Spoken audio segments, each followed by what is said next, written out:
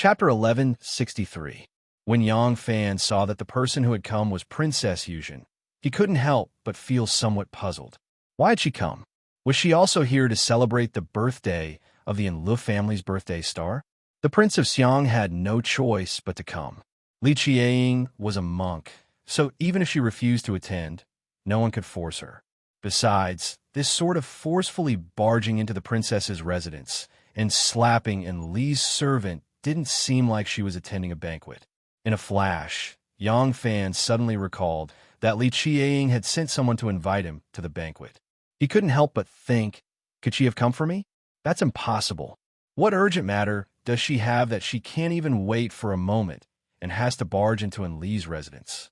Although she's a princess, she's like the difference between heaven and earth when compared to Princess Enlu. How could she so easily offend Enlu? Could it be that Enlu has done something to anger her?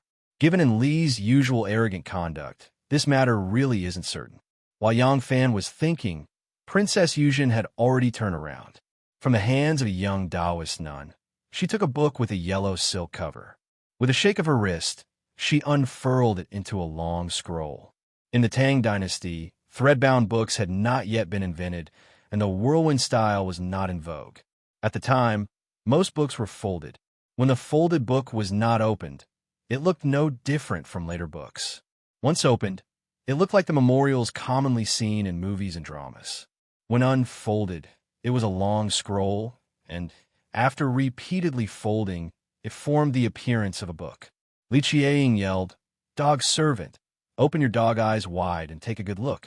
With the jade disc here, does this humble Taoist count as a member of the imperial family?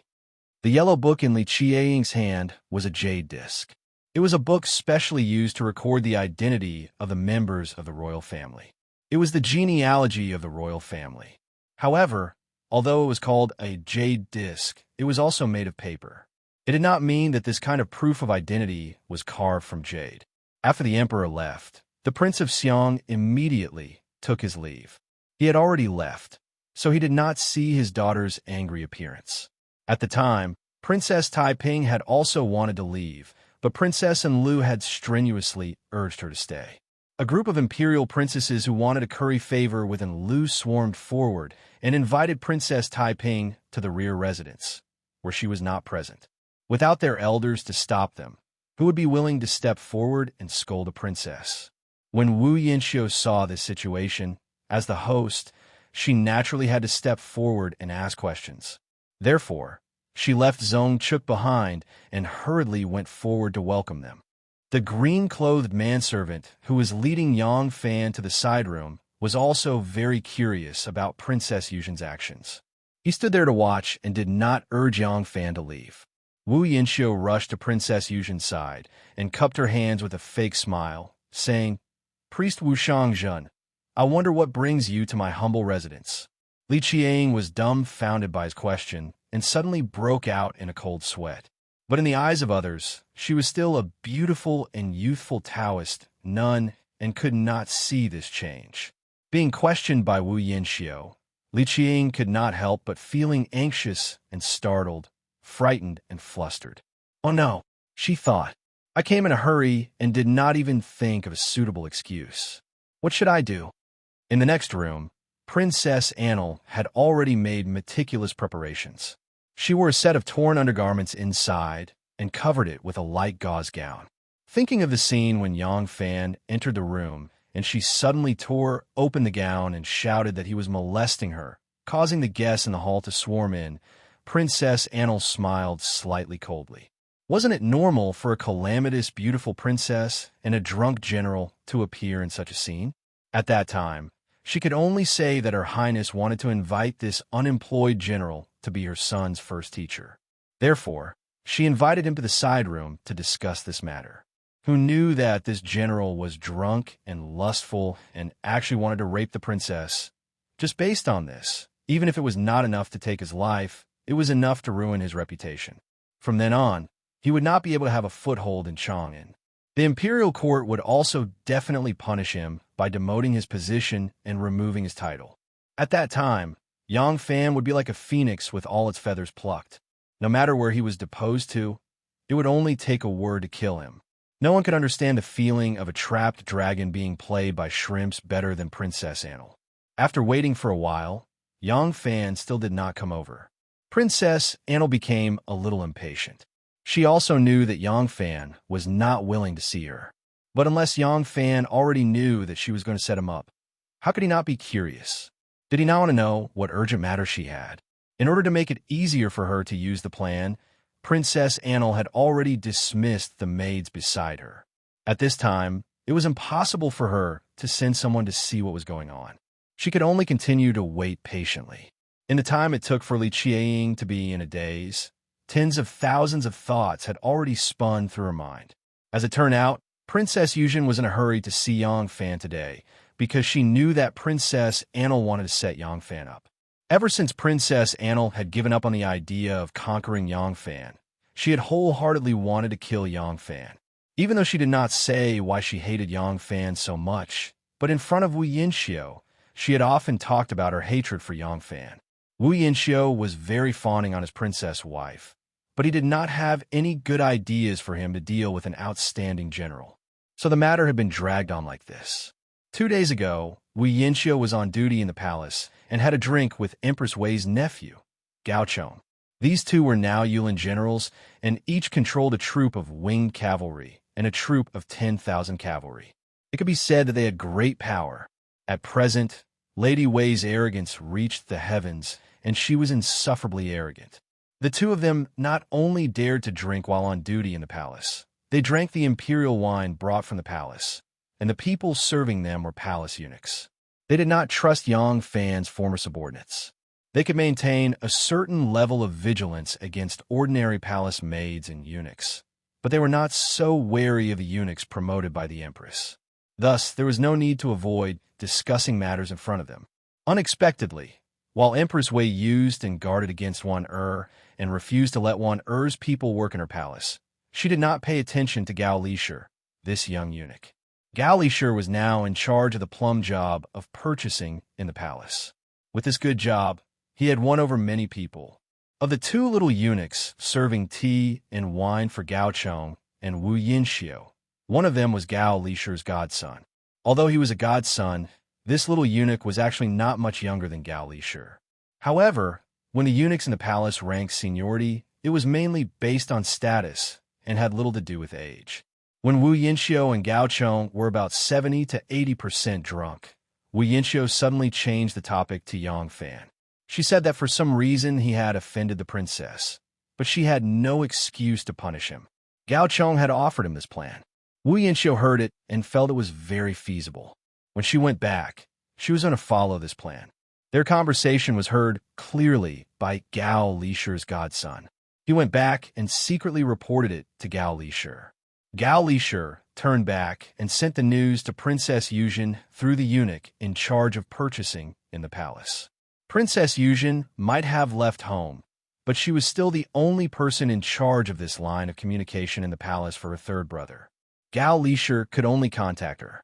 After Princess Yuzhen heard the news, she immediately wanted to warn Yang Fan. However, by the time she received the news, it was already the day of Princess and Li's birthday banquet. Although Princess Yuzhen immediately sent someone to see Yang Fan, they were still one step too late. Li Qiang made up her mind and charged straight into Princess and Li's fu. At this moment, Wu Yinxiu stepped forward and asked. Princess Yuzhen suddenly realized that there was an important link in this matter that she had not considered. How could she explain her purpose in coming? If she had randomly found some other reason, such as celebrating her nephew's birthday, and was angry that someone had obstructed her, then she would have displayed her might. Her reason for charging in a princess and Li's fu would be more than sufficient, but she would have no excuse to detain Yang Fan. If Wu Yinxiu had someone send her to the rear residence and Yang Fan fell for the trap, why would she have charged in? If she had come for Yang Fan, what reason did she have to charge in a princess and Li's fu? All for the sake of Yang Fan? If she did not have a reasonable excuse and ruined Princess and Li's affair, Wu Yinxiu and the others would assuredly be alarmed, guessing that the news had been leaked. There had only been 2 eunuchs serving Wu Yinxiu and Gao Chong that day. As long as they were determined to investigate, this matter would assuredly be leaked. The eunuch would die, Galishur would probably be exposed, and the Son of Heaven would know that the Prince of Xiang's estate had planted spies in the palace. Just thinking about this string of evil consequences made Li Qiying break out in a cold sweat. Just as it was said that in a moment of desperation, all sorts of dangers flashed through her mind, and Li Qiying suddenly thought of an excellent excuse. Wu Yinxiu saw that Princess Yuzhen was silent and only had a slightly strange expression on her face, so she couldn't help but ask, "Just why has Taoist priest come to visit my humble residence? Haha, could it be that you have also come to celebrate my son's birthday?" Li Qiying calmed down and looked over Wu Yinxiu's shoulder at Yang Fan. In a loud voice, she said, "Great General Yang, this humble Taoist arranged an hour with you, but this humble Taoist pot of tea is already old, and General still hasn't arrived." This humble Taoist thought that General had some important matter, but it turns out that you are here enjoying yourself. Li Qiying's words were laced with jealousy, and everyone in the hall could feel the sourness in her words. The entire hall was immediately in an uproar. It was just treating someone to tea. Was there a need to make such a big fuss just because someone was late? Moreover, this tone, this demeanor. No wonder Li Shenyang was unwilling to marry to Tu Fan.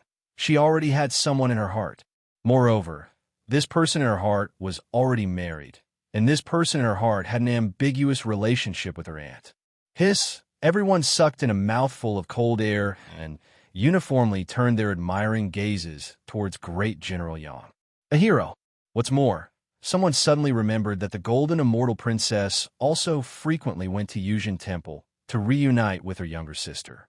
Moreover, this Golden Immortal Princess also insisted on becoming a nun because she was unwilling to marry to Tu Fan. Could it be that this pair of sisters had an affair with Yang Fan? Thinking of this, their gazes towards Yang Fan were filled with admiration. This is the princess killer, Although Yang Fan had already faded out of people's sight, because of this matter, his legend has been circulating in Jianghu for a long time. Li Qiying also knew what kind of ambiguity her words would attract, not to mention that she had purposely made it sound like she was jealous. As soon as the words left her mouth, 2 red clouds unconsciously flew up on her pretty face. Her eyes flickered with embarrassment and annoyance, which further confirmed the guesses in everyone's hearts. Chapter 1164. When Yang Fan heard Li Qiying's words, his heart tightened. In practically an instant, he was already sure that Li Qiying really had something extremely important to tell him. This matter was so important and extremely confidential that she didn't hesitate to humiliate herself in order to conceal her true objective. Yang Fan was a smart person. How could he not know what he should do? He immediately circulated his qi and made a blushing face. He hurriedly went forward and said to Princess Yuzhen uneasily, "Priest, I am really sorry. I have missed the appointment. Attending Princess and Li's banquet today is under the Emperor's order. As a subject, how can I defy the Emperor's order? I have troubled priests to wait for me and even personally come forward to welcome me. I'm really terrified. This Yang will definitely apologize to Taoist priests later." After Yang Fan finished, he hurriedly turned around and still had a shy expression.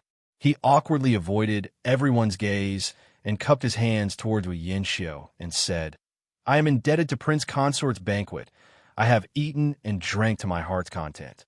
I will take my leave now. Take my leave." Wu Yinxiu opened her mouth, but did not say anything in the end. That green-clothed manservant did not know the princess and Lu couple's real intention.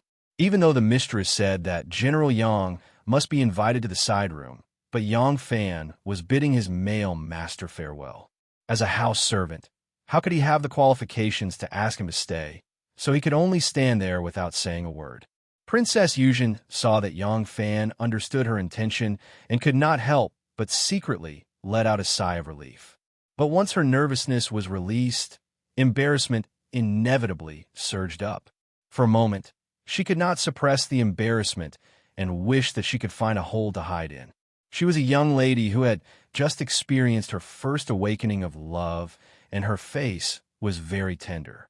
Now that she had spoken like this, it was not considered as openly declaring her love to Yang Fan. It could directly cause others to think that she had an affair with Yang Fan. It was obvious that she had already given her virginity to Yang Fan. How could she not be embarrassed? Now, Yang Fan's act was equivalent to admitting that the two of them had an affair. Princess Yuzhen was embarrassed, and her face was so hot that an egg could be placed on it. The gazes of surprise, disdain, envy, and ridicule pierced Li Qiang's face. She couldn't stand there anymore. She simply flicked her sleeves, snorted coldly, and turned to leave. With an embarrassed expression, Yang Fan hastily cupped his fists toward Wu Yanxiu. Lifting the lapel of his gown, he ran after Princess Yuzhen. As soon as the two of them left, there was a loud bang in the hall. Immediately, there was a burst of discussion. The imperial court officials dressed in purple winked at each other, beaming with joy. Who said that people of high status didn't have the heart to gossip? These people were no less gossipy than the men and women in the marketplace. The only difference was that they only talked to people of the same level. Occasionally, there were a few experienced and dignified people who only twirled their beards and smiled faintly without saying a word. It looked like they were shrewd, who knew if they were pondering over what Yang Fan said. I will definitely apologize to the Taoist priests solemnly when I get back. And the more they thought about it, the more it left an endless aftertaste. When the news reached the West Chamber, and Lu was dumbfounded. Following that, there was a deeper hatred. Li Qiang was admittedly beautiful, but could she be more beautiful than her? She knew why Yang Fan looked down on her. This was a stain that she couldn't erase, and she didn't want to erase it. She had never thought of guarding her body and heart for a man, but she couldn't accept a man being able to reject her seduction. Thus, she could only turn this into a deeper hatred. Yang Fan, and Lu sneered venomously. Her hatred was deep. In the backyard, Princess Taiping, who was drinking with the other princesses and noble ladies, also heard the news. When they heard that Princess Yuzhen, who had become a monk, had an affair with Yang Fan, the backyard immediately exploded. These bored ladies were more interested in this kind of gossip than the men. They chattered and excitedly talked for a long time before they suddenly realized that there was a Taiping who had an ambiguous relationship with Yang Fan sitting at the scene. At this time, they wanted to shut up, but it was too late. Although Princess Taiping tried her best to hide her emotions, her face was already frighteningly gloomy. A cup of dark red wine was tightly held in her hands. Her joints were so tense that they turned white. Humiliation and the pain of betrayal were like two knives, constantly twisting her heart. When Yang Fan cooperated with Li Qiang to put on that show, he knew that it would definitely cause a huge uproar. But at that time, he couldn't care too much. It was even more impossible for a girl to ruin her own reputation, and he would still use a pretentious tone to clear his name. This kind of gentleman, he was disdainful. Li Qiang came in an ox cart. Even though the ox cart was slow, there were only ox carts in her nunnery, and she had nowhere to find a horse. Even though the ox cart was slow, it was much more spacious than a horse cart. When Yang Fan came, he came on foot. Therefore, when he left Princess and Li's residence, he boarded Princess Yuzhen's ox cart. The car was spacious, and there were passenger seats, so Yang Fan didn't need to squeeze with Li Qiang.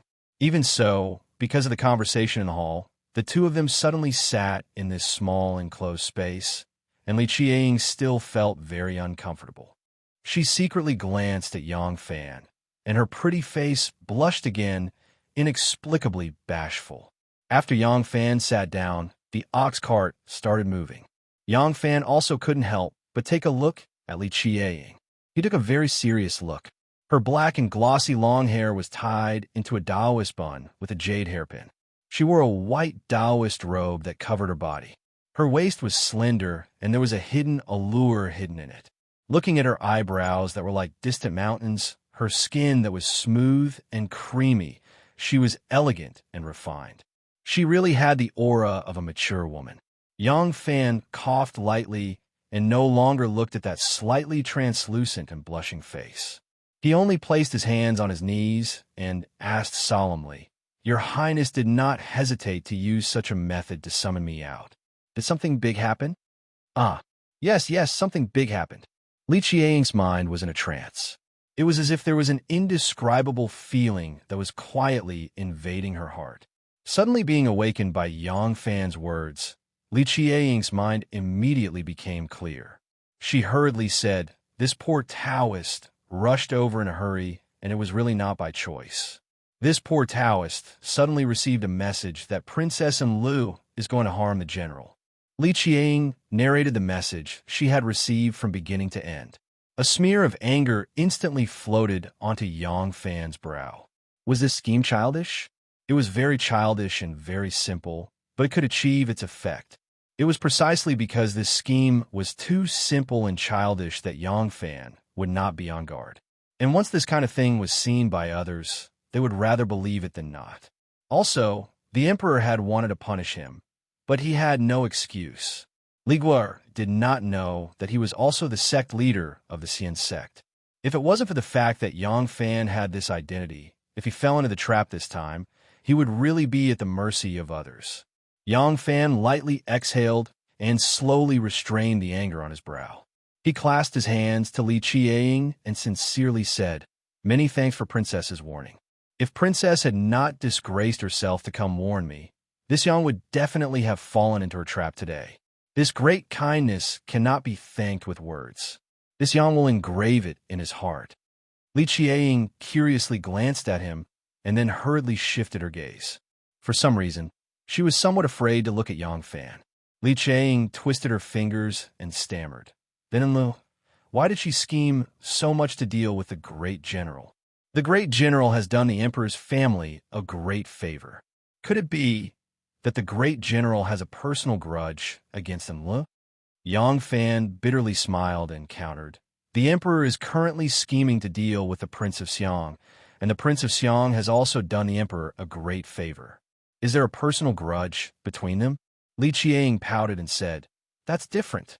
Yang Fan asked, "What's different about it?" Li Qianying opened her mouth, but in the end, there were some words that were difficult to say. In her view, the grudge between Yang Fan and Princess Enlu was most likely due to the matters between a man and a woman.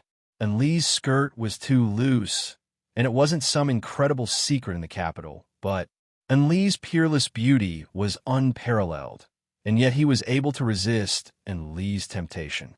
This sort of willpower was truly quite extraordinary. Thinking of this, Li Qianying couldn't help but sneak another glance at Yang Fan. Unexpectedly, when she glanced over, she saw Yang Fan staring straight at her, an indescribable smile on his lips. Li Qianying was greatly embarrassed and quickly withdrew her gaze. Her chin hung down deeply, and she was so embarrassed that she couldn't even sit properly. Yang Fan stared at Li Qianying and took her measure, not because he was appreciating her tranquil and elegant appearance, but because he was pondering something. How did Li Qianying manage to find out about such a major secret? There was no question that she had people in the palace, and she was a naive and unaffected young girl. Why would she place spies in the palace? Yang Fan thought of Gao Lishi, thought of Li Sanlang behind Gao Lishi, and then from Li Sanlang to this temple abbess Yuzhen in front of him. A clear connection gradually became clear in his mind. Li Sanlang was far away in Luzhou, and the person who contacted Li Sanlang in the palace was his younger sister, Princess Yuzhen.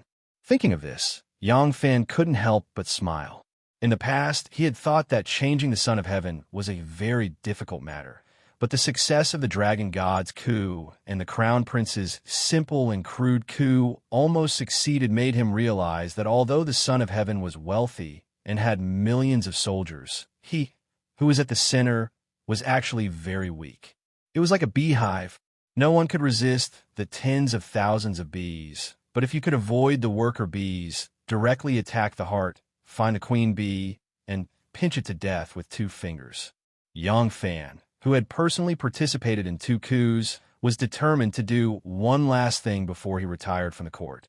Pull down the person he had personally raised to the throne. If he wanted to pull down Li Xian, could he replace him with Li Xian's sons? Yang Fan had done some research on Li Xian's 2 remaining sons. Li Zhongfu, who had been banished to Lingnan, had very mediocre talent. Moreover, his princess consort was the niece of Zhang Yizhi and Zhang Changzong.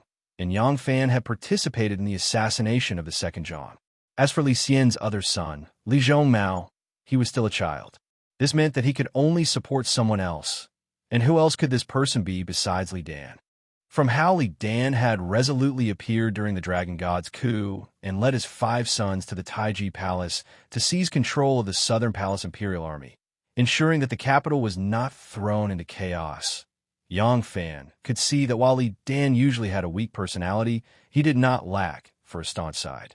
Moreover, this person had successfully educated his 5 sons and 11 daughters, making them so close to each other as siblings. This was something that Li Xian did not possess. Li Xian had a cold and indifferent personality, and the relationship between his children was also very cold. But Li Dan could not be like Li Xian. That kind of person could not raise such children. Thus, Yang Fan had already set his target on Li Dan. However, it was not just Liu Bin who had secretly probed Li Dan's intentions. Yang Fan had also sent people to probe the Prince of Xiang's intentions. Although the Prince of Xiang had been repeatedly suppressed by the Emperor, he had never had any intention of rebelling against his biological brother. As a result, Yang Fan could only take another path and reach a consensus with the Prince of Xiang's sons. Yang Fan considered the Prince of Xiang's 5 sons again and finally decided on 2 possible candidates, Li Chengxi or Li Longji. The reason why Yang Fan was so cautious with the people he wanted to interact with was that if he failed, the consequences would be unthinkable. Thus, he had to choose the most reliable person to interact with. After another round of serious analysis and selection, Yang Fan finally chose Li Longji. He pretended to prepare for war with the hidden sect and began to place troops in Lu province. His goal was to easily provide Li Longji with financial and material resources once he formed an alliance with Li Longji, allowing him to recruit soldiers and buy horses. However, while he was cautious, wasn't Li Longji the same? To the 2 of them, this was an extremely dangerous matter. Thus, Li Longji had yet to give him a clear answer. Now that he had this princess Yuzhen, he and Li Longji could be considered to have a reliable bridge. Li Qiang had no idea what Yang Fan's knowing smile meant. When Yang Fan smiled, Li Qiang lowered her head. Her heart was like an uncontrollable little deer, beating wildly, making her feel flustered. Li Qiang stealthily swallowed her saliva and timidly asked, "Great General, what are you smiling about?" Yang Fan let out a sigh and sighed ruefully. "I was thinking that since things have already come to this, I believe that there are some things that I will have less to worry about when I do them." When the flustered Li Qiang heard these words, she couldn't help but feel alarmed. What does he want to do that he no longer has any scruples? Chapter 1165. The affair between Yang Fan and Princess Yuzhen was secretly spread through the upper echelons of society. Strangely, this matter did not spread to the common people. Very few people in the marketplace knew of it.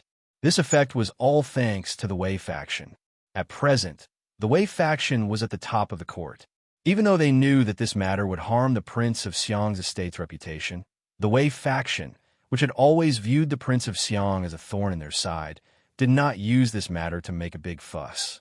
The reason for this was that no matter what, this matter could not cause any substantial harm to the Prince of Xiang or Yang Fan. On the contrary, it would cause the Emperor to lose a great deal of face. And the Emperor and the Wei faction were bound together for good or ill, so the Wei faction naturally would not do anything that would harm their own reputation. Because Li Qiang had become a monk in order to resist the Emperor's marriage. What did you proclaim? Fine, not only was she not getting married, she didn't even become a monk properly.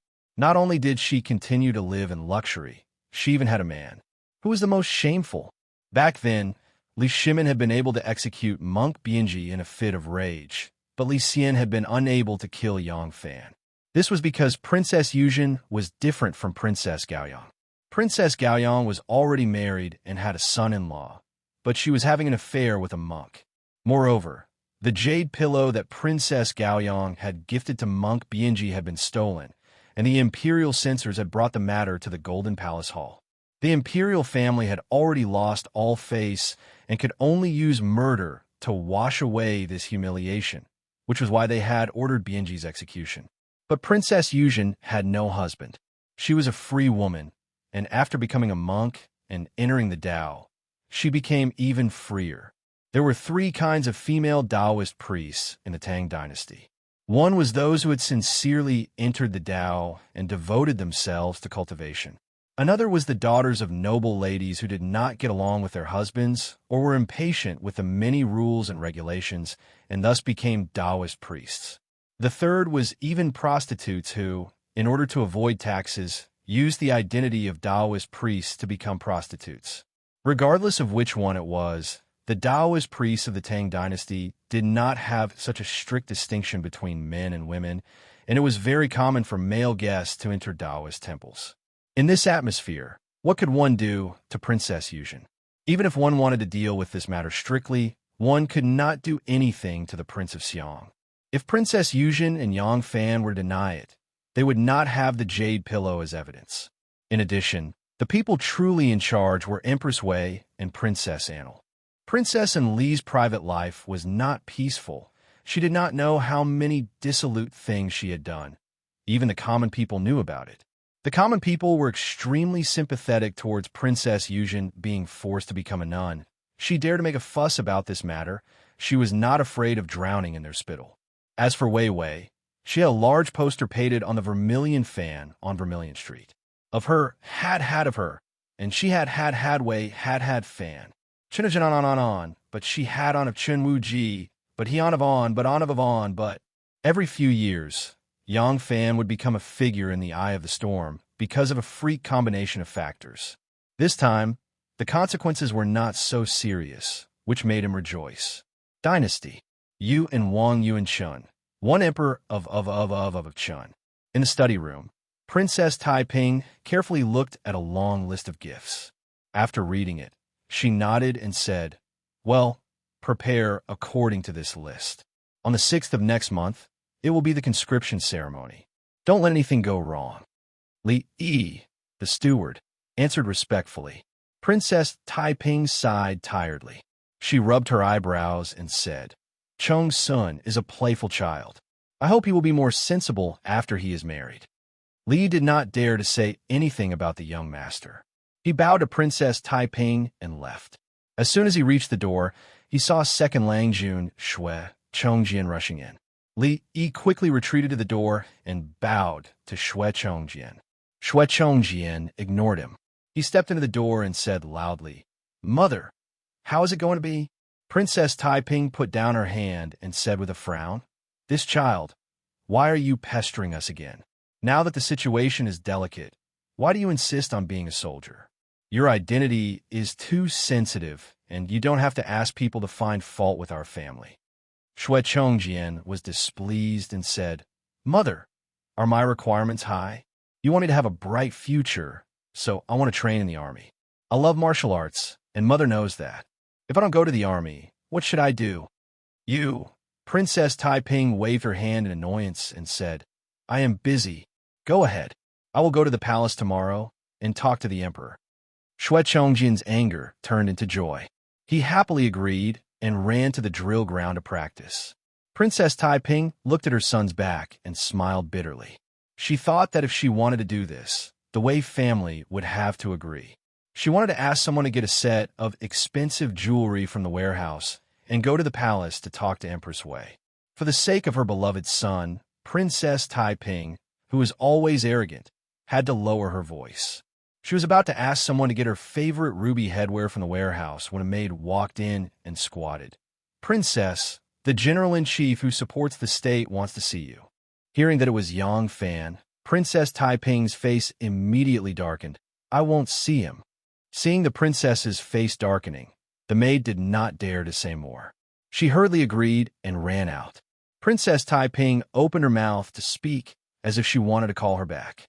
But her hand was already in the air, and the words at the tip of her mouth could not come out. This was the third time Yang Fan came to see her. From beginning to end, she only had two words: "I won't see him." She did not want to listen to Yang Fan's explanation. Regardless of whether Yang Fan and Qi Ying really had an affair, she had already become a laughingstock. Perhaps what she hated was not Yang Fan, but the fact that even though her powerful mother had passed away, she still could not get rid of the shackles on her body. She could not pursue what she wanted and could only continue to live in an environment that she hated.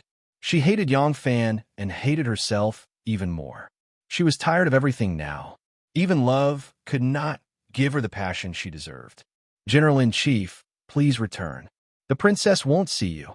Without waiting for Yangfan to answer, the door was closed with a bang. Doormen were the most snobbish kind of animals. Seeing that Her Royal Highness had made Yangfan eat closed door 3 times in a row, this doorman had no respect for Yangfan. Yangfan stood in front of the door. Light snowflakes fell on his head and shoulders.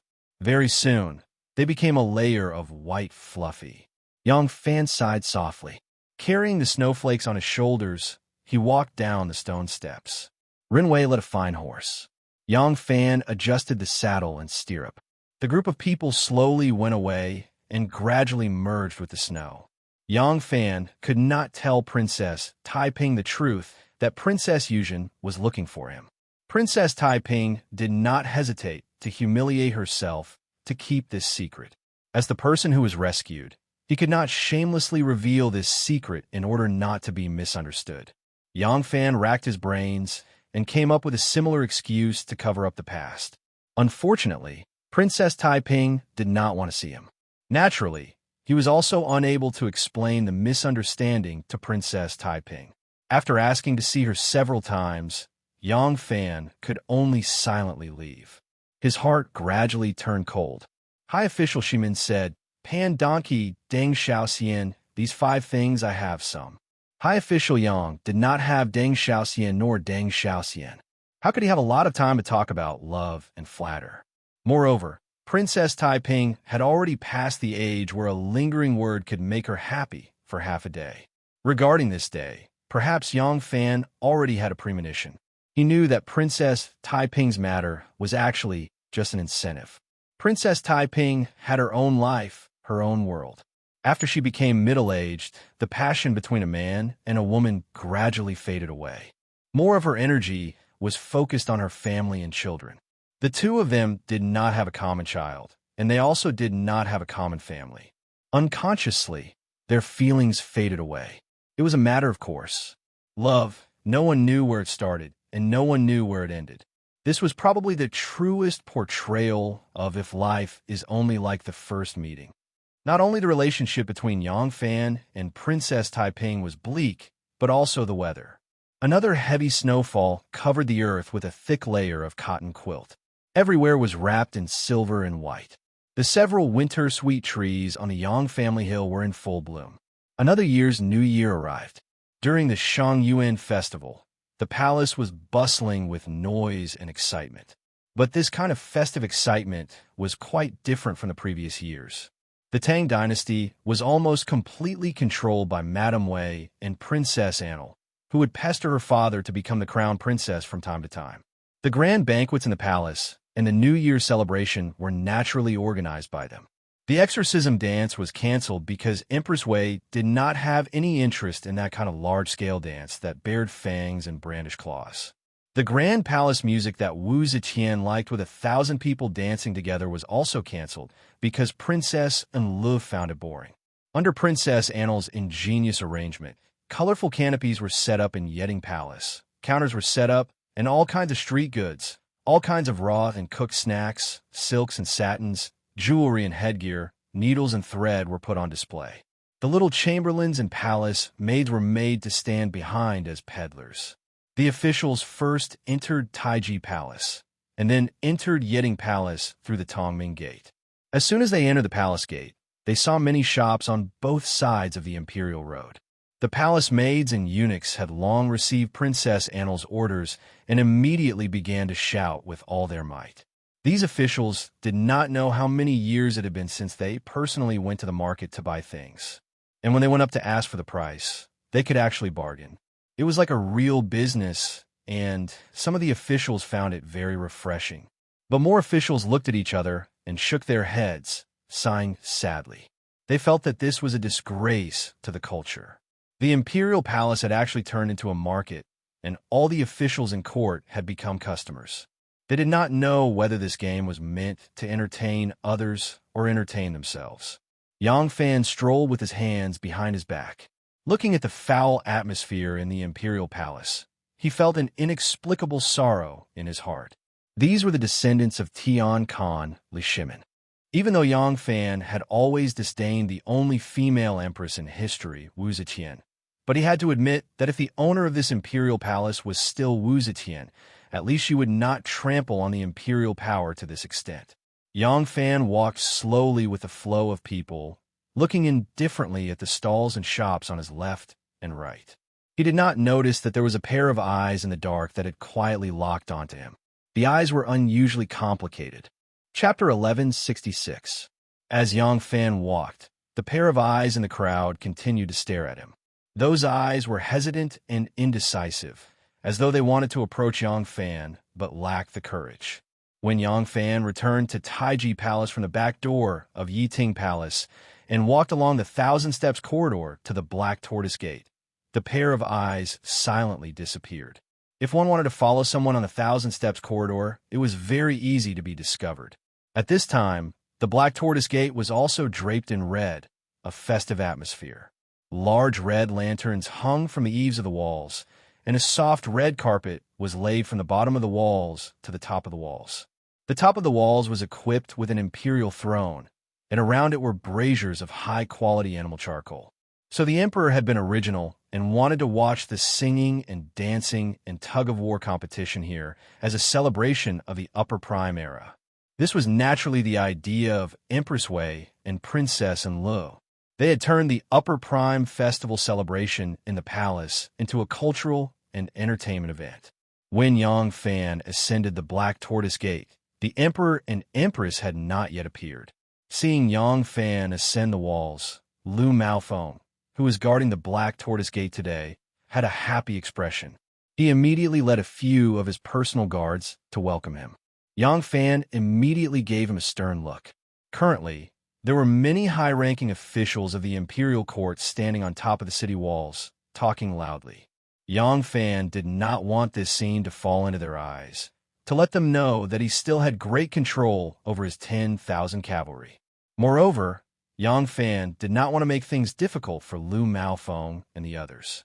He knew that the cavalry were not having an easy time right now. Ever since the Wei brothers had taken over the cavalry, in order to quickly take control of this armed force, they had used what they thought was the most effective method: severe punishment. Large numbers of soldiers had been severely punished by them with all kinds of excuses. Many middle and low-ranking officers were not spared. 2 days ago, even a high-ranking general like Huang Xuchong had been whipped by Wei Bo for the slightest bit of rebuttal. Lu Maofeng was not lacking in scheming. As soon as he saw Yang Fan's expression, he immediately turned his feet slightly. Originally, he was leading a few of his bodyguards to greet him, but at this moment, he brushed past Yang Fan's shoulder, as if he had something urgent to attend to. He didn't immediately stop or turn his head. Which of the ministers on the city wall wasn't a shrewd person? That kind of action would be too obvious, and it would instead arouse suspicion. When the two of them passed by each other, Yang Fan slightly lowered his head and gave him a look of approval without anyone noticing. Ever since Yang Fan was demoted to the position of great general who supports the nation in name only, all the officials knew that Yang Fan had lost his power. Now that even his former subordinates were estranged from him, they could not help but secretly sigh at the fickleness of the world. However, when it came to their turn, no one went to add flowers to brocade. As soon as Yang Fan stood on the city wall, the surrounding ministers, intentionally or unintentionally, immediately moved away, clearing an empty space within a radius of 3 zhang around him. No one wanted to be the emperor or empress to see themselves standing together with Yang Fan when they ascended the city wall. The officials who ascended the city wall after Yang Fan swept a glance at the top of the city wall and tacitly avoided him. But there was one person who hesitated for a moment and then strode over and stood shoulder to shoulder with Yang Fan. This person was the one who had been secretly following Yang Fan all the way from Yiting Palace. It was not that Yang Fan was not aware of the crowd's avoidance.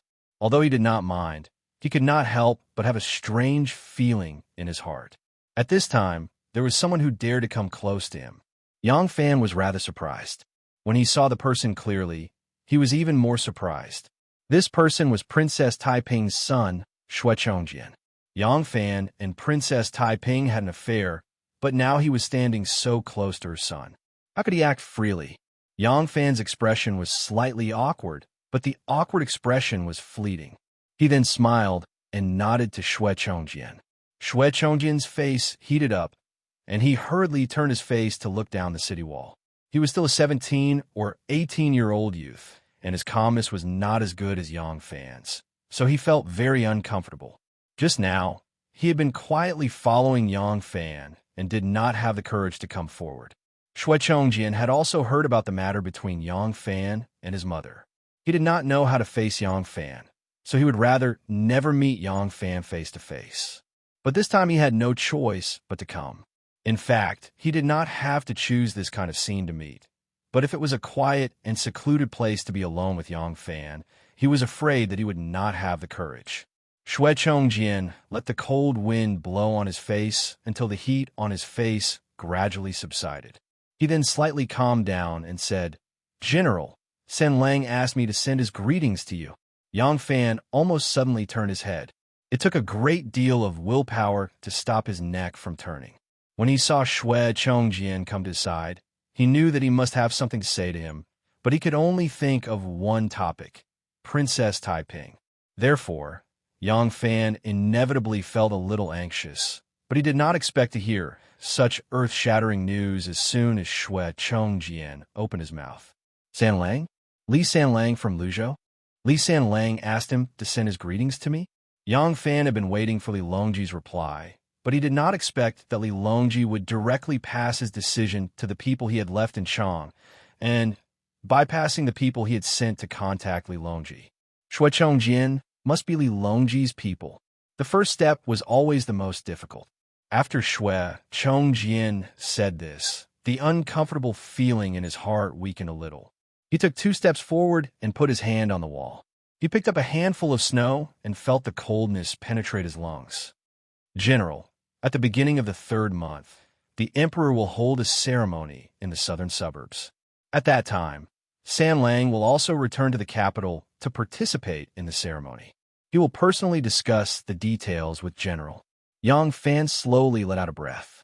He could already confirm that Shui Chongjian was Li Longji's people and an absolute confidant. After Li Longji went to Luzhou, he was clearly worried about his father and brother who were trapped in the capital, so he had his younger sister collect information in the capital for him. Even though he was in Luzhou, he could still know everything that was happening in Chang, unlike the back of his hand. But this alone was not enough. He still needed an emergency force. His father and brother were important targets under the court's surveillance. If the Emperor decided to deal with them, they would be helpless as they were in the game.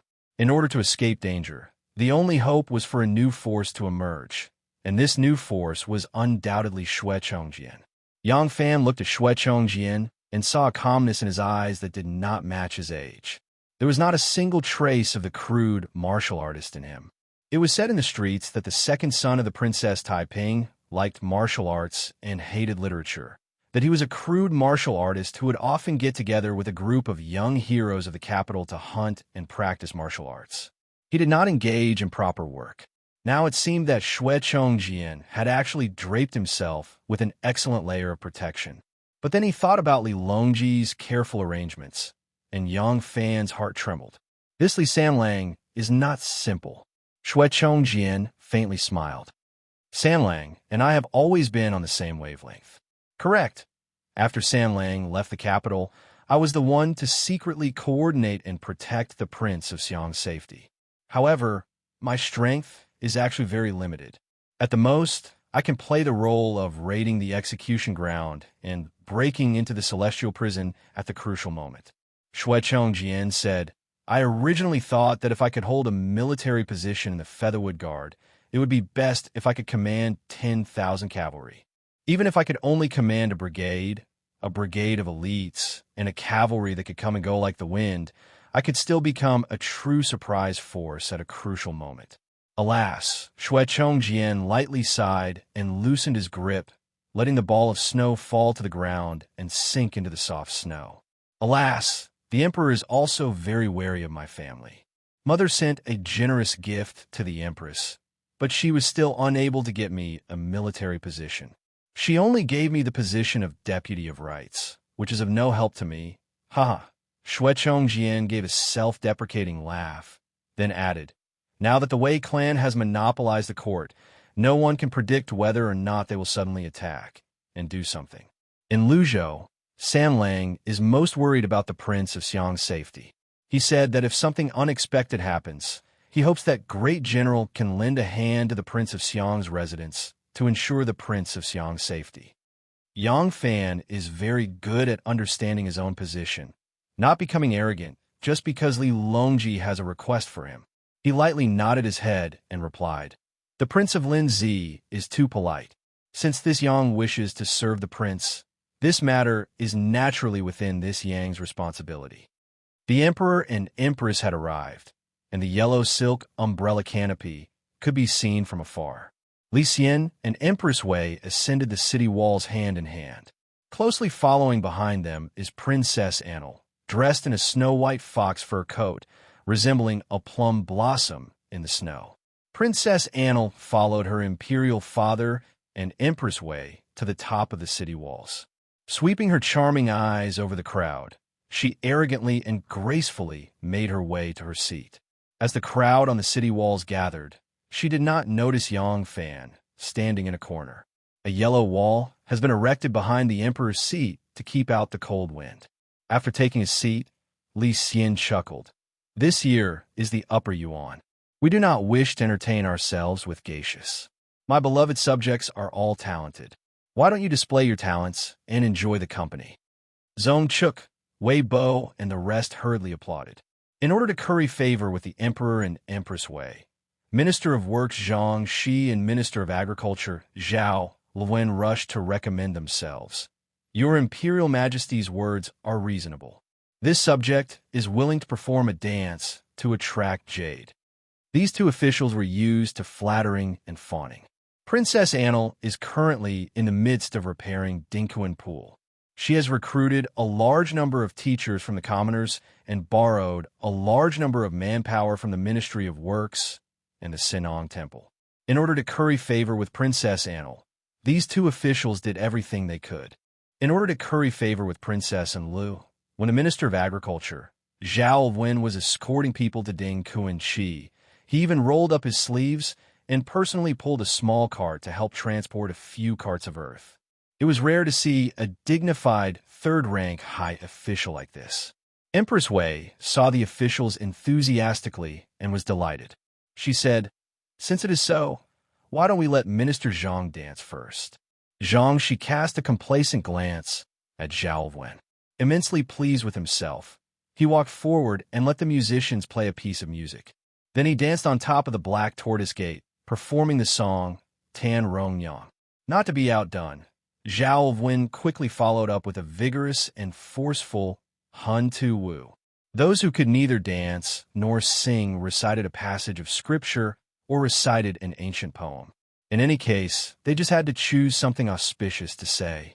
This way, they would receive Li Xian's praise and rewards. These officials were usually serious and solemn. At this time, they were displaying their talents. In order to curry favor with the emperor and empress, they were even more bashful and ugly. Even the palace maids and eunuchs serving at the side could not help but laugh.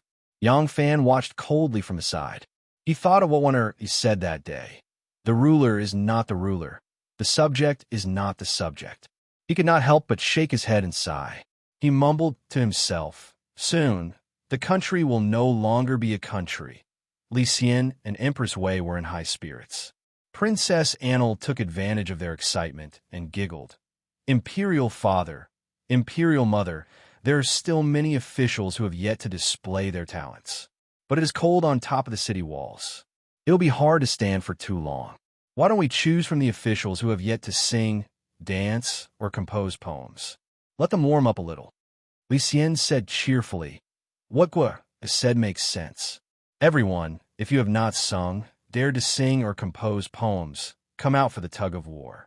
The officials who thought they had escaped a calamity immediately had bitter expressions on their faces. But seeing the emperor's enthusiasm, they did not dare to refuse. Preparations had already been made at the bottom of the city walls. A thick rope that was almost 400 feet long was placed on the ground. Two large flags stood in the middle as a boundary. The officials pushed and shoved each other and reluctantly selected a group of people. They dawdled down the city walls. These people split into two groups and picked up the rope. Li Xian was in high spirits at the top of the city walls. He personally grabbed the drumsticks and cheered for them. Only these old officials at the bottom of the city walls were qualified to stand by the emperor's side. Most of them were old. Their average age was above 60. Among them, the Prime Minister Dolu Qinhuang and Yang Zixi were almost 80 years old. Leaving aside the fact that in this era, the officials placed great importance on dignity, the dignified Prime Minister rolling up his sleeves in a tug-of-war for the emperor's entertainment was very different from them drinking wine and dancing on their own initiative. Even if it was to please the emperor, such an old man who was also a prime minister should not be joining the tug-of-war. But as soon as Li Xian saw Empress Wei and Enlu clapping their hands and cheering, he was afraid that he would dampen their spirits and did not stop them. Instead, he personally beat the drums to liven things up. Tug-of-war originated from the spring and autumn and warring states periods. In ancient times, it was called pulling hook. It originated in the Chu kingdom. By the Tang dynasty, it had become like kuju and sumo wrestling, an extremely common folk sport. However, the tug-of-war this time was no small matter. Because the participants were not young and strong men, but the civil and military officials of the court. As the drums rang out, both sides gave a low shout and used their strength to start the tug-of-war. Don't look at how unwilling they were. But once they actually began to fight, they couldn't help but be competitive. Many of the white-haired and white-bearded elders on both sides gritted their teeth, their faces red to the ears. The two sides fought like a seesaw for a long time. One side gradually gained the upper hand. Their morale couldn't help but rise. Following the chant that the young eunuch shouted, they suddenly pulled with all their strength. With a boom, both the winning and losing sides fell to the ground. The losing side fell flat on their faces, admittedly looking ugly. The winning side fell flat on their faces. Empress Wei and Enlu watched from the top of the city wall and laughed so hard their stomachs hurt. Many of the palace maids and eunuchs also covered their mouths like gourds. Li Xian threw down the drumsticks and laughed loudly. Come, the winning side. Each person will be rewarded with 5 bolts of colored satin. The losing side. Before he could finish, there was a sudden clamor below the city wall. Many people gathered around, as if something had happened. Li Xian's brows furrowed. Leaning against the wall, he looked down. In a short while, a eunuch flew up to the top of the city wall like a gust of wind. It was a martial artist, Yang Sisu. Yang Sisu's face turned green. As soon as he reached the Black Tortoise Gate, he anxiously reported to Li Xian, "Your Majesty, it's not good." Yang Xianggong tripped and fell unconscious. Dolu Xianggong choked and cut his forehead. Blood is pouring out. What? When Li Xian heard that 2 old prime ministers, nearly 80 years old, had such an accident because of a tug-of-war, his expression immediately changed. If something happened to these 2 people, it would be difficult for him to escape the judgment of an absurd emperor in the history books. With an ugly expression, Li Xian stood up from his throne. Quickly take Zhen to see my husband and summon the imperial physician immediately. Li Xian followed Yang Sisu down the city wall in a hurry. Seeing that something had happened, Empress Wei and Princess Enlu couldn't help but be displeased. Empress Wei furrowed her brows and said, "What a disappointment. Let's go. Let's return to the palace." Enlu said, "Yes, daughter will accompany Yang Qin to talk." Enlu took Empress Wei's arm and was about to leave the city wall when she suddenly saw a tall and straight figure walking down the stone steps. That figure's back was somewhat lonely, like a pine tree under heavy snow, carrying an indescribable pride. Chapter 1167. Yang Fan really could not stand the scene of important officials being played like monkeys. He could not stand the behavior of some people who did not hesitate to play clowns in order to flatter the emperor, so he left early. After Yang Zixi was rescued by the imperial physician, he slowly regained consciousness and was immediately sent back to his residence to recuperate. Do Luqin Wang did not faint. He only fell and hurt his head. After a simple bandage, he was also sent back to his residence. These two people, one was 80 years old, the other 79 years old. They were already at the age of a candle in the wind. In this tug of war, they fell down heavily and were ruthlessly pressed down by someone. Whether there would be more serious consequences, it was hard to predict. This accident did not affect Li Xian and Empress Wei's mood. That night, under Princess Annel's suggestion, the Emperor and Empress changed into casual clothes. After enjoying themselves with the officials, they planned to enjoy themselves with the people. They changed into casual clothes, but it was not because they wanted to visit incognito, but because it was convenient to travel. All the palace maids and eunuchs of the 6 Shang and 24 departments, except for some essential personnel to stay behind, all carried lanterns and accompanied the Emperor and Empress. Thousands of palace maids and eunuchs, plus a large number of guards in casual clothes, surrounded the Emperor and Empress. This was a huge procession in itself. In addition, the people of Chang and flocked to this grand scene for the first time. This year's Lantern Festival was especially lively. But at dawn, when the procession returned to the palace steward did a head count and was shocked to find that almost 1/3 of the palace maids and beauties had disappeared. In recent years, there had been frequent coups d'état in the imperial court, and some of the normal management in the palace had also been affected. Originally, there was a draft every 3 to 5 years to select some young palace maids. If the palace maids over 25 could not become female officials or did not hold important positions, most of them would be released back to the capital. But in recent years, there had been no such large-scale rotation. As a result, taking advantage of tonight's lantern-bearing procession through Vermilion Birdlong Street, as well as the fact that there were too many people at night and nobody was watching over them, several thousand palace maids actually escaped without a trace. There was no curfew for the 3 days of the Lantern Festival. After so many years, the palace maids had a certain amount of savings. They brought them with them in advance. Once they escaped, most of them left Chang and overnight. This made Li Xian embarrassed and angry. The only thing that comforted him was that none of the eunuchs had left. Empress Wei was also very upset. But if this matter was publicized, it would be a scandal for the royal family. The household registration system was not so strict at this time. Did they have to search the world to find the escaped palace maids? Moreover, the women chosen to enter the palace were all good-looking. If it was a man who escaped, it would be hard for him to make a living. However, there was no need to worry that no one would want these women. Even if they really investigated, it was likely that only a few of them would be found, even if the world was turned upside down. Helpless, Li Xian and Empress Wei could only swallow their anger. But with such a large-scale escape, it was inevitable that the news would leak out. When Yang Fan heard of this matter, he couldn't help but bitterly smile. Preposterous, preposterous. Nothing could surpass this. Family affairs of the palace maids. During the lantern, one not to do, but she of the emperor, and could to her. During the Lantern Festival, one was the busiest in charge of the palace affairs. She could not rest until after the Lantern Festival. Covered thousands of miles of snowy plains. When the weather was fine, there were often wild animals looking for food. Sometimes there were foxes and wolves. This was the happiest day for those who were not afraid of the cold and liked to go hunting. Today, Yang Fan also brought a group of attendants with him. He rode Ba with one and went hunting to relax. Yang Fan finished dressing up. He wore a fur coat, a bow, and a sword. He looked tall and strong, handsome and fierce. Wan Er's temperament was completely different from his. Although she was also wearing men's clothes, she was incomparably beautiful. She wore a shoe brocade robe with a round collar and narrow sleeves. Her waist was tight with a leather belt. She wore deerskin boots and a gray cloak. Her lips were red and her eyes were clear. Her skin was delicate like peach blossoms.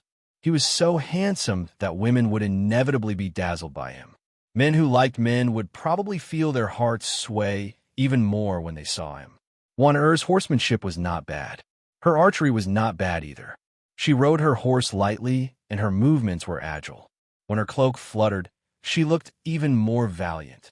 Suddenly, Warren knocked an arrow and shot from a distance. Every time she shot, she would get something. Now, there was a string of fat rabbits on her horse. Warner shot another arrow, and a gray rabbit was shot. It rolled on the ground and stopped moving. The guard hurriedly urged his horse to pick it up. Wana looked back at Yang Fan and smiled. Hee, today's outing has been fruitful. Yang Fan smiled and said, Yang Fan smiled and said, you look so happy. Don't catch a cold. As he said this, he leaned over and helped her tie the loose foxtail around her neck. Wana smiled sweetly at him. She enjoyed her Longjuan's gentleness.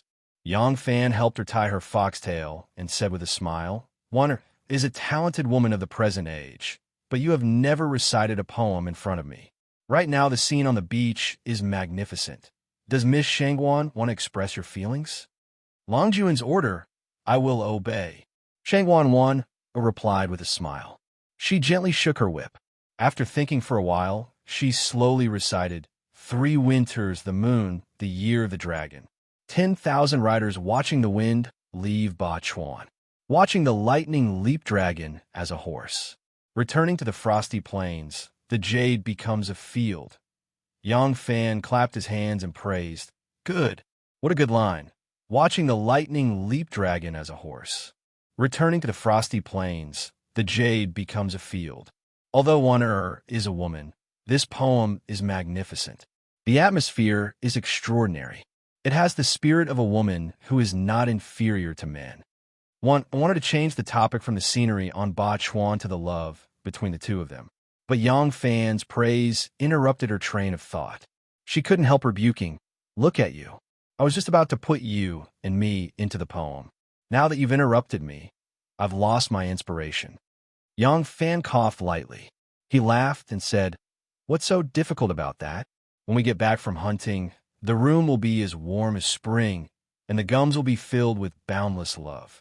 You and I will be in love. When we become one person, the next line will naturally come to mind. Warner blushed. She lightly spat at him. She softly and charmingly said, A dog's mouth can't spit out ivory. The two of them were flirting with each other when suddenly a horse galloped from afar. Yang Fan squinted his eyes and looked at the dazzling snow. He saw a man in a long robe.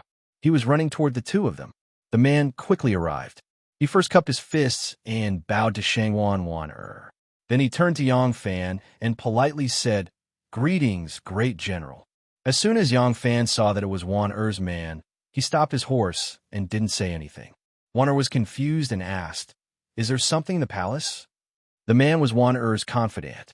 He knew the relationship between Wan Er and Yang Fan, so he didn't avoid it. He dismounted and walked quickly to Wan Er's horse. He took out a secret letter from his sleeve and held it up high. He said, Fu Jieji ordered me to deliver this secret letter. Wan exhaled a cloud of white air. She hung the horsewhip on her little finger. She reached out and took the letter. She opened it and read it. A trace of disdain appeared at the corner of her mouth. She said to the knight, I got it. Tell Ching Ching and present it to His Majesty. Yes. The knight respectfully replied. He cupped his fists and bowed to Yang Fan. He turned around and mounted his horse. Yang Fan rode his horse closer and asked, What's wrong? Wan said, I don't know where Wei Yuan Chuk of Swanzhou, Yanjin Hanan, heard that I usually stay outside the palace. He wrote a letter to the court to impeach me. He said something like, the palace maids of the previous dynasty have to live outside. They can come and go without restrictions. Traffic is requested. He wants the court to ban it. Warner shook the secret letter in her hand and said with contempt, Another pedantic scholar who does whatever it takes to get the emperor's attention. I don't want to go in and out of the palace. If he really has the ability, then he can kick me out of the palace. I can't ask for more. Warner was dressed in men's clothing. She was elegant and handsome. Now, the corner of her mouth curled up. Her black and white eyes squinted. She looked even more mischievous. Yang Fan looked at her with pity and love. He couldn't help but say, It's been hard on you. Warner, don't worry. If I succeed and retire, I will take you with me to live in seclusion. Wanner looked at him and said, Are you serious? You won't lie to me again, will you? Yang Fan said seriously, Of course. But when that time comes, you can only be a wife who takes care of your husband and children. You won't have the honor you have today, and you won't have the power you have today. Don't regret it. Wanner smiled sweetly. Her voice was soft but firm. Nothing can compare to a hug from you, Lang Jun. Wanner won't regret it. Er's words were said with deep affection. Yang Fan heard it and his heart was stirred. For a moment, the two of them looked at each other, their eyes intertwined. They were intoxicated. Bar returned from hunting. As soon as he entered Longqing Square, Yang Fan's expression became a little strange. Had rested for 3 days and was returning to Longqing Square. So the two of them went the same way. But Yang Fan had another place to go after returning to the city. He found it difficult to talk to Wan because he was going to Yuzhen Temple. Along the way, a magnificent lake appeared in front of them. The plain and elegant Yuzhen Taoist temple next to the lake also came into view. Yang Fan had no choice but to bite the bullet and say, Wanner, you go back first. Cough, I still have something to do. Oh. Wanner glanced at where Yuzhen Temple was. Her eyes turned and looked at him with a faint smile. She said, Are you going to visit Li Shinyang? Even though Yang Fan was thick-skinned, he couldn't help but be embarrassed by Wanner's words. He hurriedly explained, Wanner, you know the reason. How could I cough? Wanner covered her mouth and laughed. She said, All right, I naturally understand. You go. Even if you really want to do both work and work, it's nothing. Yang Fan was choked by her words. He couldn't help but cry out, Wanner. Wanner smiled but said half-truthfully, I know a little about Chiang's temperament. This girl is better than Taiping's wife. Women. Yang Fan looked at Wanner's receding figure and smiled bitterly to himself. In the beginning, Taiping forced her to make a poison oath, and from then on, she and Taiping had a grudge. Later on, although because of her, the two of them reconciled, and when they were together, they always looked like they were in love with each other. Unexpectedly, the affection on the surface was actually fake, and the grudge between the two of them was already this deep. As a matter of fact, Wanner, who had always been generous and virtuous, seized the opportunity to give Taiping a taste of her own medicine. Chapter 1168. After Princess Yuzhen barged into Princess and Li's residence that day, causing people to misunderstand the relationship between her and Yang Fan. Yang Fan had to frequently visit Jade Truth Temple. They had to continue this fake show to ensure the safety of the spies in the palace. At the same time, it was beneficial to cover his contact with Li Sanlang. Li Longji wanted to return to the capital to participate in the grand ceremony. He would arrive in the capital in a few days. Jade Truth Temple was the best place for the two of them to meet for the first time. Yang Fan walked up the stairs and arrived at the foot of the mountain gate. Suddenly, he thought of Li Qiang's beautiful face and the rumors between the two of them. For a moment, he really felt like his heart was like a monkey running amok. Ambiguity was a kind of poison. It could unknowingly corrode a person's heart. The snow on the stone steps had been swept away, but there was a thin layer of ice. Yang Fan had some thoughts in his mind. His foot slipped, and he almost fell. Luckily, he was an expert. He quickly steadied himself. His face was slightly hot. What nonsense are I thinking about? Do you want an old cow to eat young grass? Moo. At the right time, a cow mooed. A big green cow strolled in, swaying its big horns. It slowly walked over while chewing on a bunch of hay. When it saw Yang Fan, the big green cow arrogantly glared at him and slowly walked over. Aya, great General Yang. The little Taoist, Nun Ningxiang, walked over with a bucket of water. When she suddenly saw Yang Fan, she hurriedly put down the bucket and smiled sweetly at him. Yang Fan smiled. Hello, Taoist Ningxiang. Is Temple Master Jade Truth here? Ningxiang hurriedly nodded. Yes. Great General, please. Ningxiang strenuously lifted the bucket, but it was snatched away by Yang Fan. He smiled and said, Let's go. The water bucket in Yang Fan's hands was as light as a feather. Ningxiang took small steps and followed beside Yang Fan. When they reached the backyard, Yang Fan passed the water bucket to her. Ning Xiang's eyes were like crescent moons as she sweetly said, "Thank you, great general." The sound of a zither drifted over from the front. Yang Fan smiled and nodded at Ning Xiang. He slowed down his pace and walked over. When he reached the corridor, the sound of the zither from inside the room became clearer.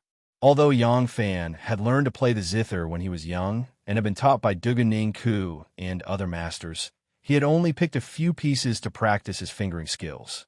He was not familiar with too many ancient pieces, so he could only hear the simple melody but didn't know what kind of music it was. Yang Fan stood in the corridor and listened quietly. Occasionally, a gust of wind would blow some snow off the eaves. The speed at which the snow fell seemed to be even faster than the sound of the zither.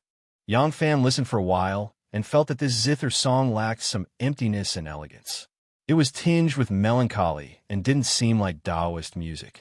He thought about it and couldn't help but laugh. This Yuzhen became a nun to avoid marriage. Her master is infatuated with officialdom and rarely comes to teach her anything. She must have learned this song when she was at the Prince of Xiang's estate.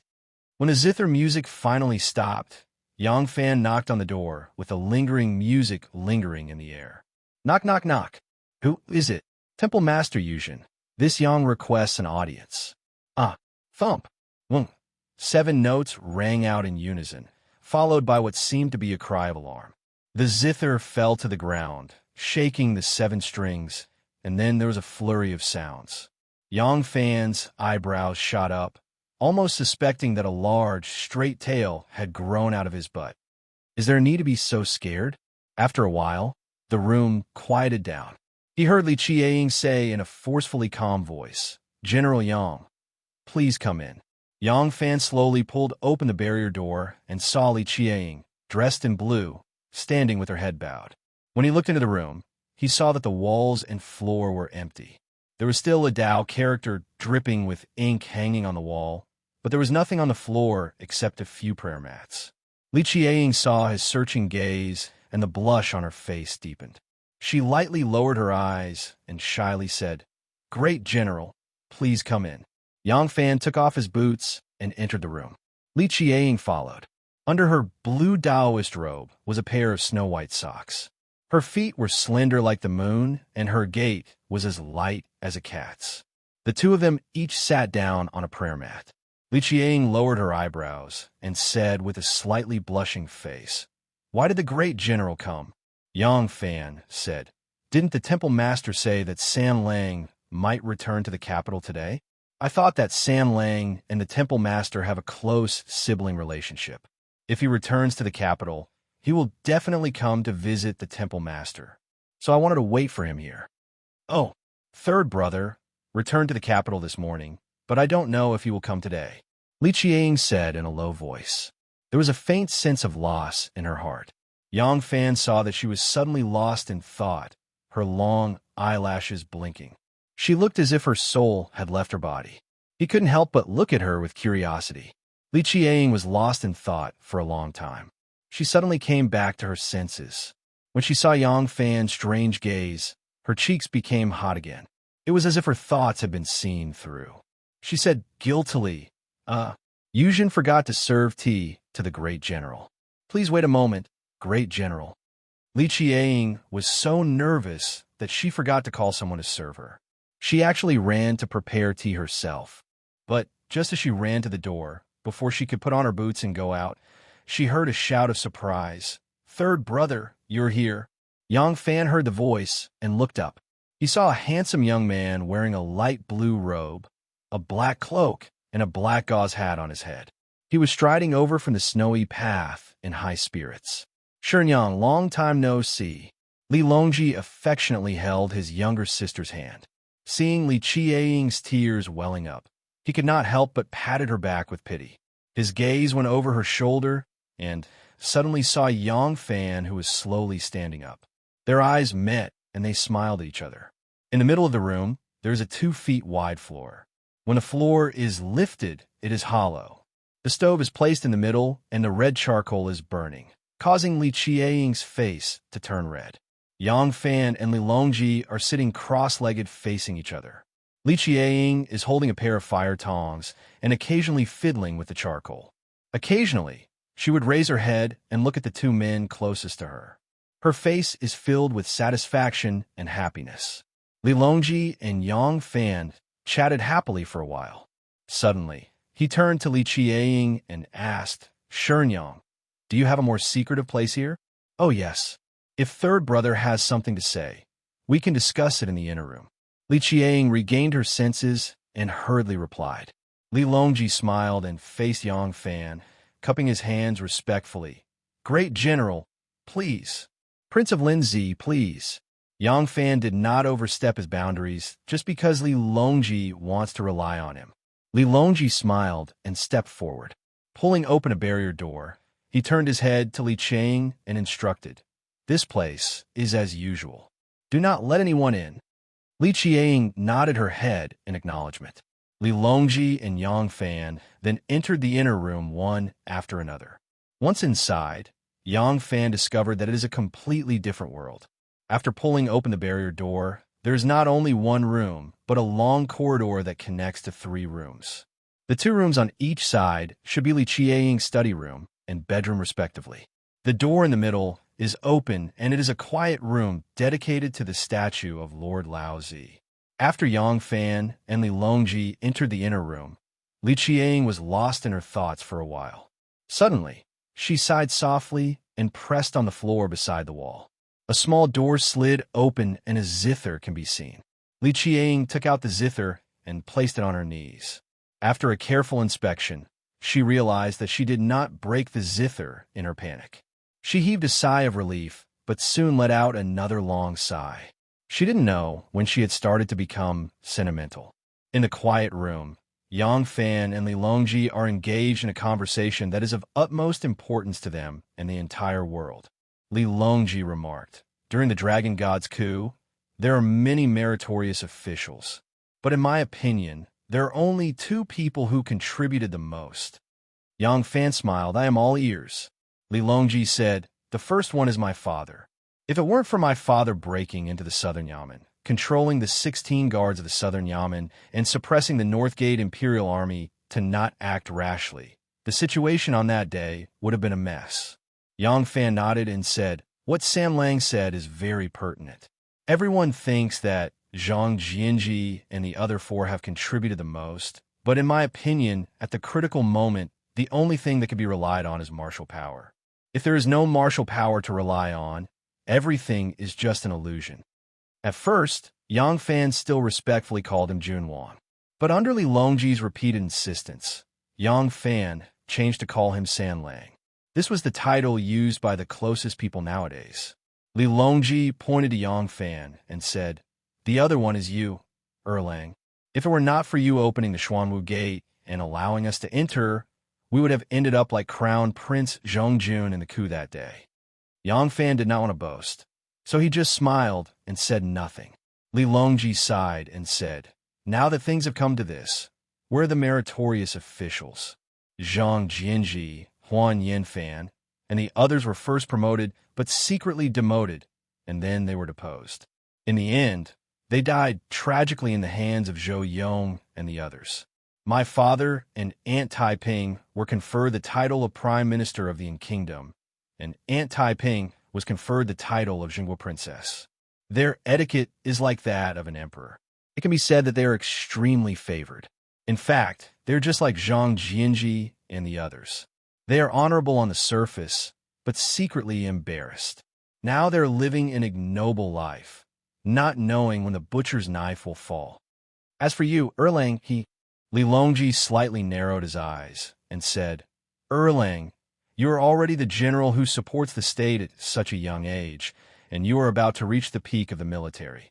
The emperor also favors you very much." Yang Fan smiled bitterly and said, "I really don't want to be the second Zhang Jianji." Li Longji said sadly, "My father doesn't want to either, but it can be foreseen that when the Wei clan gains a more stable footing, it will be an extravagant hope for us to seek temporary peace. The knife has already been placed on our necks." Yang Fan slowly and forcefully nodded his head and said, "This is exactly the reason why I invited Erlang to meet me. I don't want to sit and wait for death. I believe Erlang doesn't want to either. The Wei clan is holding the emperor in their hands, and they are wantonly nurturing the Wei clan's henchmen. Given enough time, we will no longer have the strength to resist. Li Longji happily said, "Great minds think alike. If one doesn't think far ahead, he will definitely have immediate worries. Now that the Wei clan is sharpening the knife, if we still have any illusions in our hearts, we can only wait until the knife is sharpened. Then they can cut off our heads." But Li Longji gave Yang Fan a deep look and said, "Erlang, to tell you the truth, the strength I have at hand is actually very limited. It's not enough to accomplish anything. The reason why I want to accumulate strength is because I don't want to die a cowardly death. But now that I've been invited by Erlang to discuss the grand plan, I want to know, what kind of help can Erlang give me?" Chapter 1169. Yang Fan was quiet for a few moments, then indifferently spat out, 10,000 cavalry. Li Longji's inky, sword-like brows slightly rose as he said, 10,000 cavalry? Aren't these 10,000 cavalry already under the control of the Wei clan? Yang Fan smiled and said, "Controlling an army and replacing the main commander of an army with one of your own are two different things. These 10,000 cavalry were single-handedly established by this Yang. Although Yang Fan is no longer in office, it hasn't been long since he left office, so he still has some prestige. As for the Wei clan's party, although they have the 10,000 cavalry under their control and even have the winged cavalry to keep them in check, Wei Xian and Wei Bo have never been soldiers or fought in battle. They only know how to use harsh punishments and harsh laws to control their subordinates. As a result, they have not been able to raise the morale of the army and have instead caused their subordinates to become disloyal and disloyal. This Yang still has some friendship with the generals in the army. If this Yang were to step forward and communicate with them, if someone qualified to assume command of the army were to step forward and preside over the situation, I am confident that those hot-blooded men will make the wisest choice." Li Longji slightly narrowed his eyes, a sharp light occasionally flashing through them. He was currently evaluating and digesting the information Yang Fan had told him, and his angular and square face appeared solemn. Yang Fan calmly gazed at him, his pursed lips revealing several fine and distinct lines, causing his face to exude an expression of determination and decisiveness. On this contemplative face, there was a maturity that did not quite match his age. Yang Fan continued, "Although Wei clan is holding the absolute power now, but their foundation is only concentrated in the capital, and it is only on the surface. At this point, they only need a surprise troop, and perhaps they can achieve great things. If this continues, it will truly be impossible to stop." Li Longji gave a slight nod, his thoughts frantically racing. He agreed with Yang Fan's view. He also knew that once the Wei clan's party gained even greater power and absolute control over the political situation, they would never let the prince of Xiang's branch go. At that time, his father, his brothers, his sisters, the entire prince of Xiang's branch would be uprooted. Yang Fan had undoubtedly developed this sense of crisis, which was why he wanted to advance and retreat together with him, a fellow sufferer. Li Longji was mainly thinking about whether there was any possibility of success after joining forces with Yang Fan. At present, he was accumulating power in Luzhou. Back in the capital, he had also made a group of brothers whom he could entrust his life to. However, he knew that this power was not enough to protect himself, let alone counterattack. Back then, he had only been constantly seeking power, not because he had delusions that he could resist the imperial court with his weak power. It was merely an instinctive reaction in the face of danger, as well as an indignant anger. However, what if they added the power of 10,000 cavalrymen? Li Longji thought to himself, with my salary, it's naturally not enough to recruit more people. However, I now have Zheng Li, Sun Long, Pei Yao, and other wealthy merchants from the western regions who have pledged their allegiance. They've been pushed aside and bullied by the Longxili clan. Now that they've moved to Lu province, they've already pledged their allegiance to me. These merchants who have long resided in the restless lands of the western regions are different from the merchants of the Central Plains. They are more willing to take risks. As long as I agree to enough conditions for them, I'm confident that they will spare no expense to help me. With their financial support, I can recruit even more warriors and buy even more people. If I add on the army of 10,000 cavalry, if things go smoothly, 1,000 people will be enough to topple the regime. 10,000 people is an enormous capital. It's worth the risk. Time waits for no man. At this thought, Li Longji suddenly opened his eyes and stared at Yang Fan. He sternly said, "Great general, can you persuade 10,000 cavalry to defect? How confident are you?" In his nervousness, Li Longji couldn't help but revert to the respectful title of Great General he used for Yang Fan. By addressing him this way, he emphasized his status and use. The army, that was the only guarantee of success. Yang Fan lowered his head in thought, then slowly raised his head. 70%. Li Longji closed his eyes, then opened them again. He let out a long exhale and emotionally said, 30% is worth the gamble. Great General Yang, if this matter succeeds, my Prince of Xiang's lineage will not disappoint, General. If I violate this oath, may the heavens and earth hate me, and may even gods and ghosts attack me. Princess, please wait a moment. This servant will go, there's no need. This princess will go see Imperial Mother. Princess Anil did not wait for the eunuch to say anything. She arrogantly waved her hand and walked in with her chest held high, exuding a graceful bearing. She wore an extremely gorgeous dress woven from the feathers of hundreds of birds. The dress had also cleverly used the different colors of the feathers to weave flowers, birds, and beasts of all sizes. Some were as big as a fist, some as small as a grain of millet. It could be said to be an exquisite work of art. Under the moon and under the sun, this kind of dress looked different. Even if it was under the same sunlight, it would still undergo all sorts of changes at different angles and in different intensities of light. Seeing the astonished and curious gazes of the palace maids and eunuchs she encountered along the way, Li Guo'er's vanity was greatly satisfied. She had finally obtained a dress of hundreds of birds that was not one bit inferior to the one from the Yang clan. Because it had taken far too much time to gather the materials, design, and workmanship. Even though Enlu had offered 3 times the price of the dress that Yang Fan had bought, she had only obtained it today. Princess Anil impatiently put on this dress and rushed to the imperial palace. She wanted to ask her mother to hold a grand banquet at the still incomplete Ding Kunchi, inviting all the princesses, emblems, and daughters of the diplomatic envoys. At this banquet, she could display her unique feather dress. Yes, unique. Of course, the Yang family also had a feather dress like this, but the Yang family had never worn it in the streets. Enlu had enough confidence that she would be in the limelight at the banquet and cause countless women to look at her with astonished and envious gazes. As for the Yang family, Enlu smiled coldly. There would be a day when she would have Yang Fan die without a burial. She would have Yang Fan's wives, concubines, and children all become her official slaves. She would humiliate and enslave them at will. She would confiscate Yang Fan's home and personally burn that feather dress that had humiliated her. Princess Enlu arrives. The palace guard Tai Jian following behind, Enlu saw that Enlu was about to enter the palace and suddenly sang loudly. Enlu had wanted to give her mother a surprise. Hearing him shout, she couldn't help but glare at him reproachfully.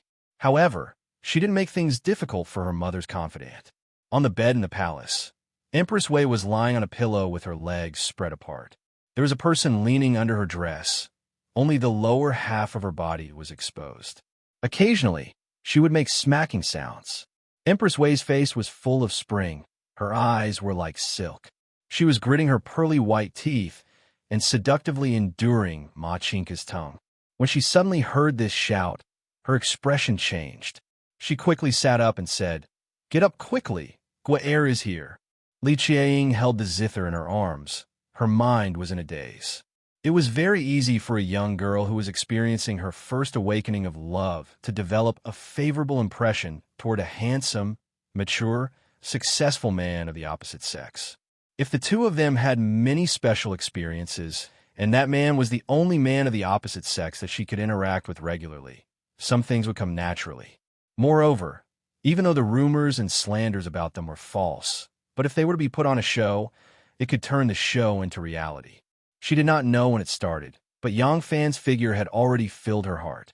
However, she was also clear that based on her status and identity, it was impossible for her to be with Yang Fan.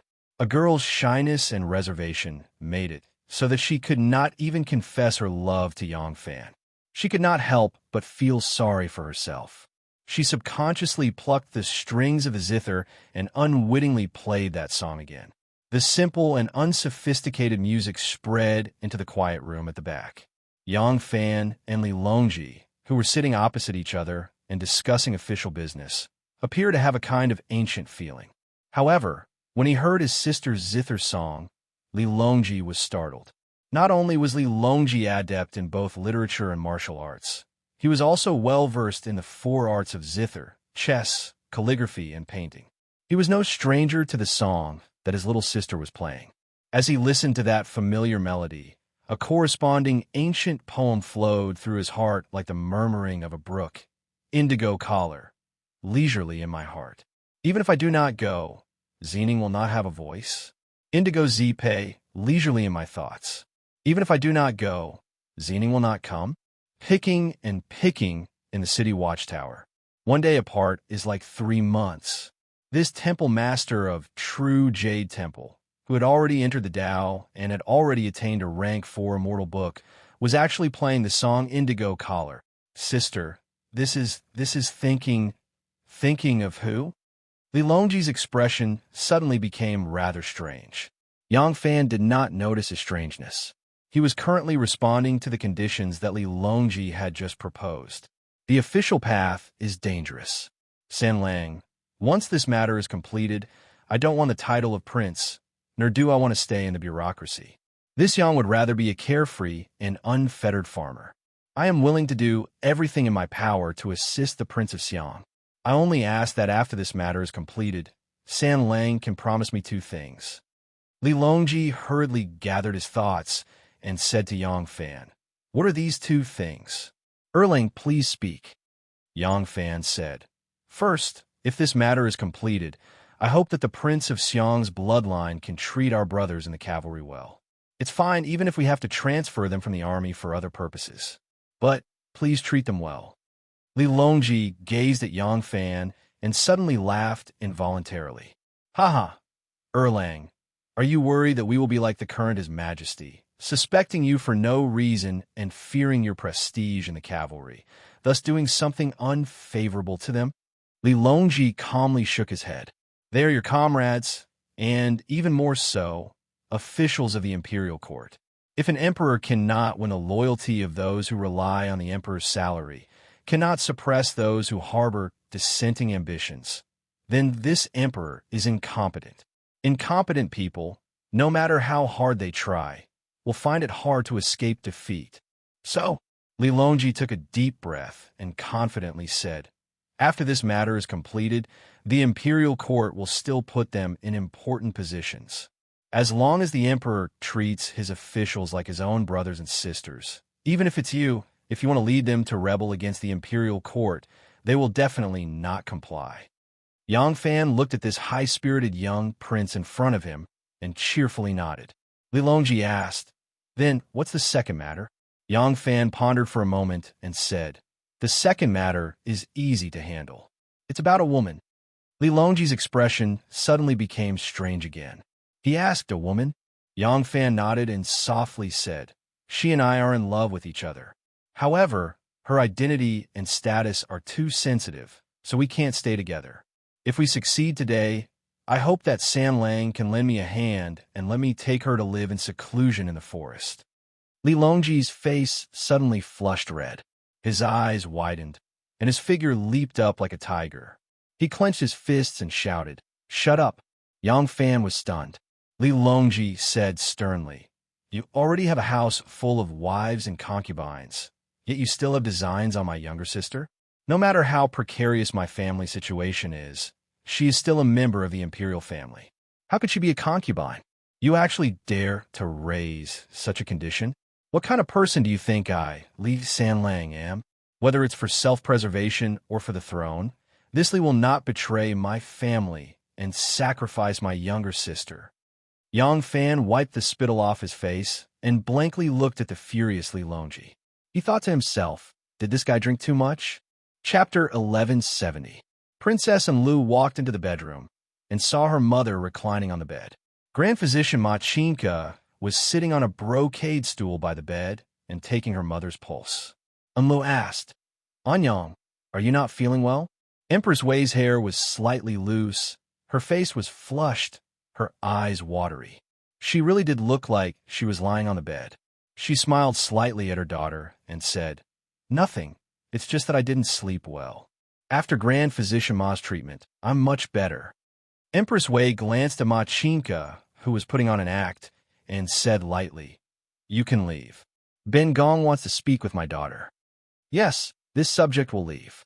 Machinka hurriedly picked up the medicine box that had never been opened and bowed to Empress Wei and Enlu before retreating outside. Machinka had a dignified appearance, and even Enlu couldn't help but take another look at him. Enli's heart suddenly skipped a beat. There was a strand of curly hair stuck to the corner of Machinka's mouth, and when he looked at his mother's flushed cheeks, Enlu suddenly realized something. Empress Wei felt slightly guilty under her daughter's slightly strange gaze. She hurriedly coughed and straightened her body, asking, Why does daughter have the time to visit mother today? Princess Enlu quickly concealed her strangeness. She lifted the hem of her dress and twirled on the spot. She giggled and asked, Anyang, do you think daughter's dress looks good? When Empress Wei saw it, her eyes lit up. She carefully examined the feather dress and praised, It really is a work of art. Where did this daughter buy such a dress? It is probably one of a kind in the world. Hee, of course it is, unique. Princess Enlu was very proud. When she said, unique, she suddenly remembered that the Yang family had a similar dress. A thread of darkness flashed across her heart, but she quickly threw the thought away. This dress is not unique now, but it will definitely be in the future. Princess Enlu put down the hem of her dress and went forward to grab Empress Wei's arm. She giggled and said, Anyang, it's almost spring and the flowers are blooming. My Ding Kuan-chi is starting to take shape. Why doesn't mother invite all the noble ladies and socialites in the capital and hold a banquet at Ding Kuan-chi? Empress Wei heard this and understood her daughter's intentions. She couldn't help but chuckle. You got a precious dress, and you can't wait to show it off to others? Princess Enlu wasn't shy at all. She smiled and said, Since I have embroidered clothes, how can I travel at night? Mother, do you agree? Empress Wei thought for a moment and said, Daughter, it is not necessary to go to Ding Kuan-chi to hold the banquet. This spring the court will be holding the heaven and earth sacrificial ceremony in the southern suburbs. Mother wants to personally attend the ceremony. Mother is a woman. It is not good to ask a group of foreign officials to serve as the kitchen attendants. Therefore, I want all the madams and daughters of the ministers in the capital to serve as the kitchen attendants. Your daughter will be going with mother. When the time comes, not only will all the noble ladies and young ladies of the capital be able to witness your splendor, even the ministers of the court will be able to admire your elegance. When Princess Anil heard this, she was overjoyed and quickly said, Good, but mother wants to be the Yaxian. Will father agree? Ever since the Duke of Zhou established rights, the use of rights in the officialdom grew. Even now, the specific steps of every ceremony contained rich political meaning. This was even more so for a grand ceremony like the Heaven and Earth Sacrificial Ceremony. All along, the Heaven and Earth Sacrificial Ceremony was always the son of heaven responsible for the first offering, the ministers and officials responsible for the second offering. If the crown prince was present, under normal circumstances, the crown prince would be responsible for the second offering. This rule was once broken by Emperor Gaozong and had Empress Wu Zetian be the second offering. Wu Zetian also made an exception and threw the then crown Prince Li Dan to one side and had the king of Wei, Wu Chengxi, be responsible for the second offering. These two events had caused an intense debate in the court. That was why Lu asked this question. Empress Wei twisted the corner of her mouth and said disdainfully, Your older brother, Chong Run, was killed by the Tian Empress long ago. The successor, Crown Prince Chongjun, is an animal who wanted to kill his father and mother and has been executed. Zhongfu is unfilial and has been sent to Lingnan. As for Zhong Mao, he is still an ignorant child. Other than mother, who else is fit to be the second offering? Enlu giggled and pointed at the tip of her nose, saying, "Of course it is me. Mother, I am your biological daughter." Zhongfu and Zhong Mao are both Shu sons and have low status. They are not related to mother by blood. Could it be that mother still wants to choose a crown prince from among them? And Lu sat down next to Empress Wei and said, "Look, Zhongjun was not born by you. How did he treat you after becoming the crown prince? He actually wanted to send troops to kill his mother. Mother, now that I have even had a female emperor, why can't daughter be the crown princess? We are one family.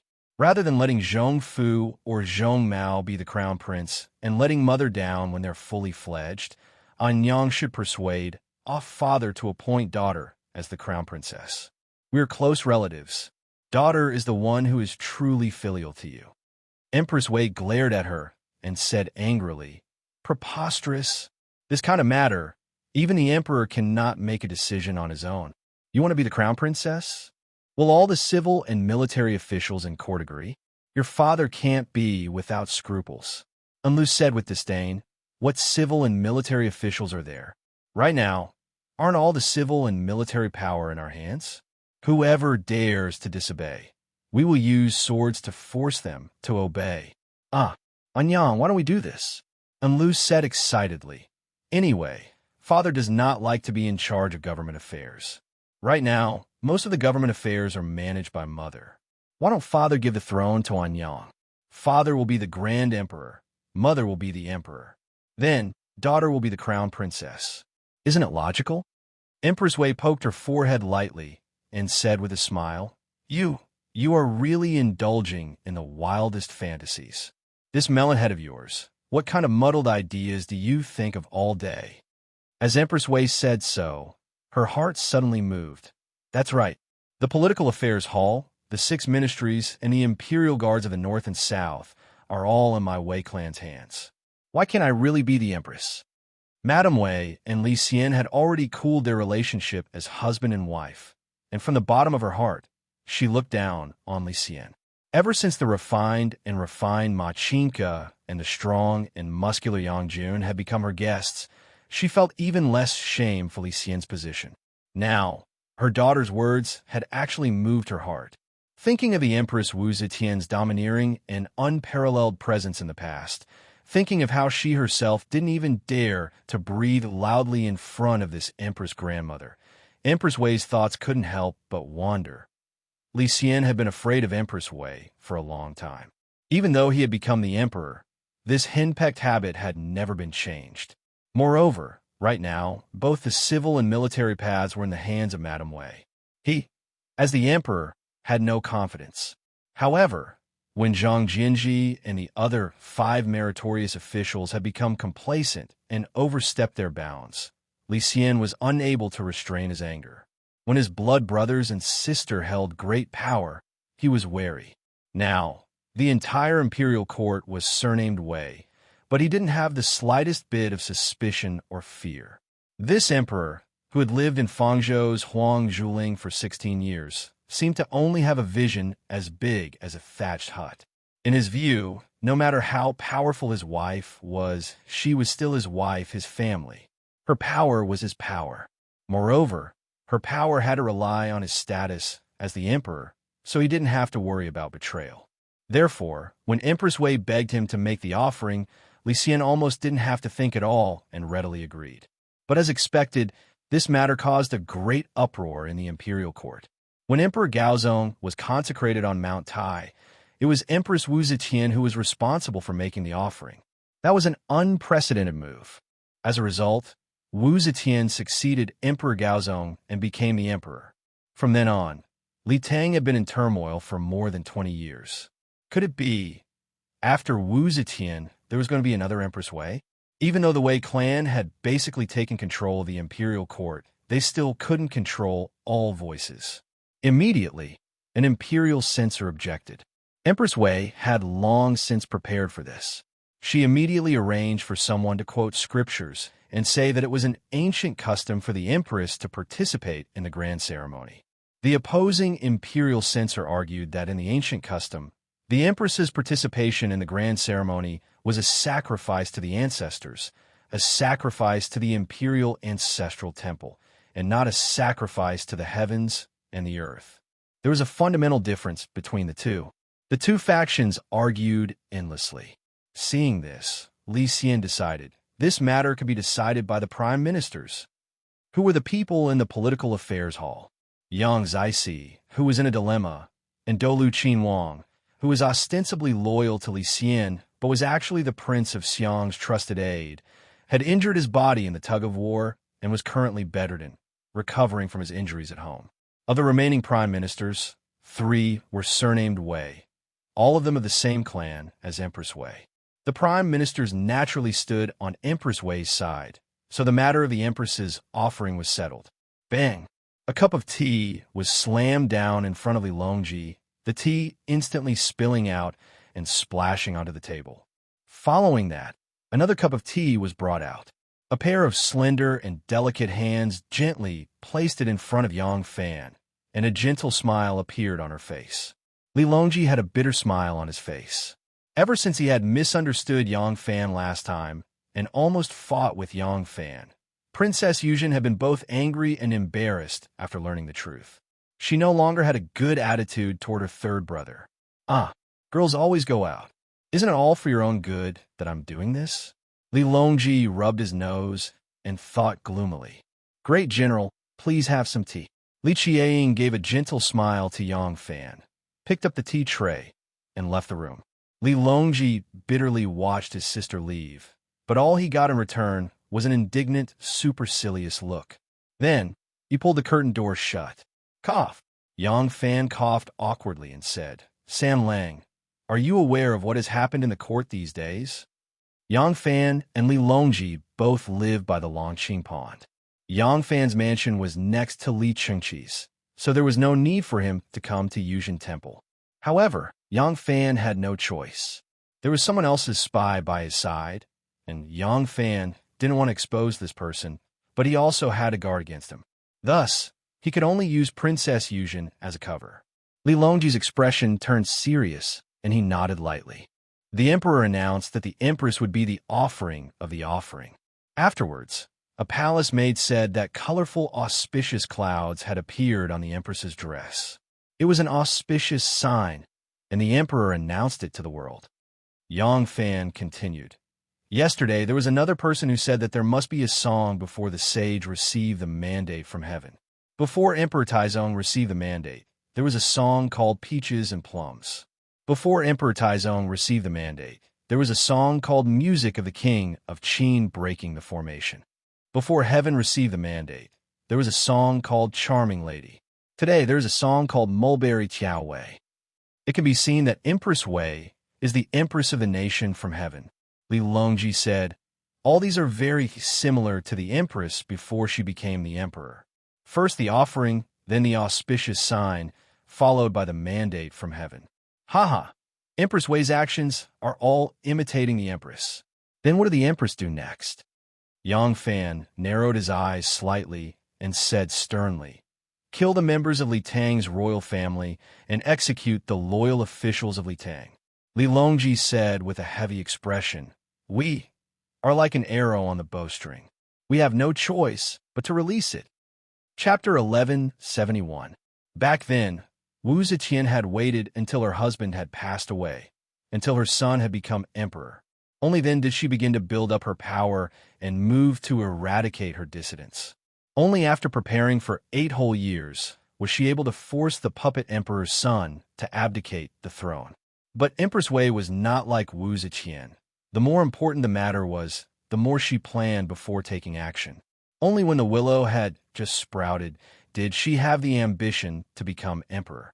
Before the willow catkins had filled the air, she had already accomplished half of what Wu Zetian had needed 8 years to accomplish. Countering soldiers with arms was built on a foundation of equal strength. If there was a large disparity in strength between the two sides, then what was the use of countering soldiers with arms? By the time the opponent was fully prepared, there would be no way to stop them. All they could do was close their eyes and accept death. Yang Fan and Li Longji were both people with the keen senses of wild beasts. They sensed danger, but they could not be sure when Empress Wei would begin her purge of the imperial clan and loyal ministers, so they had to race against time. Yang Fan sternly asked, "Has San Lang ever tried to probe your esteemed father's intentions? What does the Prince of Xiang think?" Li Longji lightly shook his head and dejectedly said, "I once carefully probed my father's intentions. When my father sensed something, he immediately sternly reprimanded me. His esteemed self will not." Alas! Yang Fan thought for a moment, then said, "Since this is the case, there is no need for you to probe your esteemed father's intentions. If this matter succeeds, it will naturally be best for your esteemed father to ascend to the throne. At that time, your esteemed father will be the Emperor Emeritus, and I believe that your esteemed father will be able to accept this result. If your esteemed father insists on not replacing his brother, then we will settle for the next best thing and have your esteemed father become regent. In short, we must seize power. No matter what, we cannot allow the present emperor to grasp it, or else we will inevitably end up like Zhang Jianji and the others."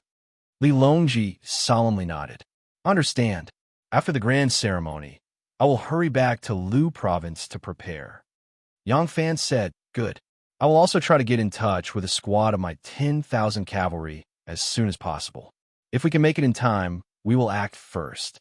If we can't, we will begin our preparations early so that we won't be unable to fight back when the butcher's knife is upon us." Li Longji said, "Well, after I return to Luzhou, I'll leave my father to you." Yang Fan understood and said, "Be at ease. If Empress Wei suddenly strikes a vicious blow, Shui Chongjian and I will do our utmost to escort the Prince of Xiang and Princess Taiping out of Chang'an and defend the northern lands. We might be able to fight back." Li Longji cupped his fists towards Yang Fan and bowed solemnly. Yang Fan returned the greetings solemnly. This bow was a promise of life and death. The southern suburbs' grand ceremony was held as scheduled. For Li Xian, such a solemn and dignified great ceremony of heaven and earth was just a game he used to make his wife and daughter happy. But for Wei Ho, it was of great significance. Wu Ziqian had only obtained the right to preside behind the curtain 5 years after she was conferred the title of empress, and this was because Emperor Gaozong Li Ji's rheumatism had made him dizzy and unable to attend to politics. So he had no choice but to entrust the empress with the task. Empress Wei had smoothly obtained the right to preside behind the curtain when Li Xian had just become emperor.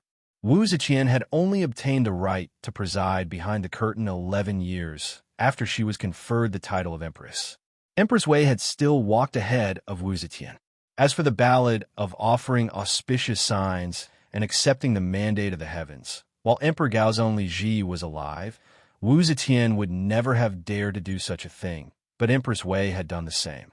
Empress Wei was filled with pride. She felt that she was even more outstanding than her mother-in-law, Wu Zetian. It was even easier for her to become empress than it was for Wu Zetian. Once ambition sprouted, in this environment extremely suitable for growth, it almost instantly grew into a towering tree. In the 4th year of Jinglong, the grand ceremony in the southern outskirts, the Son of Heaven offered his first offering, the Empress offered her second offering, and the noble women and daughters accompanied them. After the grand ceremony, the Emperor declared a general amnesty, pardoning the exiles. After the ceremony, the Son of Heaven returned to court. The Prince of Xiang, Taiping, and the other important ministers accompanied him, while everyone else dispersed in a hubbub. When those noble women and daughters first heard that they were going to accompany the Empress in the grand ceremony, they thought it was a very interesting matter. But after this grand ceremony, their faces were covered in grease and sweat, their makeup was ruined, and their feet were sore. They truly complained incessantly. Once the grand ceremony was over, they all climbed into their carriages and returned to their manners.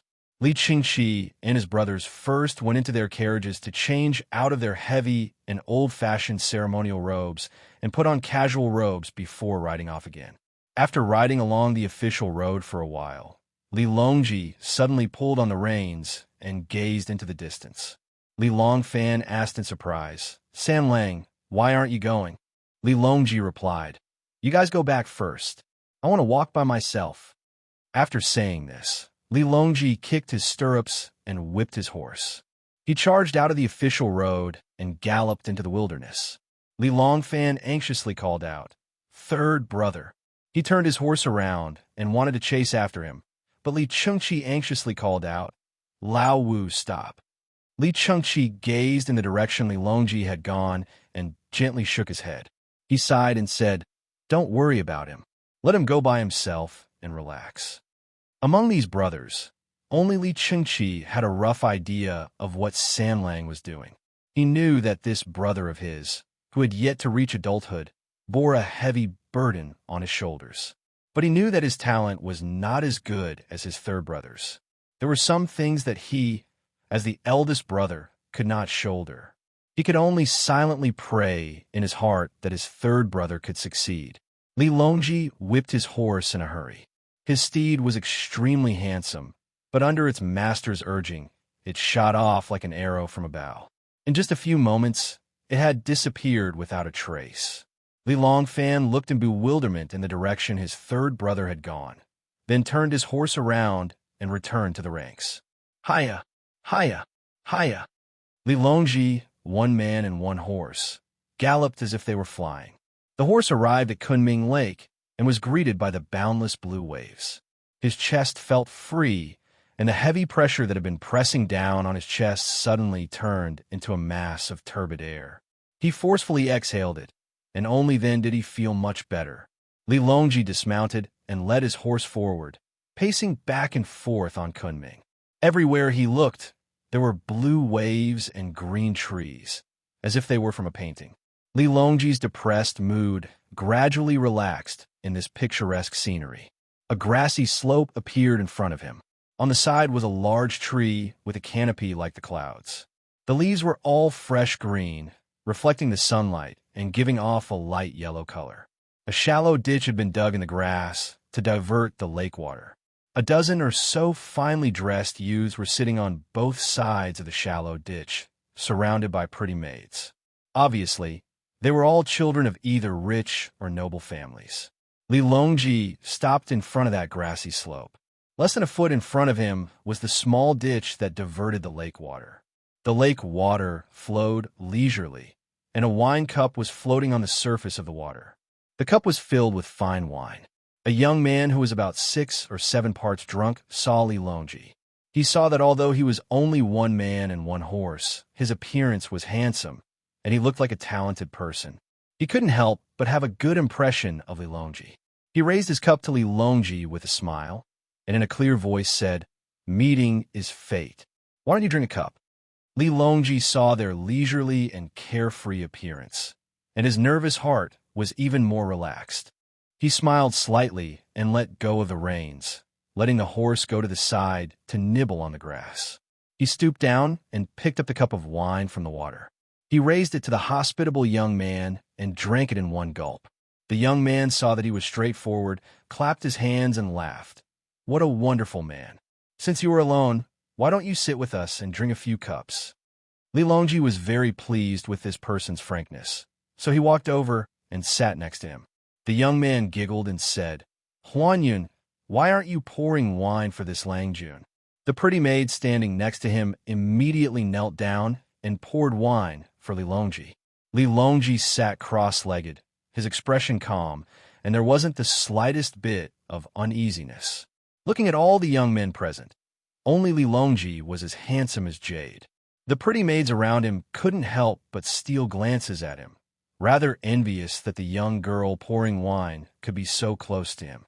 The young man who invited Li Longji to sit with him turned his head and said to his companions, "Therefore, I believe that the Confucian school of thought is good for cultivating the body, but not enough to govern a country.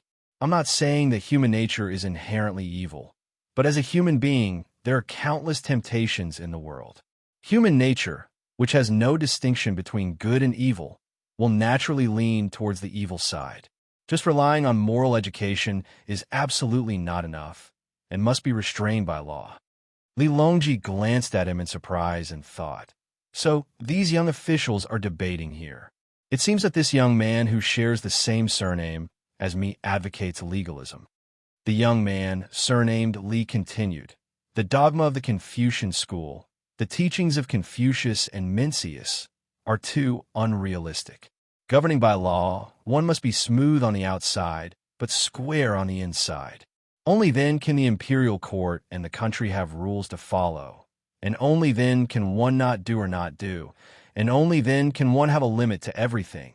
A young man with a few pimples on his face saw Li Longji's handsome face and graceful bearing, and couldn't help but feel jealous. Then he saw that he was sitting with them without restraint, and he became even more displeased. However, he was not in the mood to listen to the young man, surnamed Li's argument. He put down his wine cup and interrupted the young man, surnamed Li, saying, "Gnu, today is a rare day of leisure, so why are you peddling your Han Fei theory again?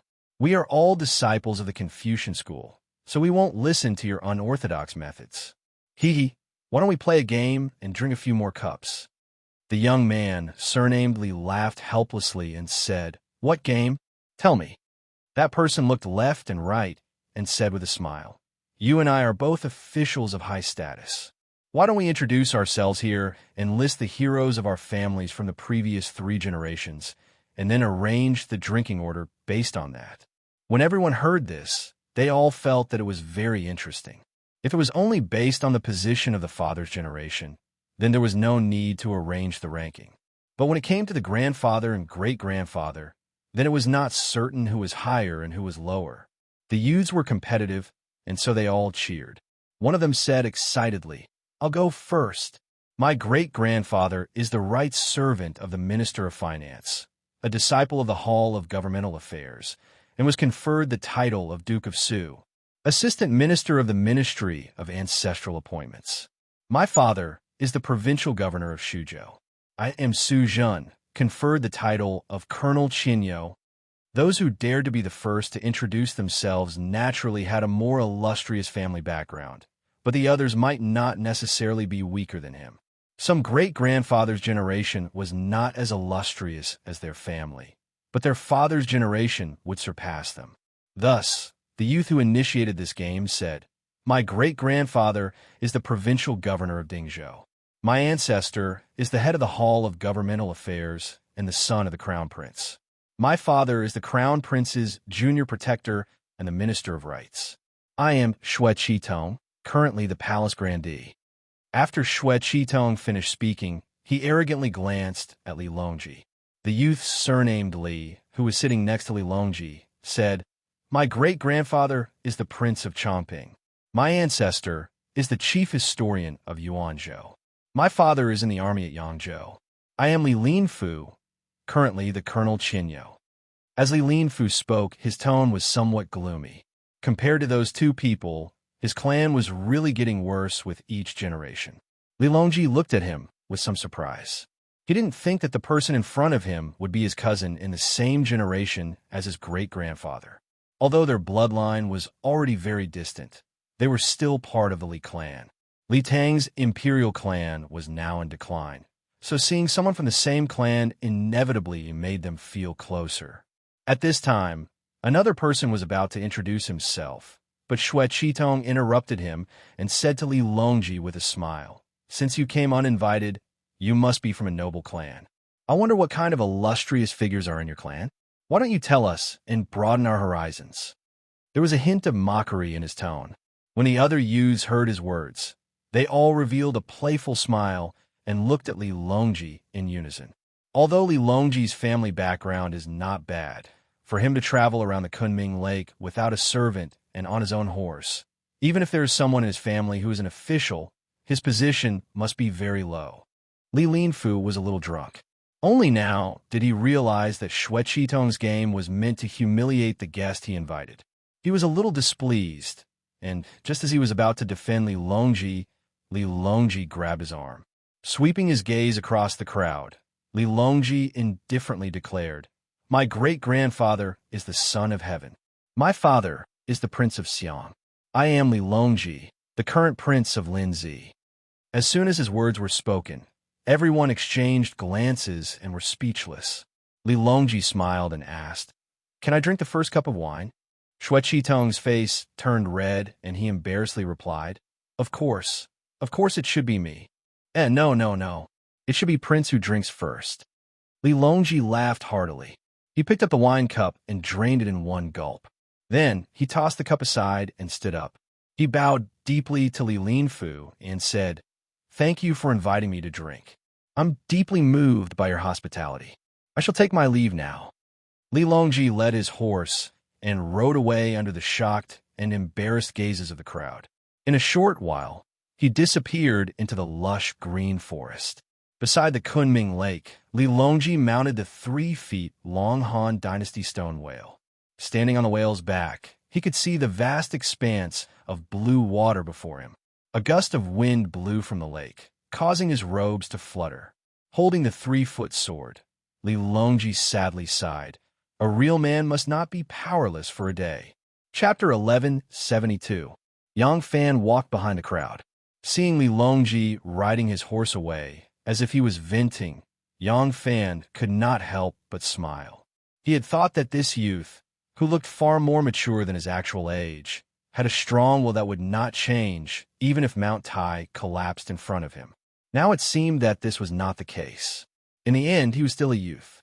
Even if his breadth of mind, knowledge, courage, and wisdom were all stronger than his peers, it was still a skill that required time to accumulate. It required experience to form. Perhaps if he was given another 10 years, he could become very mature, but if a youth had that kind of deep shrewdness, then he could only be described as a monster.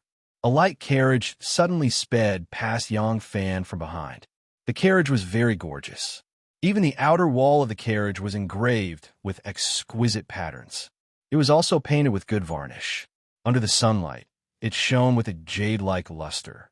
Yang Fan stared at the carriage seriously, as if he admired its workmanship and craftsmanship.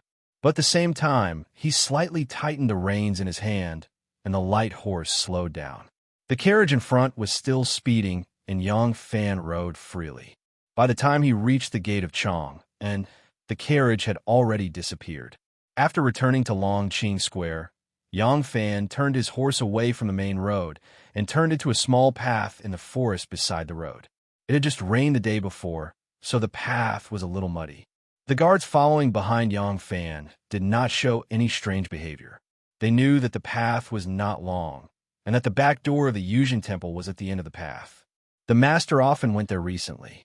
The story of Yang Fan and Princess Yuzhen had never been spread among the people, but the guards by Yang Fan's side had given them the clearest instructions.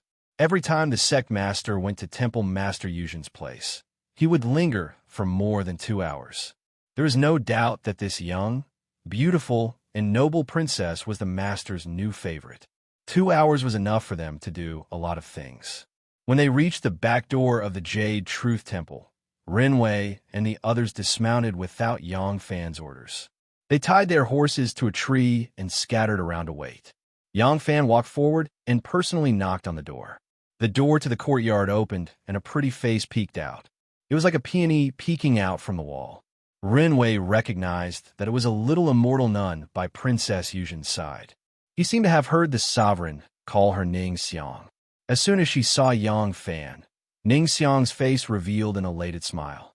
She happily welcomed Yang Fan in and closed the door. Renwei looked up at the sky and lazily laid down on the soft grass. He had to wait for at least 2 hours. Yang Fan sneakily entered Princess Yuzhen's courtyard.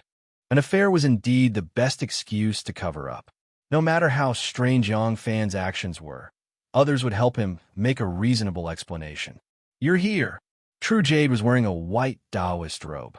Her silky hair draped over her shoulders. She was sitting cross-legged on a praying mat with a Taoist scripture in her hand. She was quietly reading it. She was as beautiful as a white lotus that had just taken a bath. Hearing the sound of the barrier door, Li Qieying raised her head and saw Yang Fan come in. Her plain face and elegant manner immediately transformed into a joyful expression. This kind of action and expression was definitely the expression a young girl in love would have when she saw her lover. Ever since that day, when Li Sam Lang was like a cat whose tail had been stepped on, angrily grabbing Yang Fan's collar and roaring, Yang Fan already knew this girl's affection for him. Seeing her reveal her true feelings, the softness in the depths of Yang Fan's heart couldn't help but be touched. "All right, you can go out." Li Qiang was about to welcome him when she suddenly remembered that Ning Xiang was still at the door and hurriedly said, due to Yang Fan's influence, Li Qiang now also loved to drink tea. The charcoal fire in the clay stove was burning brightly, and the fragrance of tea permeated the air. Naturally, there was no need for Ning Xiang to come in and serve. As soon as the door was closed, Yang Fan's smile turned solemn. "Is he here?" Princess Yuzhen swallowed the words she was about to say. Her smile faded, and she nodded lightly, gesturing to the back. Yang Fan smiled and said, "If it wasn't for something important, he wouldn't have come to find me. I'll go and see him first." Princess Yuzhen was initially disappointed when Yang Fan asked about someone else. But when she heard his tone of explanation as if he was afraid that she would be unhappy, Li Qiang's heart suddenly became happy. She nodded like a virtuous wife and gently watched as Yang Fan opened the door and walked to the back. Yang Fan passed through the corridor and walked into the meditation room. He saw Shun Mu sitting cross-legged and staring at the portrait of the Elder Supreme on the wall. Hearing the footsteps, Shun Mu turned his head and smiled at Yang Fan. Ever since they publicly broke off their relationship at the 5 Feet Plains, the two of them no longer met. Whether it was truly an important matter, they would communicate through Guerre. However, which matter that required the two of them to discuss wasn't an important matter. It couldn't be explained in a few words. Later on, when they discovered that the Jade Truth Monastery was an exceptional hiding place, this predicament was resolved. With a hidden sex ability, it was a piece of cake for them to dig a secret passageway that led directly to the Jade Truth Monastery's rear residence, the Princess Courtyard. Yang Fan asked, "You suddenly invited me to meet you. Did something big happen?" Shin Mu replied, "If that wasn't the case, why would I come to see you? You aren't a charming beauty." He might be smiling casually, but there was a trace of worry in between his brows. It was obvious that something big had happened. Yang Fan could tell that he was worried. However, the current Yang Fan was getting more and more composed as he encountered something big. He wasn't in a hurry to probe further. Instead, he slowly sat down and teased, "I might not be a woman, but there is a delicate and noble beauty in this monastery." Shinmu casually replied, "I might be a playboy, but I would never have designs on my brother's women." Yang Fan's face instantly heated up. He let out a dry cough and asked, "What exactly is it?" Shinmu wasn't in a hurry to answer. He sized him up and asked, "Has Li Longji returned to Lu province?" Yang Fan nodded and replied, "He will leave tomorrow." Shinmu muttered, "The matter you are doing, you really don't need my help?" Yang Fan shook his head. "There's no need. If there's a chance of success, my strength is more than enough. If it doesn't succeed, even with the combined strength of the obvious and hidden sex, how can we contend against the army of the Imperial Court? You only need to place a few chips on the Wei clan side. If this one fails and has no choice but to flee into the pugilistic world, you can come out and clean up the mess. Quickly tell me, why did you call me here today?" Shinmu sat up a little straighter, and after a few moments of deliberation, he slowly said, "Anshi, Protector General Yunjin might not be one of us, but over the years, our two sides have established a very close relationship. We have used our identities as powerhouses of the Western regions to help him consolidate the imperial court's rule in the Western regions, and in return, he has provided us with some conveniences. Our two sides have always cooperated happily, but now he is in trouble, very big trouble." Yang Fan frowned. "Are you talking about the conflict between Tukashi and Ashina?" Shinmu replied, "Yes. The Tukashi had received the support of the hidden sect to become the #1 tribe of the 10 Turkic tribes, and Shinmu had even succeeded in making the chief of the Tukashi tribe, Uzhail, into Tukashi Khan. But at the end of last year, Uzhail had died of illness. After Uzhail's death, his son Suaga succeeded him and became the chief of the 10 Turkic tribes. Logically speaking, the imperial court should have issued an edict conferring upon him the title of Tukashi Khan, but for some reason, the imperial court had not conferred this title.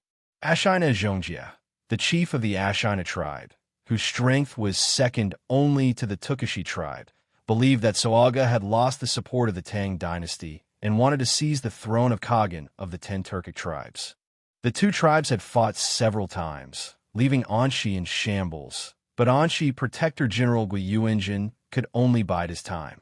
This was an internal conflict among the 10 Turkic tribes, and they were fighting over the leadership of the 10 Turkic tribes, not the Tang dynasty.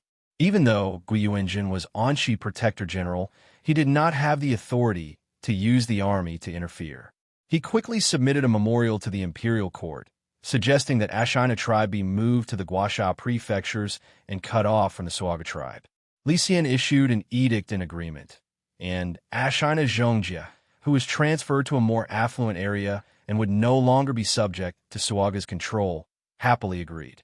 But while Ashina tribe was moving, the imperial court suddenly changed its mind. Li Xian suddenly sent an envoy to Ashina Zhongjia, and at the same time, he appointed Great General Niu Shichong as Anshi Vice Protector General. Together with Ashina Zhongjia, he would send troops to suppress Suaga. The imperial court was openly siding with the offending Ashina tribe. Li Xian's appointment of Niu Shichong as Vice Protector General was a sign that Gui Yuanjin was going to be deposed. If everything went as expected, after Niu Shichong defeated Suaga, he would officially replace Gui Yuanjin as Anshi Protector General. The chief of the Tukashi tribe, Uzhail, had been loyal to the imperial court his entire life. For his son, Suaga, to take over his father's position was a matter of the heavens and the earth. It was precisely because the imperial court had delayed the appointment that Ashina tribe's ambitions had been aroused. Now, the imperial court was even helping Ashina tribe. If this could be tolerated, what could be tolerated? Suaga was infuriated by the news and naturally declared himself independent, proclaiming himself Khagan of the 10 families. He then dispatched 5,000 cavalry from Anshi, 5,000 from Yinshi, 5,000 from Shul, and his elite cavalry to attack the garrisons of the Tang dynasty. While Ashina Zhongjia was welcoming the imperial envoy, Suaga had received news and personally led a surprise attack. In a single battle, he captured Ashina Zhongjia, killed the imperial envoy, and executed Great General Liu Xiaosu. The newly appointed Anshi Vice Protector General, Niu Shichong, was infuriated by the news and personally led an army to suppress Suaga, but he was utterly defeated by Suaga. Even he, the commander-in-chief of the 3 armies, died on the battlefield, and the 4 garrisons of Anshi fell. Li Xian was infuriated by the news. Believing that Prime Minister Zhong Chuk had said that Gui Yuanjin had been guarding the western regions for a long time and had befriended various foreigners, that he harbored ill intentions, and that the rebellion of the Turkic 10 families was instigated by Gui Yuanjin, he was relieved of his military post and ordered to return to the capital to be consulted. Li Xian also followed Zhong Chuk's advice and appointed General of the Right Guard Zhou Yidi as Anshi Protector General and Ashina Zhongjia's younger brother, Ashina Xian, as Khagan of the 10 families. How could Shimu just sit back and watch Gui Yuanjin suffer? He had been dealing with this matter for the past few days, and Yang Fan knew the details. Hearing Shinmu's words, Yang Fan could not help but frown and said awkwardly, "Even if I still have military authority, I cannot interfere with the court's handling of a high-ranking military official. Moreover, I am currently a wild crane with nothing to do. What can I do to help?" Shinmu said, "You only need to help me bring a person to the imperial court during the Grand Court Conference." "Who is it?" Yang Fan asked in surprise.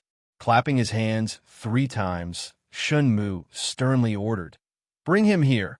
Chapter 1173. Suddenly, footsteps could be heard from the study room on the left, followed by the sound of a heavy metal door opening. After the time it took to brew a cup of tea, the door to the quiet room was opened. 2 men in green appeared in front of Yang Fan and Shinmu with a man whose face was covered with a black cloth. This person's face was covered with a black cloth, so that everything from his nose to his hairline was covered. Only his chin, which was full of beard, was exposed. His body was extremely tall and sturdy. With one look one could tell that he was a valiant warrior. Standing in the small room, he looked like a Mount Tai or a stone Gondang. However, in the eyes of a martial arts expert like Yang Fan, the two men in green who didn't look burly were the true experts. They might be skinny, but their bodies seemed to be forged from steel. Every movement they made seemed to exude an aura of vigor. After the burly man was brought into the room, one of the men in green pressed his shoulder lightly, and he sat down cross-legged. The two men in green quietly retreated and closed the door. Shen Mu said slowly, "Brother Gua, you can remove your mask now." When Yang Fan saw Shen Mu's actions, he knew that this person wasn't from the hidden sect. Therefore, Shen Mu asked him to wait outside. However, this person should have a close relationship with the hidden sect. Furthermore, his surname was the... Yang Fan was starting to get interested. When the burly man with a face full of beard heard Shen Mu's words, he removed his mask. When he came into contact with the light, his eyes narrowed slightly. After a moment, he slowly opened them. His brows were as thick as ink, and he had a square face and a wide mouth.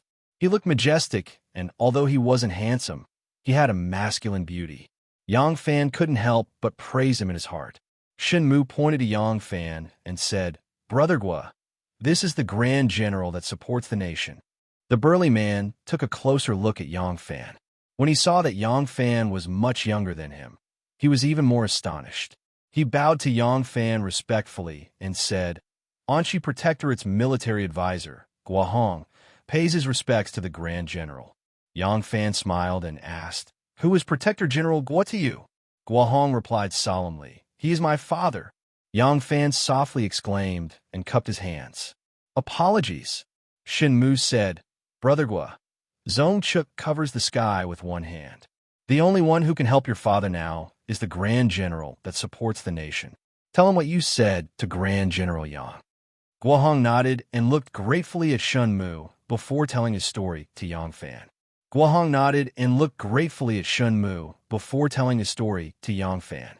It turned out that after the death of Tuki Shur Hanwuzhala, Sua Gu succeeded as the leader of the Tuki Shur tribe and immediately requested the imperial court to appoint him. The reason why the imperial court did not do so was because Zongchuk failed to bribe him.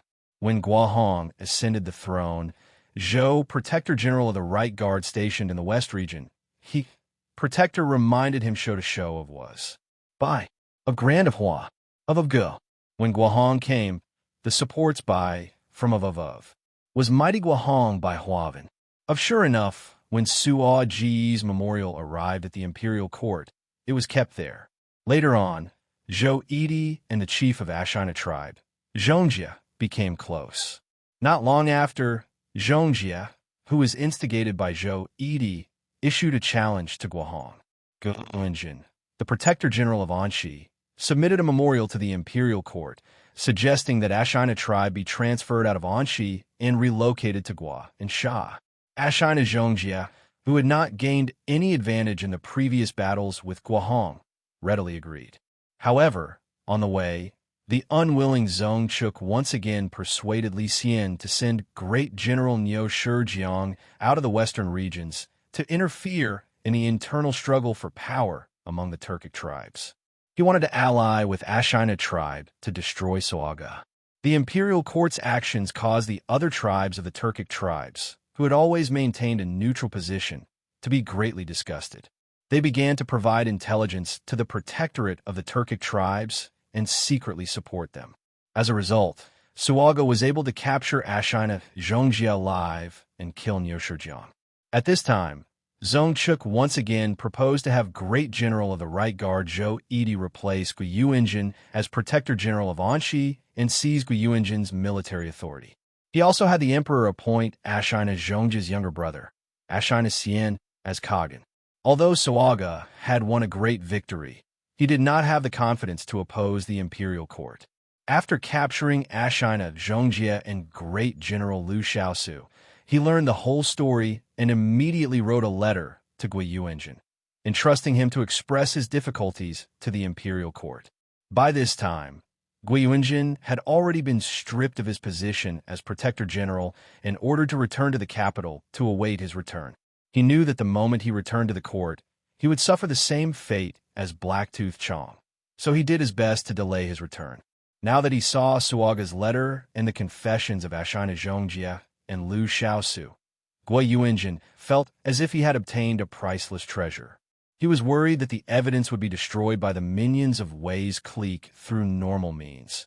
So he had his son disguise himself and return to the capital to seek help from his good friend Shenmu. Shenmu was delighted to see the evidence brought by Guohong, but he had no way of safely escorting Guohong to the Golden Palace Hall, so he had to find Yang Fan. Guohong explained the matter to Yang Fan, then reached into his bosom and took out a sheepskin package. He carefully opened it in front of Yang Fan and took out a letter. Yang Fan skimmed through it and found that the contents were exactly as Guohong had said. Besides Guiyunjin and Suaga's confessions, the letter also contained a confession signed by Ashina Zhongjia and Liu Shaosu. Shenmu asked in concern, "Great General, if this evidence is made public, will it be able to topple Zhong Chuk?" Yang Fan pondered for a moment, then replied, "At the very least, it can ensure Protector General's safety." Overjoyed, Guohong kowtowed to Yang Fan and said, "Great General, please uphold justice for us father and son." Yang Fan courteously said, "Brother Guo, please rise. Protector General has guarded the western regions and has made outstanding contributions. This Yang has always respected him. Now that Protector General has been harmed by scoundrels, this Yang cannot stand by and watch." After a moment's thought, he said to Shenmu, "Brother Shun, please escort Brother Guo to my residence first. During the court assembly tomorrow, I will ask Brother Guo to pretend to be my bodyguard and bring you into the palace to meet the Emperor." As soon as Guohong heard this, he cried tears of joy. With tears streaming down his face, Guohong kowtowed 3 times to Yang Fan and said gratefully, "Great General's kindness, I will never forget it." Immediately 2 men in blue came in and covered Guohong's eyes, then took him away. Shenmu said to Yang Fan, "I know that your present situation is not very good. This matter has troubled you." Yang Fan said, "Even if I pretend to be a harmless little rabbit, their butcher's knife will still come down. Sowing good karma and leaving a way out is not bad." At the court assembly, civil and military officials, nobles, and members of the royal family all stood in their respective groups. Yang Fan stood at the head of the military group, but he only had a nominal position at the moment. Most of the time, he just stood there and listened to politics. According to the order, the court assembly usually dealt with foreign affairs and the memorials from the local officials first. Today, there was only one local official's memorial that the emperor needed to deal with. It was Prince Qiao Li Zhongfu's request to return.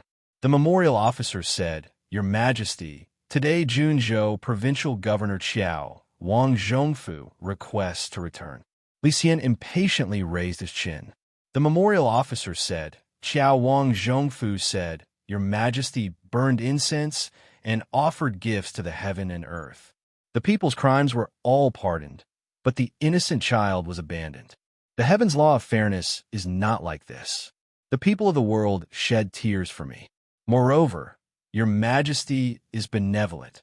How can you not pity me for my loneliness?" Kneel and kowtow, begging to return to court. Before he finished, a cold laugh came from behind the bead curtain. Empress Wei coldly said, "His Majesty ordered Prince Qiao to guard Lingnan because he had high hopes. Could it be that in Prince Qiao's eyes, this is a hard job, similar to being exiled?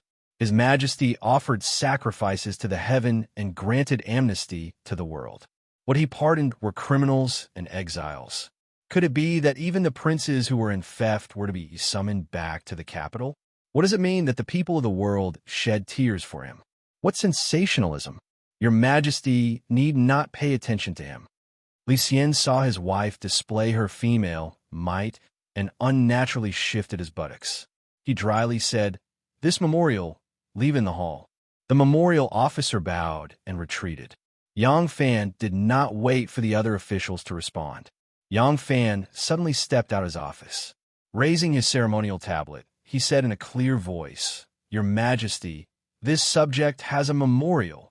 There was a slight commotion in the imperial court. Even when Yang Fan was in charge of military power, because he was a military general, he rarely submitted memorials to the imperial court. Now that he was in an idle position, he suddenly stepped out, but for some unknown reason, the officials all became alert. Li Xian looked at Yang Fan with some surprise and said, "There is a memorial." Yang Fan said, "Your Majesty, Anshi Protector General Guinjin's son, Guahong, has an important matter to report to the Son of Heaven." The court immediately buzzed with discussion. Gua Yuanjin had already been dismissed from his post, but he had been delaying his return. Now, what did he want to do by secretly sending his son back to the capital? All the officials keenly sensed that something big was about to happen and unconsciously became excited. Li Xian was also somewhat surprised. After a moment of hesitation, he said, "Summon him to the hall." A moment later, Guahong, dressed in military attire, walked into the Golden Hall. He loudly said to Li Xian, "This subject, Anshi Protectorate's military advisor Guahong, greets your Majesty." Li Xian glanced at him and coldly said, "Your father, Yuanjin, did not do his job well, causing the 10 clans to frequently go to war. We ordered him to return to the capital to wait for the memorial, but he has yet to return. Instead, he sent you to see us. What is his purpose?" Somewhat enraged, Guahong suddenly prostrated himself on the ground and burst into tears. He said, "Your Majesty, the leader of the Tuki Shur, Sa Gu, rebelled because someone failed to bribe him and made things difficult for him. This subject's father acted as a mediator and was framed by slander. Your Majesty, please investigate clearly." Guahong crawled a few steps and raised his voice, recounting everything that had happened in the western regions from beginning to end to Li Xian's face. For a moment, the entire hall was in an uproar. According to the rules, when someone was impeached, the impeached official should have bowed and removed his hat to await the memorial. However, Zongchuk suddenly stepped out of the ranks and sternly shouted, "A bunch of nonsense! Your Majesty, this is all Gui Yuanjin's slanderous words to bewitch his Majesty. Gui Yuanjin has guarded the western regions for a long time and harbors ill intentions. When Sa Gu sent his cavalry to wreak havoc, he did not move his troops. This is irrefutable evidence. Now that the court has ordered him to return to the court to await the memorial, he has delayed his return and even ordered his son to enter the court to falsely accuse this subject." Imperial Censor Chui Wan saw that Zongchuk was acting so unbridled and immediately stepped out. "Master Zong, the Son of Heaven has not questioned you, so you should have stepped out of the ranks to await the memorial. How dare you be so impudent? You say that Guahong is making irrefutable lies, but Guahong has irrefutable evidence. If Gu Yuanjin and Sa Ji's statements are false, then is Lu Shaosu's statement also false? The statement was personally signed by him." Zongchuk coldly glanced at Chui Wan and sneered, "I have never instructed Zhou Yidi to ask for bribes for me. Zhou Yidi is far away in the western regions. How can I know what he has done in Chang'an? Now that Lu Shaosu is dead, only heaven knows whether his statement is true or false." Guahong, who was crying on the ground, suddenly raised his head and said, "Lu Shaosu may be dead, but Ashina Zhongjia is still alive. As long as your Majesty issues an edict, this subject is willing to go to the western regions and escort Zhongjia to the capital to confront him." Empress Wei sat behind the beaded curtain. Seeing the situation, she couldn't help but frown. She was very clear about whether Zongchuk's request for bribes was true or not. 70% of the bribes Zongchuk asked for had either landed in her pocket or thrown into Princess and Li's Ding Kuan-chi. Using Sa Ji's rebellion to strip Gui Yuanjin of his military power and replace him with someone from Wei's clique. This was something that Zongchuk had discussed with her. Who knew that Niushi Jiang would be so useless and Ashina Zhongjia was such a good-for-nothing? Even when the court's army joined with Ashina's troops, they still suffered a crushing defeat and were even captured alive. This matter would most likely not be concealed. Thinking of this, Empress Wei couldn't help but glare hatefully at Yang Fan and thought, this person is really a scourge. Chapter 1174. Guohong had not immediately presented the memorial to the Son of Heaven, instead using the method of complaining about his grievances in the Golden Hall to reveal the inside story. Yang Fan had warned him to do this. Yang Fan was well aware of Zhong Chuk's current status in the Wei faction, and the Wei clan would not sit by and watch as such a capable general fell from power. Moreover, if Wei Yuanjin were to be dismissed for his inaction, the Wei clan would be able to take the hundreds of thousands of soldiers of the Anxi Protectorate into their pocket. Based on this point alone, the Wei faction was certain to protect Zhong Chuk. Thus, if the evidence was presented to the imperial court, the matter might be manipulated behind the scenes and left unsettled. Given Empress Wei's control over the emperor, this matter was likely to go along with the mistake. But if the matter was publicly exposed in court, the situation would be completely different. The emperor could not ignore even the most basic rules. Now that Guohong had exposed the truth, Li Xian ordered people to present the confessions of Sa Gu and Gui Yuanjin, as well as the confessions of LV Xiaosu and Ashina Zhongjie. After personally perusing them, his face instantly darkened. He had not known about Zhong Chuk's embezzlement, and now that he saw this evidence, Li Xian was furious. Although there were only written confessions, he believed that Gui Yuanjin and Sa Ji's confessions were the truth. It was a very simple reason. Sa Gu had already declared himself to be sweating. If he had not truly been wrongly accused and truly wanted to rebel, there would have been no need for him to do this. Li Xian coldly glanced at Zhong Chuk and sternly said, Zhong Chuk, what do you say? Zhong Chuk gave a deep glance in the direction of Empress Wei's curtain, then calmly bowed and loudly said, Your Majesty, this subject has been wrongly accused. This subject is loyal to his duty, careful with his words and self-cultivation. How could this subject do something that would disappoint your Majesty? Moreover, that Zhou Yidi is far away in the western regions. How could this subject collude with him? Li Xian was enraged. Throwing the letter forward, he sternly shouted, In that case, how are you going to explain Ashina Zhongjie and Lu Xiao's confessions? Could it be that you want us to escort Ashina Zhongjie to the capital to confront you face to face before you are willing to bow your head and admit your guilt? Zhong Chuk lowered his head.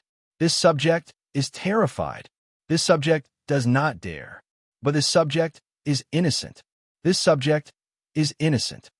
You. Li Xian angrily pointed at Chu Ku of the sect. His quibbling made his hair stand up in anger, and his face flushed red. Behind the bead curtain, Empress Wei coughed lightly and leisurely said, Your Majesty, please do not be angry. Zhong Chuk has always been loyal to the country. In this Chie's view, accusing him of asking for bribes is not very likely. Li Xian frowned and said in a slightly resentful tone, Empress. Empress Wei was unconcerned and continued. Logically speaking, Zhong Chuk is the prime minister of the present court. If he wants to ask for a bribe, who knows how many people will rush to the prime minister's residence like a flock of ducks? Why would Zhong Chuk go so far to extort a Hu tribe? How much money can those nomadic tribes have to be worth the coveting of our Tang dynasty's prime minister? Of course, this Xie believes Guohong's words are not false. But has your Majesty considered that Zhou Yidi cannot use the title of prime minister to intimidate others? Hearing this, Li Xian was unconsciously moved. Thinking carefully, it seemed that what the empress said was very reasonable. From the bottom of his heart, he was not willing to believe that his favored Zhong Chuk was so insatiably greedy. Also, because of the hardships the empress had suffered for him in her early years, and the inferiority he felt from losing his normal functions as a man, he did not have the courage to go against his wife's wishes. Zhong Chuk sighed inwardly and hurriedly bowed. Empress is wise. Empress Wei smiled faintly and said, If the emperor wants to escort Ashina Zhongjie back to the capital for questioning, it is not impossible. But the journey is long, and the return trip will take at least half a year. By the time the emperor investigates the truth and deals with it, it will take about a year. At present, Suagu has already occupied Anshi and cut off the communication between the four towns and the Central Plains. The trade routes of the western regions have been cut off. Zhou Yidi is leading an army to suppress them. Regardless of victory or defeat, it will be a disaster of war that will implicate countless people. How can your majesty bear this? The Tubo and Turkic Khaganate will not let go of this good opportunity. If they take the chance to raise their troops and sow discord, persuading Sugu to ally with them, the western regions will once again be in flames of war. It is unknown when peace will return. Li Xian thoughtfully said, and Empress words are very reasonable. Then according to Empress words, what should Jin do? Empress Wei said, Your Majesty, with Guohong's testimony today, it is enough to prove Gui Yuanjin and Suo Ji's innocence. In this Chie's view, the most important thing is to pacify Sugu and restore Gui Yuanjin to his military position to pacify the situation in Anshi. Hearing this, Li Xian repeatedly nodded his head. Empress Wei continued, This Xie believes that your majesty only needs to acknowledge the righteousness of the Suagu 10 families Khaganate, and then the Turkic 10 families can be brought back under your rule. The four towns of Anshi will be restored without a fight. Your majesty originally thought that Gui Yuanjin, as Anshi Protector General, watched as Suagu and Ashina fought for loyalty and integrity. Later on, when Yo Shurchen was attacked, he did not promptly rescue him, and thus punished him. Now it seems that all of this was Zhou Yidi's slander because he coveted the position of Protector General. At this point, Empress Wei paused for a moment, her eyes suddenly turning cold. This Zhou Yidi first used the name of Prime Minister to extort foreign chieftains, and then he slandered important ministers, corrupting the discipline of the court. He should be severely punished to serve as a warning to others. Li Xian happily said, Empress words are very appropriate. Then let be done. Li Xian turned his head and issued the edict according to Empress Wei's wishes. As soon as Guohong heard that his father was out of danger and had been reinstated, even though he was unable to overthrow Zhong Chuk, it was an extremely good result for him and his son. He immediately kowtowed in thanks. Unexpectedly, Imperial Censor Chui Wan did not want to let the matter rest. At present, the court of the Tang dynasty was completely controlled by the Wei faction, but this did not mean that all of the officials had become members of the Wei faction. It was just that all of the important positions were controlled by the Wei faction, and the operation and execution of the court's power was controlled by the Wei faction. The censorate was the headquarters of the imperial censors. Not everyone had the right to enter this place. Although the imperial censor was an important position and did not have many benefits, due to tradition, to enter the censorate, one first had to be a scholar. Just this one rule limited many officials who were lucky enough to enter. There were naturally many officials who were scholars and had joined the Wei faction. However, even if they weren't the heads of a yamen, they were still officials in important places or in places that were not high but were full of benefits. It was impossible for them to swear loyalty to the Wei faction, so they were sent to sit on the cold bench in the Qingshui yamen. As a result, the censorate was one of the few places that had not been occupied by the Wei faction. Now that it finally found a reason to attack Zhong Chuk, how could Chui Wan let it go so easily? Seeing that Empress Wei was about to throw a pawn to protect the general, Chui Wan immediately stepped out of the crowd and shouted, Wait, subject still has a memorial. Li Xian furrowed his brows and looked at him with displeasure. Chui Wan said, Your Majesty, subject deeply agrees with Emperor's suggestion to immediately appease the two cavalry and reinstate Protector General Gua to pacify the situation in the western regions and prevent the Tubo or Turks from taking advantage.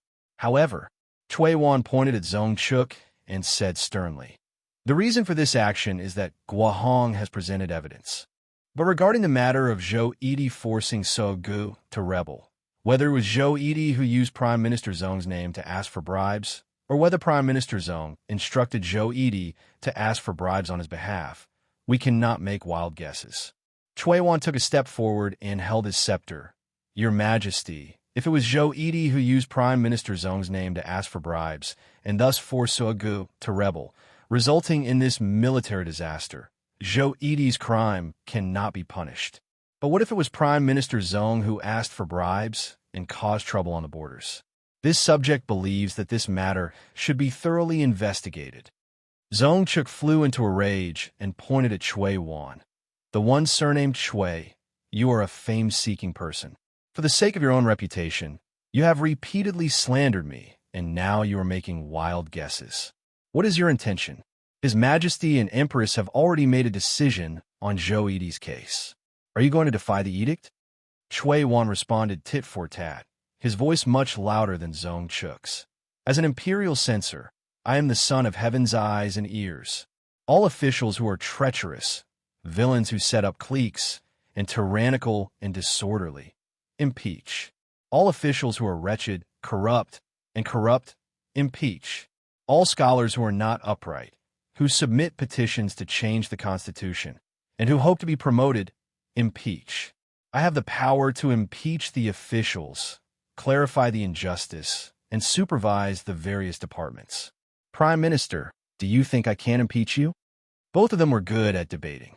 For a moment, they talked nonstop, each making their own arguments.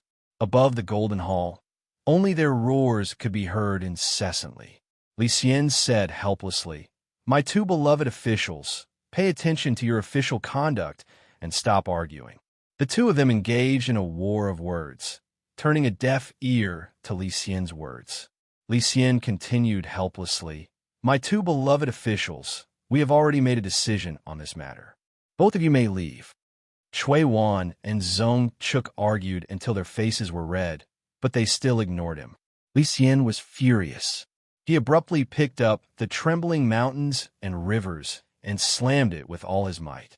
A loud "pa" resounded in the Golden Hall. Zhong Chuk and Shui Wan were stunned. Only now did they realize that they had lost their etiquette in front of the ruler. Shui Wan adjusted his official hat, which had been crooked because of the angry argument. He was completely unconcerned. He was an imperial censor and had special privileges in this aspect. He was not afraid of the emperor's rebuke. Zhong Chuk, on the other hand, blushed. He was the prime minister. Such an action was truly embarrassing. Zhong Chuk hurriedly adjusted his attire and asked for forgiveness from Li Xian. Li Xian tried hard to make his voice sound gentle. He said, "My two beloved officials, even though you too have lost your etiquette, it is all for the sake of the imperial court. We are very comforted and will not accuse you. My two beloved officials are both loyal and good. Do not harm the harmony because of your bigotry. How about we make the decision today? From now on, the two of you will become sworn brothers with different surnames. From now on, you will work together to protect our country. There will be no more meaningless disputes." What? Hearing Li Xian's preposterous words, not only were Zhong Chuk and Shui Wan dumbfounded, but all the civil and military officials were also dumbfounded. Yang Fan stood at the head of the military class. His face twitched, and he almost could not hold back his laughter. Such a son of heaven was truly unparalleled under the heavens. Zhong Chuk and Shui Wan looked at each other, their gazes strange. The two of them had just been fighting to the death like fighting cocks. The emperor had intervened and actually allowed them to become sworn brothers with different surnames. Li Xian saw the two of them looking at each other with strange expressions. His face could not help but darken. Displeased, he said, "What? Could it be that we cannot be the mediator? Do the two of you want to defy the imperial edict?" Zhong Chuk's eyes quickly flickered. He turned to Shui Wan and cupped his hands. "Imperial Censor Shui is older than this Zhong and should be my elder brother. Elder brother, please accept this younger brother's bow." As he spoke, he clasped his hands 3 times toward Shui Wan. Li Xian stroked his beard in delight. Shui Wan stood there, not knowing whether to laugh or cry. He did not know how to respond. Seeing that he did not return the greeting, Li Xian frowned slightly and urged, "Shui Wan, why haven't you?" Just as Li Xian spoke to this point, he saw a palace guard hurriedly rush over. Arriving in front of the emperor, he knelt down on one knee and said in a deep voice, "Your Imperial Majesty, the right servant is at the residence of Yang Zaisi, a third-rank subordinate of the Hall of Governmental Affairs. He has sent someone to report the death." Chapter 1175. Yang Zaisi had died of illness. Yes, he had died of illness. This was of the utmost importance to the emperor. If during the Shangyuan festival, the 80-year-old Yang Zixi had no choice but to participate in the tug-of-war competition because the empress and princess and Lu wanted to watch some fun and ended up losing his life, it would be a heavy blow to the emperor's reputation. Although Prime Minister Yang, who had always flattered and fawned over others as his principal, had steadily held the position of prime minister for more than 10 years, and had always stood firm in this era of extreme political turmoil, had indeed lost his life because of flattery. Although he had fallen in the tug-of-war, after he was sent back to his residence, the Yang Fu had sought out the best national doctors and managed to prolong his life for more than 4 months. This time, the emperor could separate this matter from the tug-of-war incident. Otherwise, if this matter became known, the emperor would lose his reputation as an absurdity. In reality, in order to mediate the dispute between Zongchuk and Cui Wan, he had fantasized about having them become sworn brothers of different surnames. This was already absurd. It was just that the emperor himself clearly did not think that there was anything absurd about this matter, but the Prime Minister Yang Zixi's death made him realize the severity of the consequences. Now, it was not just Yang Zixi, but Doluqin Wang had also been bettered ever since that day in the tug-of-war, and it seemed that he would not last much longer. If the two 80-year-old prime ministers lost their lives because the emperor wanted them to tug-of-war, Li Xian would not be able to escape the reputation of an absurd emperor. So when he heard that Yang Zixi had died, Li Xian was very nervous. He could not care about the matchmaking of Zongchuk and Cui Wan to his brother. He immediately announced the end of court and personally went to the Yang Fu to pay his respects. Empress Wei also felt the matter was troublesome when she heard from behind the bead curtain. The one who had suggested having the officials tug-of-war was Lu, and she had strongly agreed. After the court meeting ended, Empress Wei took in Zongchuk and discussed the matter with him. Zongchuk heard Empress Wei's worry and comforted her. Nyang, do not worry. Yang Zixi was an old man in his 80s. It is completely reasonable to say that he died of illness. That day, the tug-of-war at the Black Tortoise Gate had not spread among the people because nothing major had happened. The only people who knew were the civil and military officials. If there was anyone who would connect these two matters, it would be them. This subject will immediately use the name of the Political Affairs Hall to inform all the departments and halls to strictly prohibit the officials from criticizing. Empress Wei nodded her head in agreement and had Zongchuk quickly take care of it. After Zongchuk left, Empress Wei suddenly remembered the Zhu Lang and the historian and quickly ordered someone to invite Shangguan Zhaorong over. He also had to give an account to the librarian and the historian. She absolutely could not allow this to be recorded in the history books and daily notes. Once they attributed Yang Zixi's death to the tug-of-war of the Upper Yuan, then she and the emperor would be cursed for all eternity. The historian and Qi Zhulong were currently under the jurisdiction of the Shangguan Wan. Ever since Li Shi Min interfered in the writing of history, the historian could no longer maintain the transcendent position they had in ancient times. As long as one exerted pressure on them, the historian could be urged to be careful with his pen. Putting aside how Empress Wei was racking her brains to control the situation on Yang Fan's side, as soon as the court meeting ended, Guohong hurried over to him and thanked him profusely. Then he was summoned by Tai Jian to the Political Affairs Hall to receive his decree. Yang Fan left the palace and rode his horse back. As he passed by Tongyi Lane, Yang Fan suddenly reined in his horse and turned his head to look into the lane, his expression dark. His rendezvous with Tai Ping was in this lane. Once he entered the lane, it was the first alley of the second bend. Today was the day of their monthly rendezvous, but he hadn't come to Tongyi Lane for a long time. For some reason, Yang Fan pulled the reins and spurred the horse toward the center of the square. Rin Wei and the others silently chased after him. In this Tongyi Lane, which was adjacent to the palace and where every inch of land was worth its weight in gold, it was even more expensive than the more secluded residences in the lane. Princess Tai Ping leisurely walked over from an elegant path between the wisteria rockery and tall bamboo. Behind her was the internal steward Zhou Min and the strategist great teacher, Mo Princess Taiping, said to Zhou Min. All right, Bin Gong has said all that needs to be said. I'll leave the rest to you. There's only 2 months. Take good care of things. Don't be late. Zhou Min respectfully acknowledged and stopped walking. She watched as Taiping and great teacher Mo left.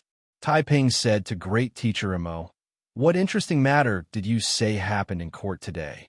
Great teacher Mo smiled and told Princess Taiping about the important matters of today's court meeting.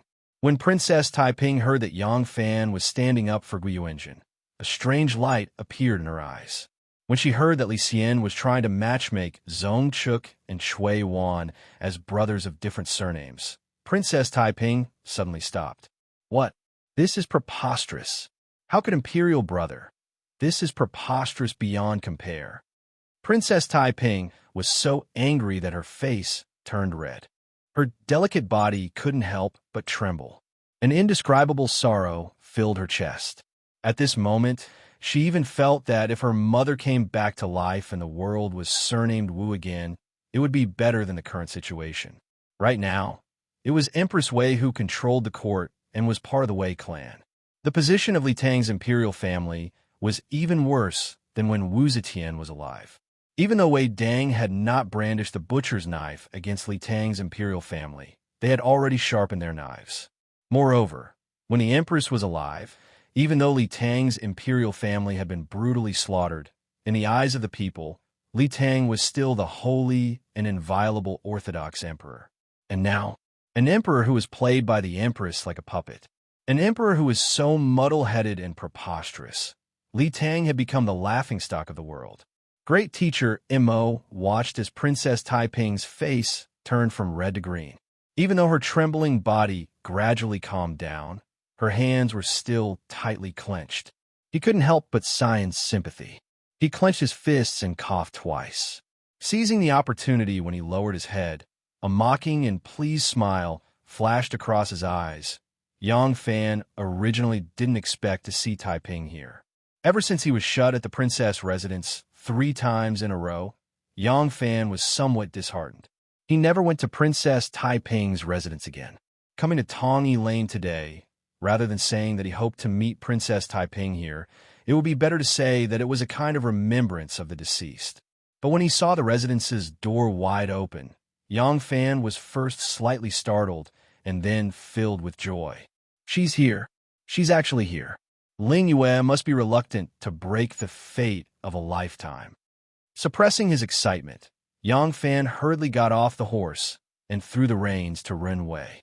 He lifted his robe and quickly walked up the stone steps. 2 doormen were standing under the lintel of the door.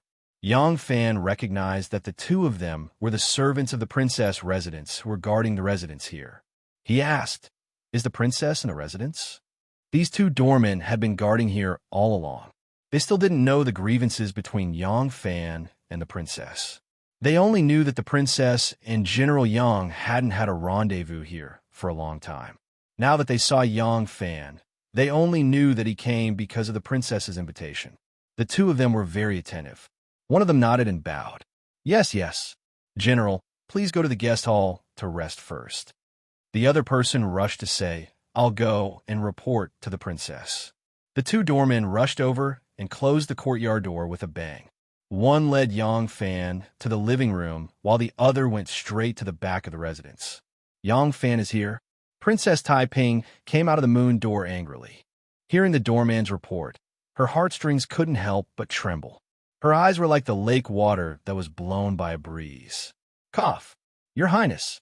First, Mr. Mo took a step forward and said in a low voice, "Your Highness, don't harm others and yourself." Princess Taiping was startled. Her eyes suddenly became clear. She gently nodded and slowly turned around. She said to Mo Yuhan in a low voice, "Mister, please rest assured. Lingwen knows what to do." First, Mr. Mo didn't say anything. He just looked deeply at Princess Taiping and slowly retreated 2 steps. Princess Taiping took a deep breath and walked towards the living room. Her steps slowly became steady. Lingwen. As soon as Yang Fan saw Taiping, his face immediately revealed a happy expression. However, just as his happiness bloomed, it froze on his face. Taiping's expression was very cold, and there was something in his eyes that made him feel unfamiliar. "General, please sit down," Princess Taiping said indifferently. She walked past Yang Fan in a dignified manner. She spread out her sleeves and gracefully sat down on the main seat. Her red phoenix eyes glanced at Yang Fan as if she was showing off. Yang Fan slowly sat down on the guest seat. He forced a smile and said, "Hee, today I came here unexpectedly. I didn't expect to meet you. I didn't expect. Maybe this is God's will." God's will? The corners of Princess Taiping's mouth curled up with a touch of cynicism. She coldly said, "God's will can only be used to deceive those ignorant little girls. I don't believe in those things for a long time." Yang Fan frowned and said, "Ling Yue, Shenyang, and I are actually—" Princess Taiping's face suddenly darkened. She sternly shouted, "Shut up. I don't want to listen to your explanation. If you came here for this, then please leave immediately." Yang Fan choked. He suddenly clasped his hands on his knees and angrily said, "Ling Yue, you'd rather believe some rumors than my words? Sometimes you can't believe what you see with your own eyes. Moreover, we don't have any personal relationship. I can tell you the real reason." "Actually," Princess Taiping interrupted him coldly, "you don't have to say any more. Whether you're playing along or acting for real, to me, it doesn't make any difference. Because I'm actually tired." Yang Fan was startled. His eyes gradually became cold. He sadly laughed and said, "Tired? Hee, tired of me?" Princess Taiping didn't answer his question. Instead, she glanced at him and suddenly changed the topic. "Today you brought Gua Hong to the Golden Hall?" Yang Fan was startled.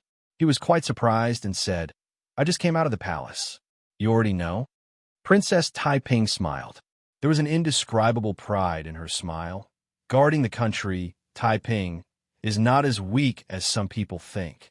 Yang Fan gently shook his head and said, "This some people doesn't include me. I've never looked down on you." Princess Taiping ridiculed. "To be praised by such a scheming and intelligent person like you.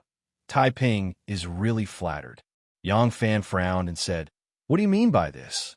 Princess Taiping smiled indifferently and said, "Nothing much." Gua Hong exposed Zhong Chuk's bribery in front of everyone in the Golden Hall, forcing Segu to rebel and framing Gui Yuanjin. It should also be your idea, right? Yang Fan's heart skipped a beat. His pupils suddenly contracted. Princess Taiping had long been paying attention to his expression. The fleeting change in expression of Yang Fan didn't escape her eyes. Princess Taiping smiled and said, "Good move. I didn't expect that you could also use such a thing. The technique of creating momentum, borrowing momentum, and directing momentum are superb and have reached the peak of perfection." Princess Taiping gently sighed and said, "You told me before that when martial arts is practiced to the highest level, you can even pick leaves and fly flowers to hurt people. Your official career should have been practiced to this level, right?" Chapter 1176. Yang Fan's expression slowly calmed down. He slowly straightened his body, the taut lines on his shoulders softening. An appreciative smile appeared in Yang Fan's eyes. This proud woman before him had the right to be proud. Her political wisdom had never disappointed him. Yang Fan softly asked, "You saw through it?" Princess Taiping replied, "The most reliable method is to present the evidence when the emperor summons the prime minister and the 6 ministries. In a relatively small area, the emperor would not be in such a sorry state as he is today, or even do something as stupid as having Zhongchuk and Shui Wan become sworn brothers." Yang Fan smiled gently. Taiping was somewhat angry at his smile. He said, "You purposely had Gua Hong expose the truth in front of all the civil and military officials in the Golden Hall, because you knew that Wei Dang would definitely protect Zhongchuk, and the emperor would definitely follow Wei Dang's wishes, right?" Yang Fan was still sitting there, calm and unruffled. He didn't even bat an eyelid, looking non-committal. Princess Taiping said, "Gui Yuanjin built up a large number of farms in the western regions, governed Liangzhou, protected Anxi, consolidated the borders, and expanded the territory. He has made outstanding contributions, and is the pillar of the country. Such a loyal old general was framed and almost lost his life. Now that the truth has been revealed, the matter has been left unsettled, and the one who framed the meritorious subject has not been punished. What will the generals think? Because the treacherous subject failed to extort bribes and force Suaga to rebel, the court mobilized tens of thousands of soldiers and spent endless money in rations. In the end, they suffered heavy casualties, and the main culprit is not punished. What will the people of the world think? The 10 families tribes are an important force for our court to control Anshi and resist the Turks. To make them work for us, the court has spent much effort. In the past, when Wuzheil was popular, the court was still cautious and was not willing to easily remove Ashina Huzuro from the throne. Now, Ashina's loyalty and strength are far inferior to Suaga's, and he does not have the prestige of having hundreds respond to his call in the 10 families tribes. Yet the court rashly supported him and provoked a civil war among the 10 families tribes. Such self-destruction is foolish. When the truth is discovered and the culprit is not punished, what will the officials think? Princess Taiping glared at Yangfan and said word by word, "You are putting the emperor in an unjust position." "I didn't." Yangfan calmly looked at Princess Taiping and asked calmly, "Who did these things?" "Not me, but the emperor. If I hadn't instructed Guohong to expose the truth, would the emperor not have done it?" Princess Taiping felt powerless when she heard his question and sat down dejectedly. Yangfan's words were as sharp as the wind as he coldly said, "What will happen if I don't do this?" The emperor would very likely make the best of a mistake.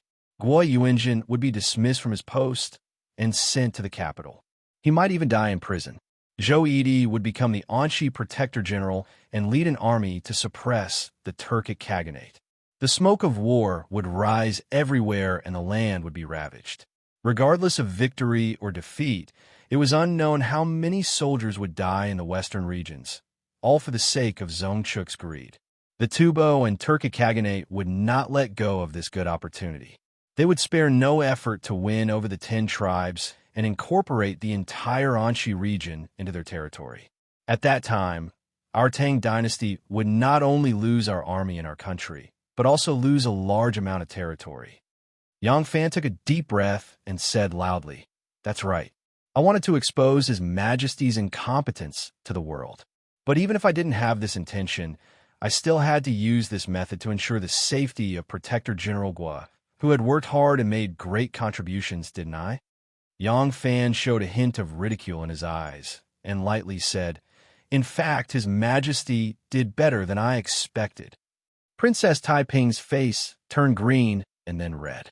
Yangfan's ridicule and accusation were directed at Emperor Li Xian, but as a member of the royal family and the emperor's sister, Princess Taiping felt that Yangfan's ridicule was like a fierce slap on her face. She had to admit that Yangfan was speaking the truth. He had only slightly achieved one of his goals, and the emperor's performance was even worse than Yangfan had predicted. As the ruler of the world, he had not only ignored the laws of the country and blindly shielded Zongchuk, he had even fantasized about having Zongchuk and Shui one become sworn brothers of different surnames.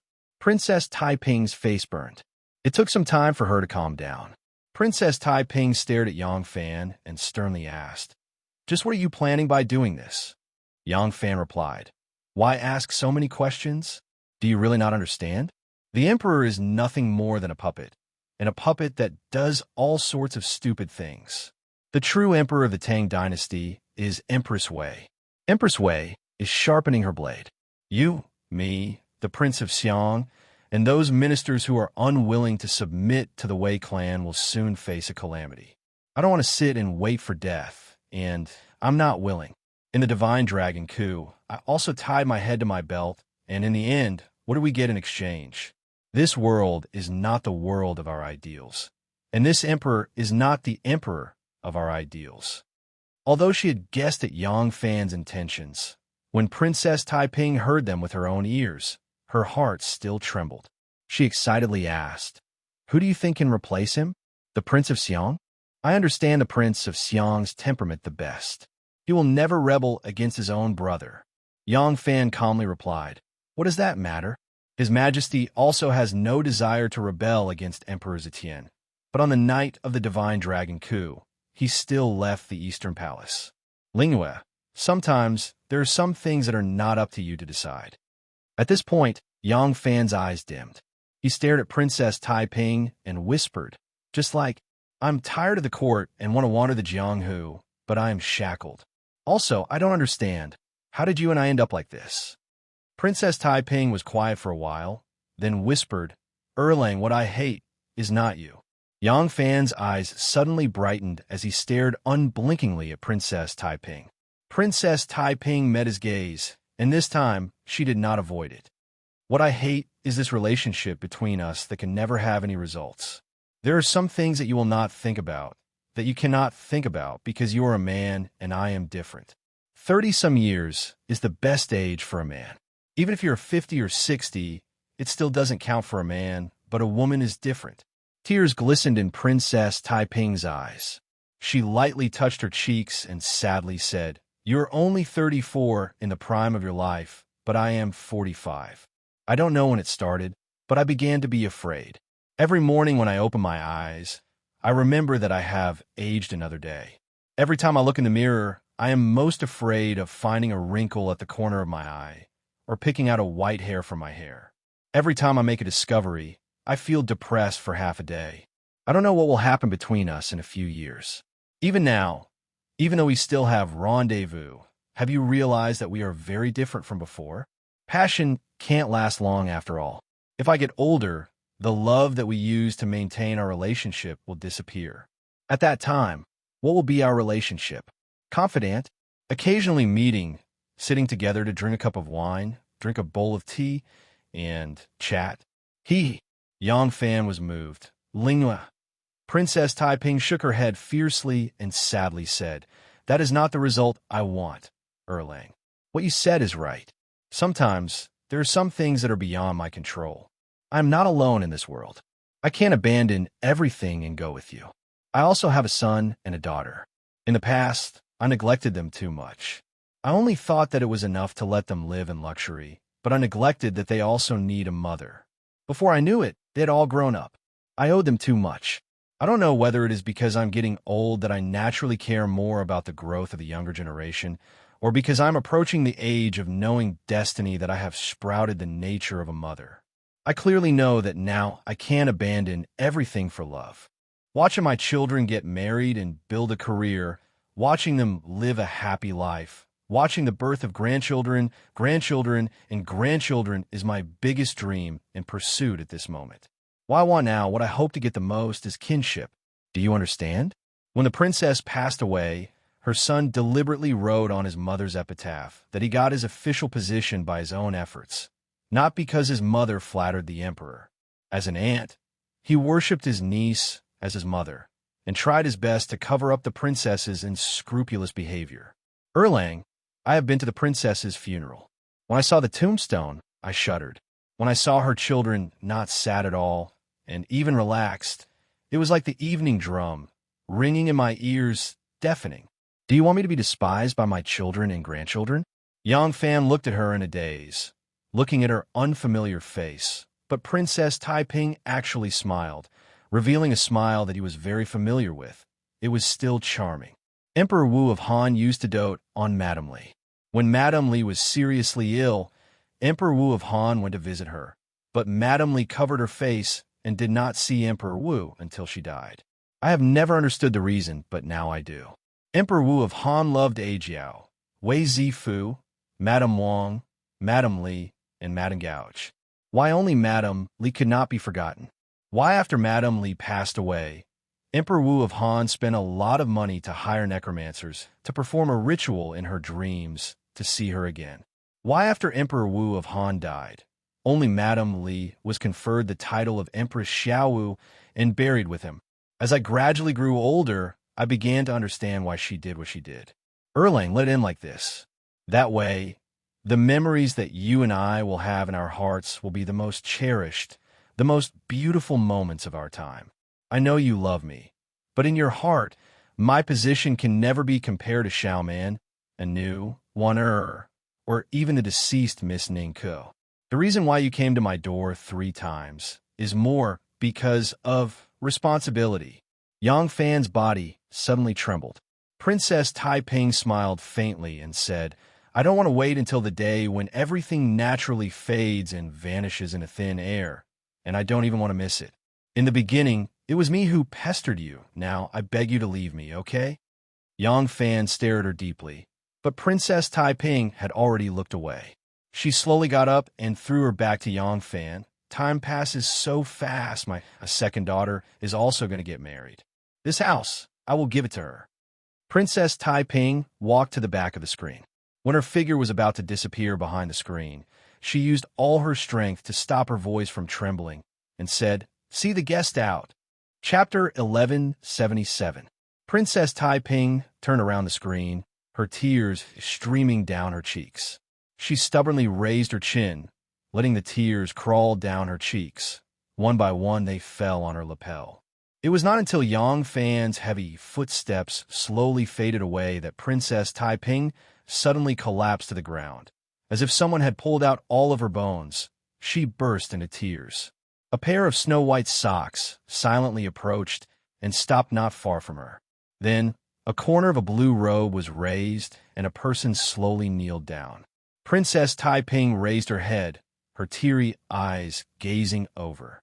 She saw great teacher Mo calmly gazing at her, his eyes suffused with the pity and helplessness of an experienced person who could see through the affairs of the world and human nature. Taiping slowly straightened her body and wiped the tears from the corners of her eyes. She whispered, Erlang's actions are just as teacher said. He has a plan. Great teacher Mo lightly creased his grizzled brows and stroked his beard. After a few moments of thought, he said, Your Highness once tested your esteemed brother, the Prince of Xiang.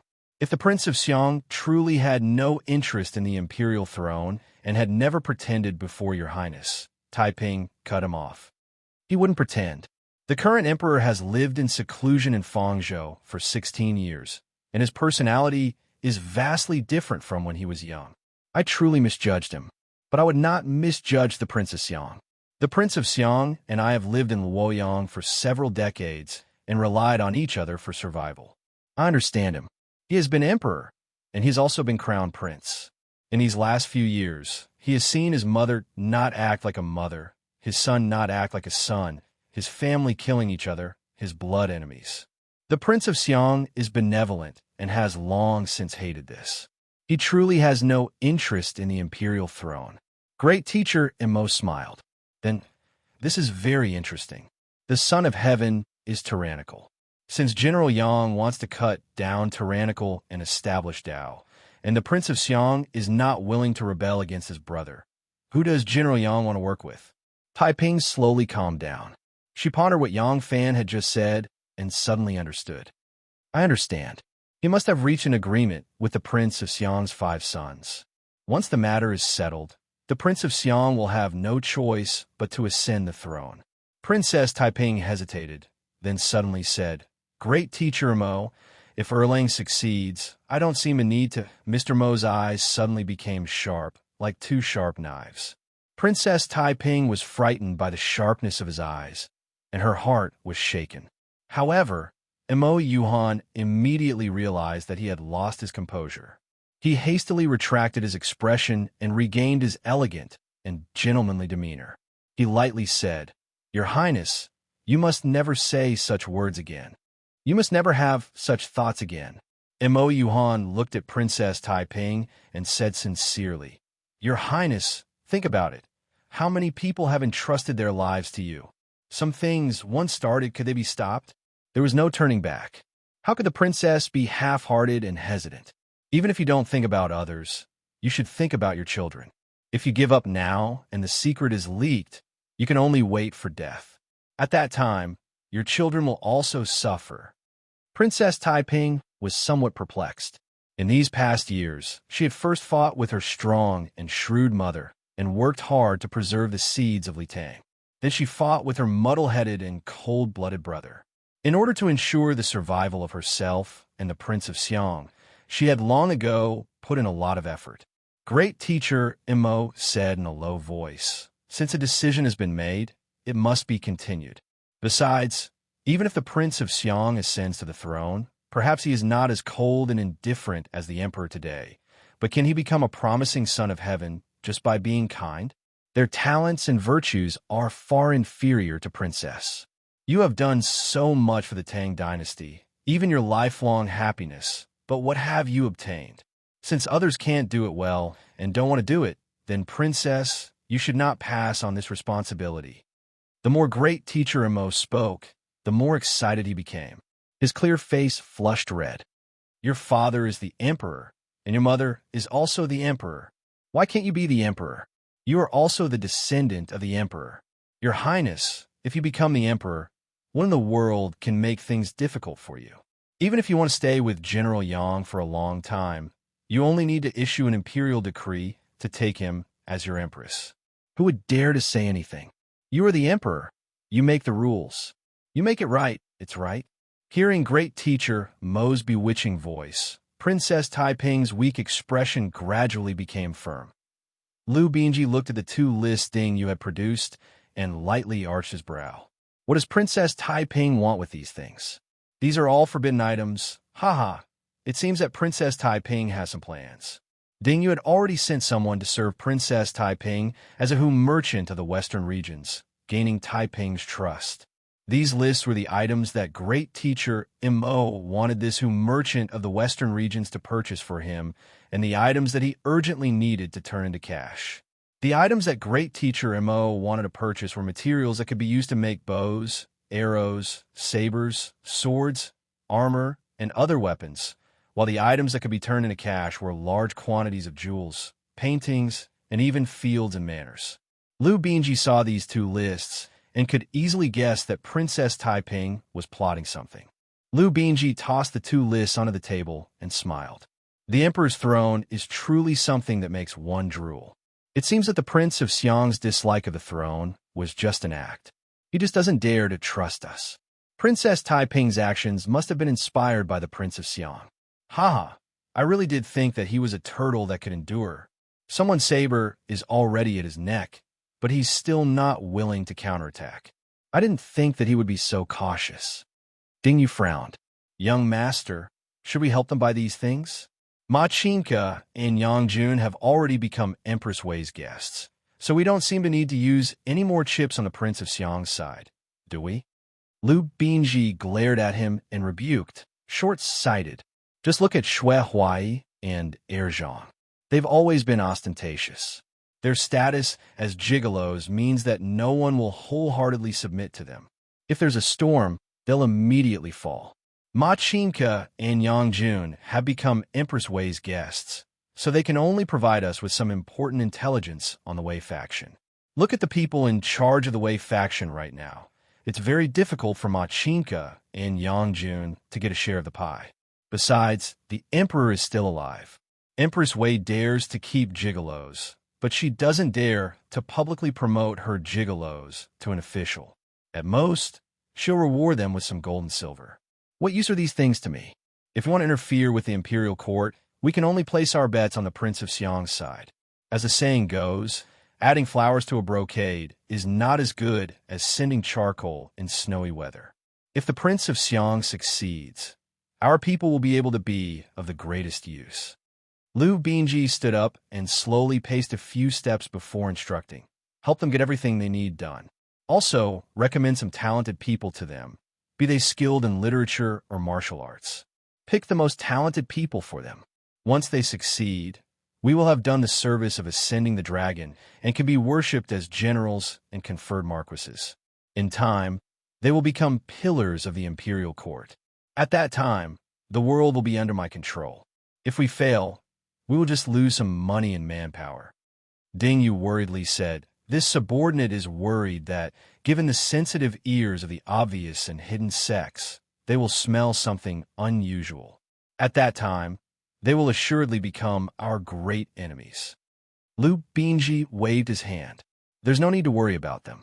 This young master just received a secret report that Gui Yuanjin was framed by Zhong Chuk and was on the verge of being imprisoned. He sent his son to the capital because Yang Fan helped him greatly. Yang Fan's actions were clearly to show his favor to Gui Yuanjin. Gui Yuanjin is the Anqi Protector General, and Shunmu's foundation is in the western regions. For Yang Fan to be willing to offend the Wei faction in order to rope in Gui Yuanjin. What do you think he's up to? Haha, the duel between the obvious and hidden sects is approaching. The more Liu Bingji spoke, the happier he became. The obvious and hidden sects are about to meet on the battlefield. And in the imperial court, the Prince of Xiang and Taiping have reached the end of their patience. A fierce struggle between dragons and tigers is about to take place. It's too wonderful. When the obvious and hidden sects both suffer heavy losses, it will be time for us to step forward and take over the Hall of Succession. As for the imperial court, if the Prince of Xiang's faction gains complete victory, we will henceforth take control of the imperial court. If the Prince of Xiang loses, we won't suffer too many losses. When the time comes, the obvious and hidden sects will be in our hands, and we can slowly plan. Ha! Liu Bingji held his hand behind his back and laughed. I like this feeling of having everything under my control. I like this feeling of controlling everything from behind the curtains. Yang Fan finally understood why Princess Taiping's personality had undergone such a massive change. He had originally believed that Taiping was middle-aged and had a temperamental temperament, that this sort of woman was not rare. Only now did he understand what Taiping was afraid of, what she grieved about. Even more lamentable was that he could not use a single forceful word to comfort her. Yang Fan couldn't help but feel a deep sorrow. Taiping was right. He was also keenly aware that the pleasure of the bed alone could not sustain a relationship. He and Taiping naturally did not have a carnal relationship, but any sort of relationship required a heavy foundation to continue, whether it was a family or a child. But what was there between them? He had his family and his children, and Taiping also had her family and her children. They each had their own lives, and no one could enter the other's family world. Taiping was not a qualified wife, because this marriage came from Wu Zetian's coercion. This husband and wife, who shared the same bed but dreamed of different dreams, did not need to fulfill the duties of a husband and wife. But in front of her children, she was still a mother. As one grew older, the passion between a man and a woman would gradually fade. No matter if it was a man or a woman, the focus of his life would inevitably turn to his family and children, and this was precisely where they could not have any interaction. Yang Fan reined in his horse and looked toward the palace. Inside the palace, there was Wan Er. This was the difference between Wan Er and Taiping. Wan Er was imprisoned in a visible palace, while Taiping was trapped in an invisible palace made of human relationships and emotions. The city that trapped Wan Er, he could use his knife to cut it open and rescue her. The city that trapped Taiping, what could he use to break it? He was also a human. Born as a human, he had to follow some basic rules of the human world. That heart city was not something he could break. Yang Fan stood in a daze on the long street. After a long time, he could only sigh. Chapter 1178. Dolu Qinhuang did not disappoint Li Xian. He lasted 4 months longer than Yang Zixi. When the autumn wind swept away the withered leaves on the branches, it swept him away as well. Dolu Qinhuang died.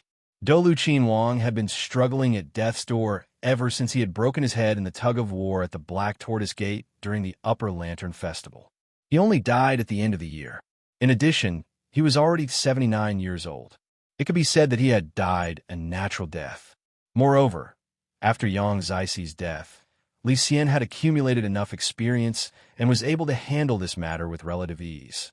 However, whether it was out of guilt towards Dolu Qinhuang or because of Dolu Qinhuang's age and status, Li Xian had to personally pay his respects. The emperor's arrival caused the Dolu family to be in a state of chaos. But when the emperor arrived, he only ordered his trusted eunuchs to light a stick of incense for him, and then ordered someone to recite a eulogy written by Shanghai Wanner on his behalf before leaving. The Li family had inherited cardiovascular and cerebrovascular diseases. Emperor Gaozu, Emperor Taizong, Empress Zhang's son, and Emperor Gaozong all suffered from qi disease or wind disease. As Li Xian grew older, These diseases also began to become prominent. He had been in Fangzhou for 16 years. Not only had he lived a difficult life, he had also been worried and afraid, causing him to contract other diseases. As a result, his body became even weaker. Although this journey had not been long, he still felt extremely tired. He boarded the imperial carriage and lazily laid down for a while. Feeling increasingly stifled, he said, "Open the curtain." One of the four little palace maids kneeling in front of the soft couch immediately stood up and gently rolled up the curtain. At this moment, a loud shout was heard from the side of the road. "This subject is Shuzhou military advisor Yan Qinrong. I request an audience with His Majesty." Immediately after, there was a clamor. Among the countless commoners watching from the side of the road, a person suddenly leaped out and pounced on Li Xian's imperial carriage. His roar was clearly heard by the winged cavalry, 10,000 cavalry, thousands of oxen, and the imperial bodyguards in front of the emperor. Some of them had already brandished their sabers to slash at him, but upon hearing that he was an official of the imperial court, they hastily retracted their deadly sabers. Although they did not kill, they would not allow this person to get close to the imperial carriage. This person was only a weak scholar. In front of these tall and strong imperial bodyguards who were well-versed in martial arts, how could he possibly break through? He was immediately pressed to the ground. Li Xian frowned and ordered, "Stop! Ask him why he wants to see us." Yang Xishuan immediately shouted for the guards of honor to stop. Then, he rushed over to the Su province adjunct who was pressed to the ground. A moment later, he returned to Li Xian's side. With a strange expression on his face, he said in a low voice, "Your Majesty, that Yan Qinrong is impeaching him." Impeach the Empress, Princess Anil, Wu Yanxiu, Zhong Chuk, Chui Shi, Zheng Xiao, and the others. Li Xian's expression darkened. These people were either his relatives or his trusted aides. He could not question them on the streets. After a moment of silence, Li Xian slowly said, "Take him back to the palace." "Your Majesty, the Empress is promiscuous in the palace and preempts politics. The entire Wei family ascends to heaven and controls both civil and military affairs. The world only knows Empress Wei, not your Majesty. If this goes on, the Wu family's disaster will be repeated. Shouldn't your Majesty be vigilant? Princess Anil is extravagant and takes bribes. The officials in the household are especially frivolous. They all come from families of butchers. Because they donate money to buy official positions, there are countless officials who are conferred titles. Most of the officials of the marquises and kings come from her family. The Anil Temple and the Anil Buddhist hut were all modeled after the palace. The craftsmanship was even better. When Enlil built Kunchi, he used more than 100,000 people of the country for free. In order to curry favor with Enlil, the Minister of Agriculture Zhao Lewen acted like Enlil's lackey. He used his third-rank official status to pull the reins and transport the soil. Enlil seized the Linchuan Princess Royal's old residence as his private residence. He tore down the houses of the commoners and complained. All the construction needs came from the inner palace. The forbidden land was empty. Enlil built the Anil Temple and used millions of the Ministry of Revenue's money. Enlil and the other officials could not win. They sent people to the South Sea's River Temple on fast horses 800 li to cut off Bodhisattva Majia's beard and used it as a rare grass. That beard was given by the Southern Dynasty's Xielingyun before he died. From now on, it no longer exists. When Li Xian returned to the palace, he dismissed his attendants and listened to Yan Qinrong's accusation. When he heard his daughter's absurd deeds, his face alternated between green and red. Some of these things he knew, some he didn't. But regarding the virtuous wife Wei Shi who was close to him, he absolutely did not believe it. Li Xian wanted to ask clearly, who knew that this Shuzhou adjunct finally had a chance to speak? He talked nonstop and did not give him a chance to speak. Yan Qinrong continued. Zhong Chuk and Wu Yanxiu conspired together. They asked for bribes and caused trouble at the border. Did they think the world did not know? These people who conspired against the country cannot be redeemed, even with 100 deaths. But these people stole high positions. There are also people like Chui Shi and Zheng Xiao. They're not even 40 years old, and are only a fifth-rank official. They suddenly became the prime minister and entered the political affairs hall. These people are also in cahoots with each other. They sold their positions and titles. As a result, the selection of officials has been ruined. Now the positions for the next 3 years have been sold. Your Majesty, do you know? There was no court conference today. Cui Shi, as the newly promoted prime minister, accompanied the emperor to pay his respects to Dolu Qinhuang's family. The carriage had just stopped when someone rushed to the front of the carriage and shouted, "Candidate of Jiannan, Han Shufeng, requests an audience with Master Cui." Cui Shi got off the carriage and glanced at the person. He saw that was a man around 40 years old. He was not tall, but his appearance was decent. Cui Shi walked up the stairs and did not pay him any attention. Ever since he and Zheng Xiao became prime minister, he was in charge of the Ministry of Appointments. He had great power. How could he stop to listen to a candidate's clamor? Seeing that Cui Shi was ignoring him, Han Shufeng could not help but panic. He jumped and shouted, "Prime Minister Cui, your relatives have already accepted my monetary gift. Why is my name not on the list of officials?" Cui Shi's expression changed when he heard this. He quickly looked to his left and right. There was no one walking in front of the prime minister's door. There were only his servants and guards. Cui Shi relaxed and immediately shouted, "Bring him in." Cui Shi hurried back to the residence and asked someone to bring Han Shufeng to the living room. He did not even bother to change his clothes. He asked in a deep voice, "Han Shufeng, you said that my relatives have accepted your monetary gift?" Han Shufeng said, "Not a bit false. It's 1,000,000 taels of silver. I still have a receipt here." "Master, why did you leave me out of the list of officials?" Cui Shi had already sold all the positions for the next 3 years. There was a lot of criticism from the officials in the court. He had no choice but to restrain himself. Originally, he had wanted to make one more payment before temporarily stopping. Yesterday, he had appointed the last batch of officials. Those who had not presented monetary gifts naturally had no chance. Now that he heard that a relative had used his name to accept monetary gifts, Cui Shi could not help but fly into a rage. He said, "Let this prime minister see who dares to use my name to accept monetary gifts. This prime minister will capture him and beat him to death." Han Shufeng had just taken out a receipt from his sleeve. When he heard this, a strange expression appeared on his face. He said, "Master, please calm your anger. This matter must not be allowed." Cui Shi glared at him and said, "Why not?"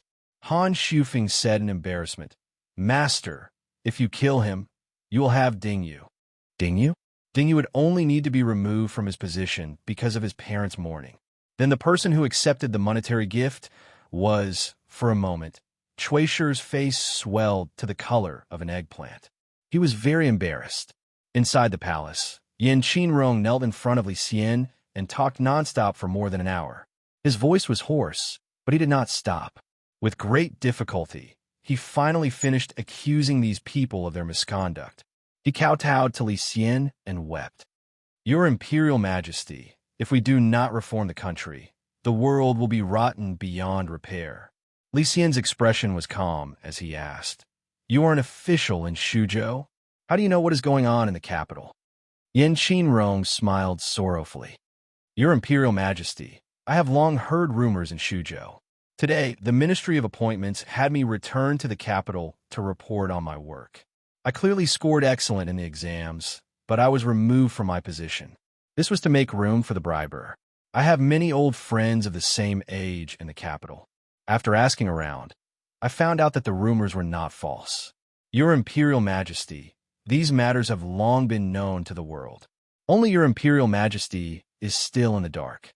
Your Imperial Majesty only needs to investigate and you will know. I am not speaking nonsense." Li Xian's eyes narrowed slightly. Gritting his teeth, he asked again, "You say that the Empress corrupted the court. What proof do you have?" Yan Qinrong straightened his body and said, "I do not have proof, but this matter has long been spread throughout the capital. Not only by the common people, even the low-ranking officials and high-ranking officials of the court have spoken with certainty. They even said the name and identity of the adulterer. Does Your Imperial Majesty think that this is false?" Li Xian suddenly walked in front of Yan Qinrong. Because of nervousness, His voice had become as hoarse as Yin Qinrong's. "Who is it?" Yin Qinrong boldly said. "Grand Physician Machinka and Imperial Guard Yangjun." Li Xian's body shook. He suddenly remembered that Wei Shi was not feeling well. She had said that Grand Physician Machinka was the best at nursing. Recently, Machinka was the only one treating her. He had seen him more than once when he went in and out of the Emperor's palace. He then thought of Yang Jun, who was good at bowing. Empress Wei also liked to watch him play polo. Sometimes, she would go with the Empress to watch bowing. The Empress would always stare at Yang Jun and occasionally reward him. Could it be? It can't be, it can't be. The Empress and I have been in Fangzhou for 16 years, sharing weal and woe. If it wasn't for her encouragement and support, Jun would have hung myself long ago. How could there be today? Now that the hardships are over, how could the Empress betray me? This must be, yes, this must be because the Empress is not feeling well and often has Machinka to nurse her. When watching bowing, she was especially caring for Yang Jun and caused some people to be jealous and slander. They slandered the two of them and implicated the Empress. Li Xian continuously comforted himself, but the cloud of doubt lingered in his heart and grew thicker and thicker. If your Imperial Majesty does not believe, you can have your trusted aides investigate. These things cannot be hidden from the eyes and ears of others. Your Imperial Majesty will know once you investigate. Yin Qinrong saw that Li Xian was in a daze and did not speak, his expression constantly changing. He thought that his words had reached the Emperor's ears and couldn't help but grow hope. He hurriedly tried to persuade him again. Li Xian hesitated slightly and then waved his hand. "Go. Stay at the inn and wait for Zhen's inquiry at any time." Yin Qinrong was overjoyed. Kowtowing, he said, "This subject will obey." On Li Xian's way back to the palace, someone barged in and asked for an audience. Afterward, the Emperor brought people into the palace and dismissed his attendants to make a secret inquiry. This matter quickly became known, and someone took the opportunity to tell Empress Wei. After Empress Wei heard, she immediately hurried to the imperial study. By the time she arrived, Yin Qinrong had already left. Empress Wei saw Li Xian sitting on the throne with an ugly expression and a wandering gaze, ignoring her arrival. Her suspicions deepened, and she couldn't resist asking, "Your Imperial Majesty, Your Imperial Majesty? Why is Your Imperial Majesty so distracted?" Chapter 1179. So it's my wife. Li Xian was startled awake by Empress Wei's words. His body shook violently before he saw who it was. Empress Wei frowned slightly and asked worriedly, "What's wrong, Your Majesty?" Li Xian forced a smile and answered, "Nothing. I'm thinking about something." Empress Wei immediately asked, "Is it about that minor official from Shuzhou stopping Your Majesty from presenting a memorial?" Empress Wei immediately revealed that it was Yin Qinrong's impeachment. Under her influence, Li Xian didn't have the courage to deny it. He didn't know what Empress Wei knew and could only answer vaguely, "Yes, that person's name is Yin Qinrong." He told Jin some things. Empress Wei interrupted and asked, "What did he say?" "He said you." Li Xian blurted out, but it was too late to cover it up. Empress Wei's pupils contracted and asked in a low voice, "What did he say about me?" Li Xian panicked even more and said embarrassedly, "He impeached my wife and said my wife shouldn't have interfered in court politics. He also said that Gore built temples, dug ponds, built mansions to compete for wealth. It's a little too absurd." Empress Wei secretly sighed in relief and asked, "That's all?" Li Xian said, He also impeached Zhong Chuk, Wu Yinxiu, and the others for selling official positions. My wife doesn't need to worry. My wife's decision to preside over the government was Zhen's idea. In matters of state, I really can't do without the Empress' assistance. As for Gore, she suffered too much when she was young. Now that she has finally regained her status as an emperor's descendant, I don't think it's a big deal for her to be a little arrogant. However, he said that Zhong Chuk, Cui Shi, and the others have used up their official positions for the next 3 years. This is quite shocking. I still don't know if it's true or not. I have to send someone to investigate. If it's true, even if they didn't ask for or accept bribes, they're still suspected of abusing their power. I have to deal with them properly."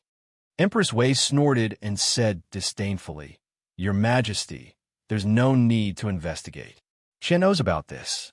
Zhongchuk and Shuishi did use their official positions until 3 years later. However, they didn't take bribes. They did it out of a sense of justice and loyalty to your Majesty. Li Xian was stunned. "Why do you say that?" Empress Wei said, "Your Majesty, although Zhang Jianji and the others have fallen, the old ministers of the Divine Dragon still fill the court. Although the Prince of Xiang and Taiping are no longer involved in politics, they still have a large number of their henchmen in the court. These people should be driven out, right?" Li Xian could not help but nod his head. Empress Wei said, "But these people don't have any clear faults. What reason does the court have to dismiss such a large group of officials at once? Since we couldn't chase them away for the time being, they would still be in control of the imperial court, and there would be a great risk. Zhongchuk discussed with me to appoint a group of our people to share their authority, slowly making them a mere figurehead, and then gradually kicking them out." Empress Wei said, "This is the opinion of an experienced strategist. How can there be the talk of selling official titles? That man surnamed Yin is clearly an old member of the Divine Dragon sect, or else he's a henchman of the Prince of Xiang or Taiping.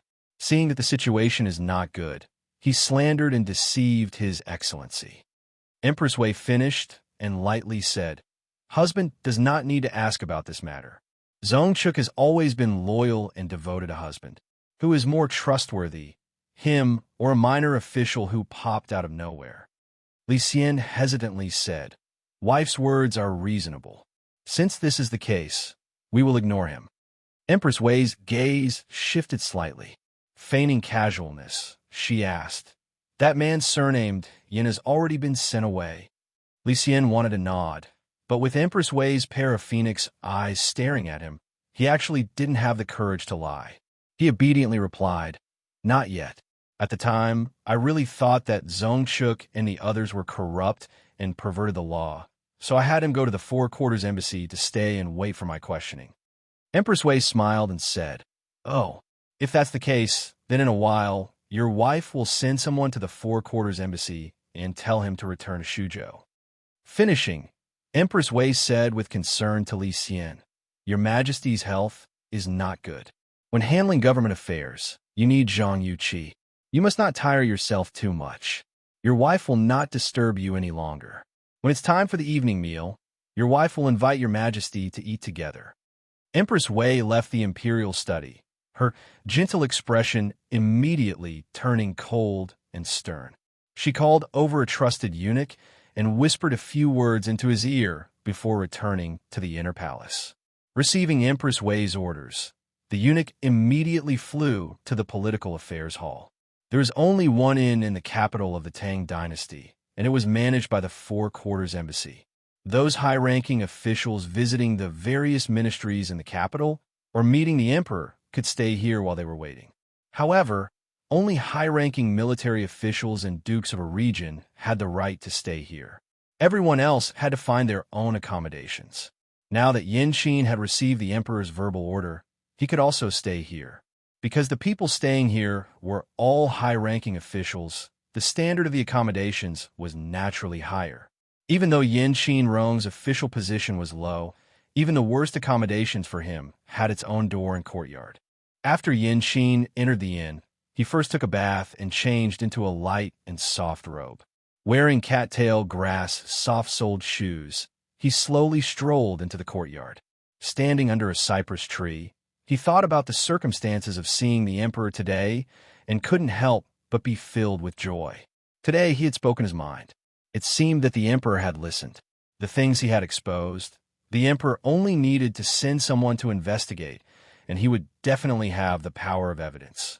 This way, the treacherous official would be punished, and he would also be able to enter the emperor's eyes. Wasn't this the best of both worlds? Thinking about this happy thing, Yin Qinrong wanted to raise his head to the sky and laugh. Just at this time, there was an enormous boom. The two doors to the courtyard were smashed open, hitting the wall with a bang before bouncing back and then opening again. Yin Qinrong looked over in shock. He saw a pair of hooves the size of bowls stomp down from the air, smashing onto the brick ground with a bang. The hooves kicked up a spray of brick dust, and then a handsome warhorse bolted in. Sitting on the horse was an awe-inspiring knight in full armor. The armor flashed with the light of steel and gave off a sturdy feel. Both the man and the horse gave off a feeling of power. Even the sword of his ribs gave off a faint murderous aura. Yin Qin Rong paled in fright and said in shock, "Who are you? How dare you break into the inn?" The knight was fully armored as he charged into the courtyard with his horse. The war horse slowly paced to his side. The tall steed, the armored knight, the upper edge of the leather collar covering his mouth and nose, only revealing a pair of murderous eyes. He looked down at Yin Qin Rong, creating a suffocating pressure. He glanced coldly at Yin Qin Rong and asked, "You are Suzhou military adjunct Yin Qin Rong?" At this time, Yin Qin Rong seemed to understand something. A trace of fear and sorrow rose in his eyes, but he immediately puffed out his chest and said in a loud voice, "It is me." The knight was too lazy to waste words with him. He waved his hand forcefully and shouted, "Take him away." With a clanging sound, two more armored men barged in from outside the door. They were tall and sturdy. The two of them were like eagles grabbing a little chick. They picked up Yin Qin Rong and walked out. There were 7 or 8 armored soldiers outside, all of them riding tall and strong horses. They chained Yin Qin Rong and tied him to the back of the horses with a long rope before galloping away. How could Yin Qin Rong keep up with the speed of the fast horses? He only ran a few steps before falling to the ground. Those knights did not care about him. They lashed out with their whips, and the horses galloped.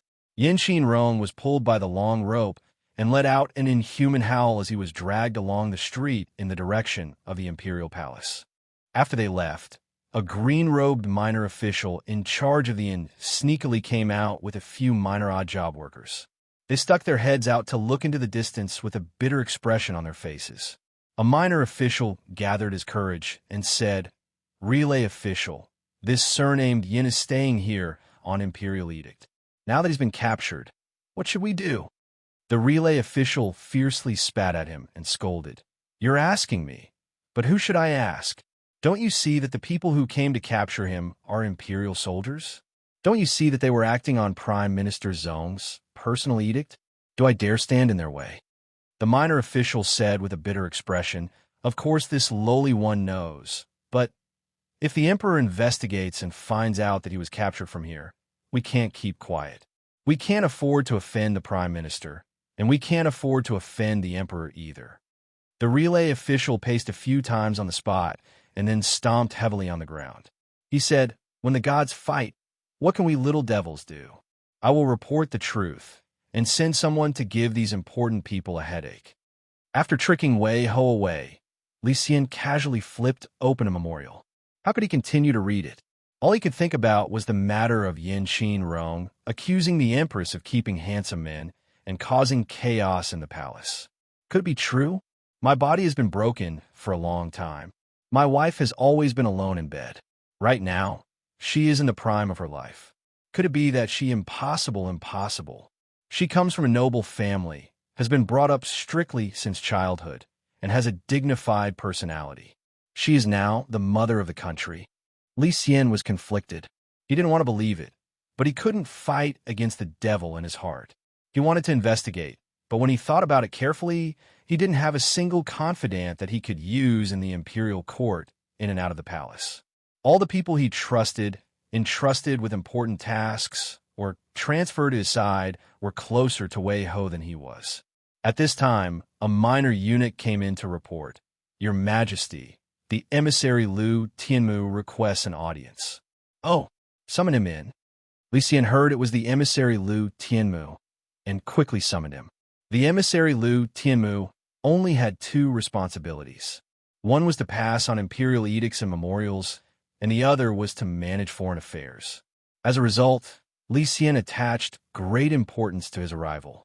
The emissary Lu Tianmu eagerly entered the great hall and recounted what had happened to Li Xian. Li Xian was enraged and sternly asked, "How is that Yin Qin Rong now?" Lu Tianmu, said with a bitter expression. When this subject entered the palace, I saw a trail of blood that stretched all the way to the palace gates. When I reached the palace gates, I saw that Yin Qinrong lying dead on the ground. Because of the drag, his flesh and bones had rotted away, and he didn't look human. Li Xian was enraged. He slapped the table and shouted, "Zongchuk is so daring to deceive the emperor like this." Li Xian was so angry that he felt dizzy and had to use his hands to support himself on the table. He wanted to order someone to arrest Zongchuk, but then he thought, how did Zongchuk know about this? How did he know that Yin Qinrong was at the inn? The mastermind was clearly Wei Shi. Thinking of Wei Shi, all of Li Xian's anger and courage dissipated. He sat down dejectedly and waved his hand weakly. Lu Tianmu quickly bowed and retreated. Li Xian painfully muttered to himself in a low voice, "Wife, wife." By now, he somewhat believed Yin Qinrong's words. Chapter 1180. A female internal court official came to the royal study. Seeing Li Xian, she bowed and said, "Your Majesty, the Empress invites you to have dinner together." Li Xian was struggling in pain. He raised his head and solemnly said, "Tell the Empress that I am not feeling well and need to rest." "Yes." The female official did not dare to say more. She bowed again and quietly retreated. Li Xian sat in a daze for a moment. He sighed gently and slowly stood. Dispirited, he walked toward his palace, Du Palace. In the middle of the night, the faint moaning and panting finally stopped. Empress Wei's hair was disheveled. Her face was flushed, her phoenix eyes half closed, and her breathing ragged. She still had not calmed down from the passion that made one tremble. She greedily hugged Yang Jun's strong and masculine body. After a long time, she weakly rolled to the side and pulled over a soft gauze scarf to drape over her body. She only covered her stomach and vital areas. Her pair of round legs and full chest were still exposed. Yang Jun and Machinka were two completely different tastes. Machinka was a refined and mature man. His lingering was like a trickle of water, allowing one to enjoy the gentleness to their heart's content until they reached the realm of bliss. Yang Jun was a warrior. He was young and strong. He could be like a storm and make Empress Wei experience a completely different feeling. He tormented her until she could not bear it.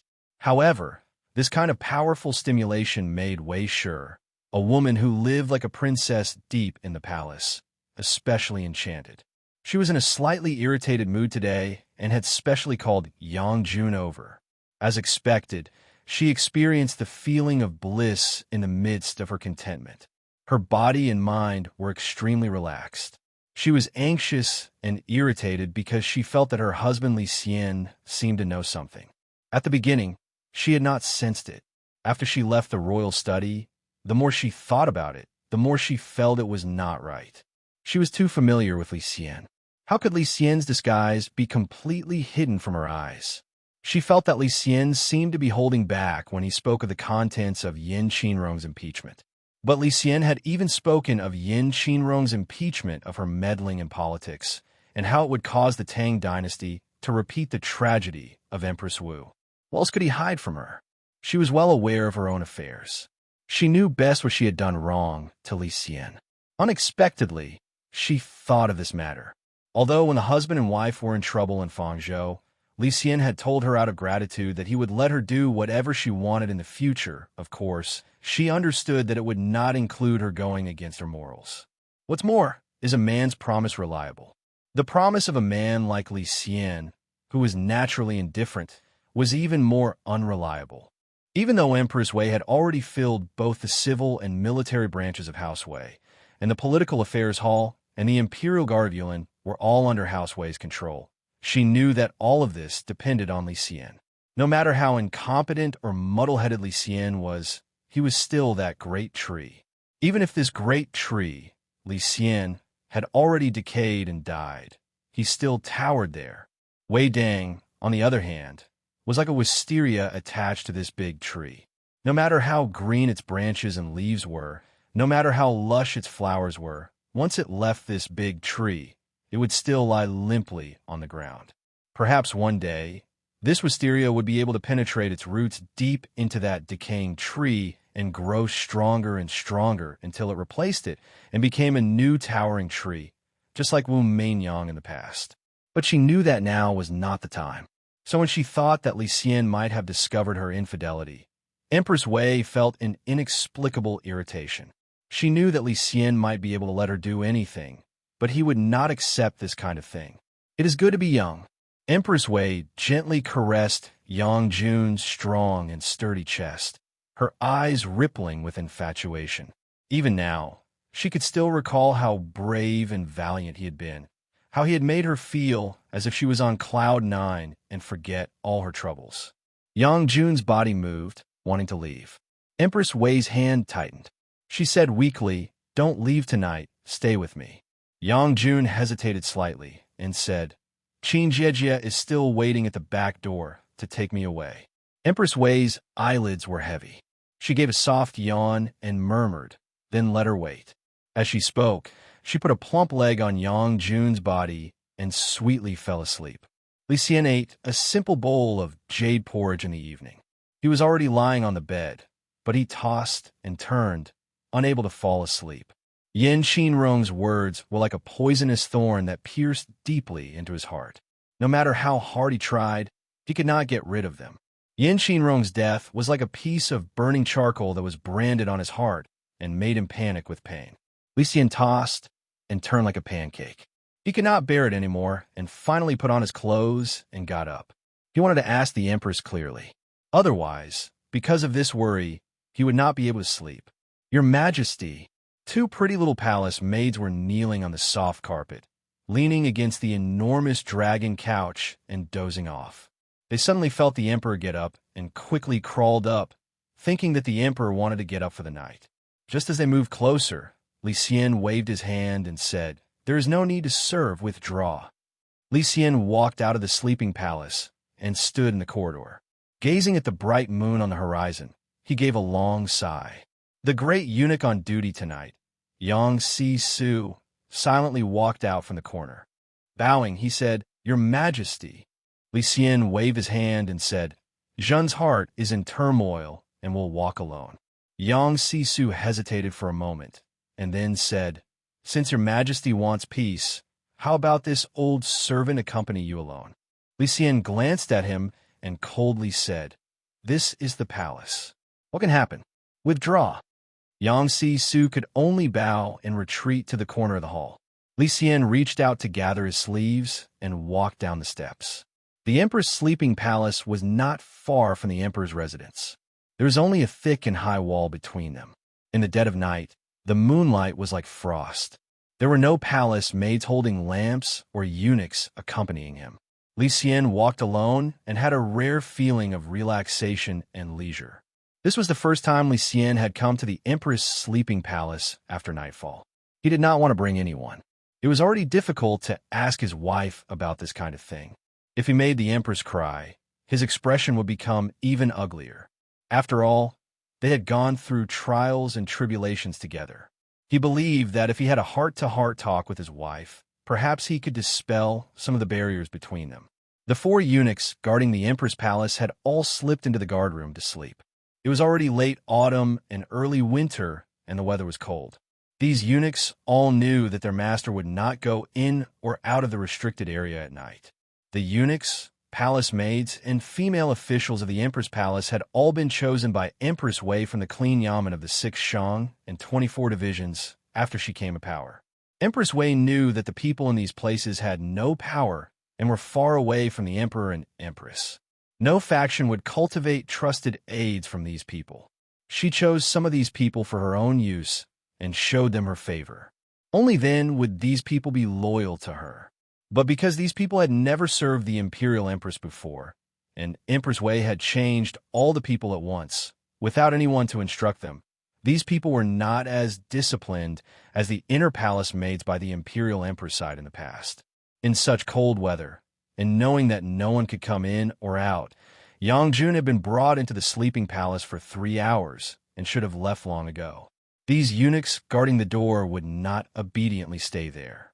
Li Xian came to the main hall of the empress palace, the Zhongjing Hall, and was discovered by the two little palace maids guarding the candles. The two palace maids were dozing off when they suddenly felt someone come in. They groggily opened their eyes and jumped in fright. "Silence, you don't need to announce." Lucien immediately made a hand signal to them. He didn't want to make a scene and have the Empress dress up and come out to greet him.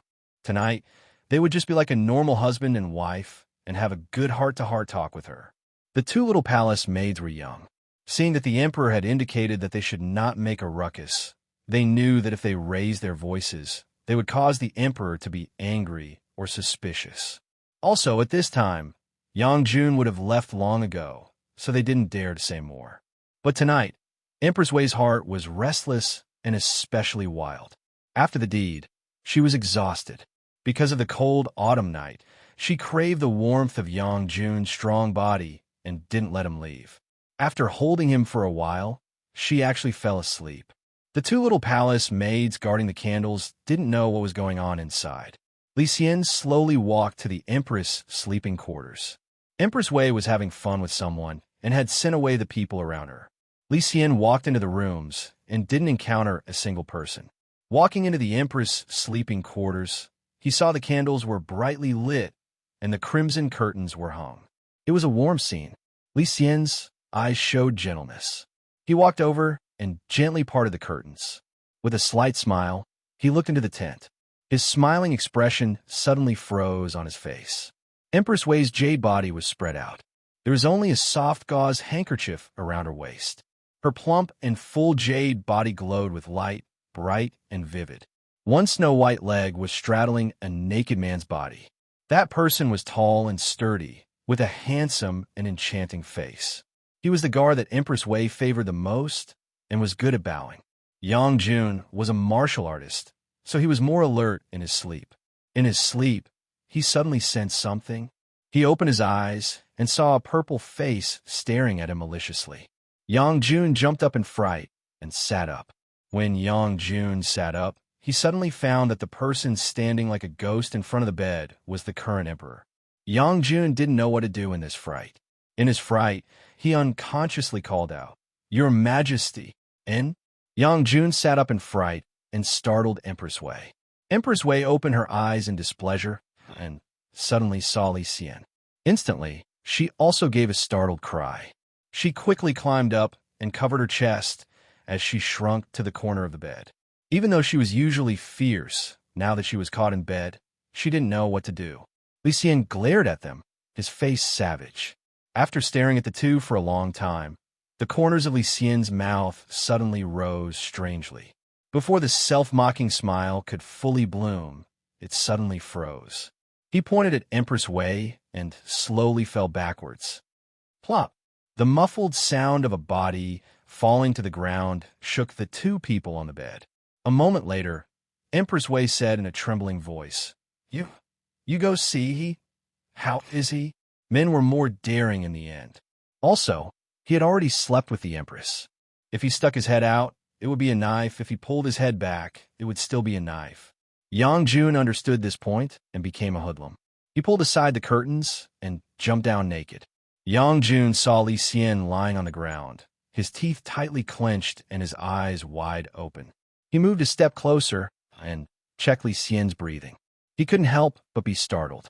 He quickly put his fingers together and checked under Lucien's neck. His entire person froze.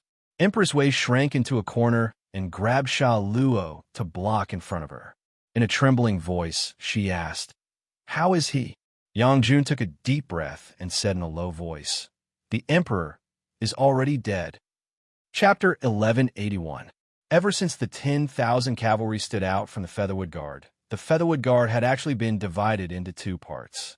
One part was the 10,000 cavalry, while the other was the Featherwood Guard. The Featherwood Guard was further divided into the left and right Featherwood Guards. The left and right generals of the Featherwood Guards were above the commander of the 10,000 cavalry, but they had no authority to mobilize the 10,000 cavalry. Now that the Wei clan had monopolized power, they had divided the 10,000 cavalry into the left and right 10,000 cavalry, and the left and right Featherwood Guards were renamed the left and right flying cavalry.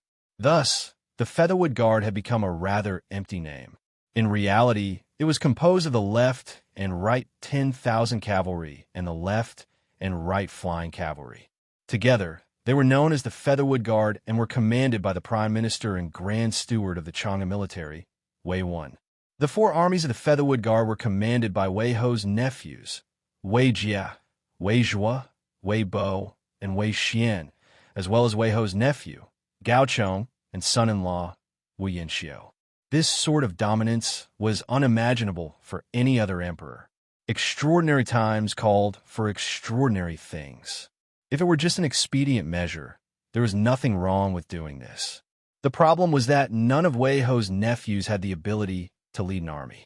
When Wei Ho and Li Xian were imprisoned in Fang province, Wei Ho's clan had also suffered a severe blow from Wu Zetian. How old had her nephews been at the time? They had been exiled to the south of the Chang'an, suffering from the hardships of life and not receiving the proper education of a noble clan. Thus, after these people took control of the army, in order to quickly control it and ensure that orders were strictly obeyed, the only method they had used was simple and crude torture. This method had clearly had the opposite effect. Otherwise, Yang Fan, Li Ida, and Wang Maozhong would never have been able to so smoothly infiltrate the winged cavalry camp. Wang Maozhong and Li Ida were Li Longji's trusted aides. Wang Maozhong was from Korea. His father had once been a military warfare officer, but he was later executed for committing a crime. The young Wang Maozhong was thus made an official slave and assigned to the prince of Xiang's estate. Since childhood, he had been Li Longji's companion. Li Ida was a hero that Li Longji had discovered when he was in Lu province. This person was originally a servant of a rich gentleman in Lu province. He was agile and good at shooting, and Li Longji took a fancy to him. He spent 50,000 taels to buy him and made him his bodyguard. These two people were sent to the capital by Li Longji to help Yang Fan win over the morale of the army. When it came to controlling people, Li Longji was clearly much better than Li Xian. When Li Xian first heard that Zhang Jianji and the others intended to support him in a coup, he was extremely frightened and did his utmost to shirk responsibility. As a result, Zhang Jianji and the others were afraid that he would reveal it out of fear. Before the coup was actually carried out, they had concealed it from him. It was only when it was time to launch that they forced their way into the Eastern Palace and supported him onto the horse. The direct result of this was that even though Zhang Jianji and the others were loyal and devoted to Li Tang's imperial family and had never once thought of rebelling against Li Xian, they lacked the respect and reverence that a ruler should have. Although Zhang Jianji and the others didn't necessarily realize that they had this kind of mentality, after the coup d'etat succeeded, they became arrogant and despotic, treating the Son of Heaven as if he didn't exist. As a result, they quickly became enemies with Li Xian. If Li Xian had pretended to be an ostrich and ignored the coup, and Zhang Jianji and the others' coup had failed, would he have been pardoned by Wu Zetian because he didn't know about it? It was simply impossible.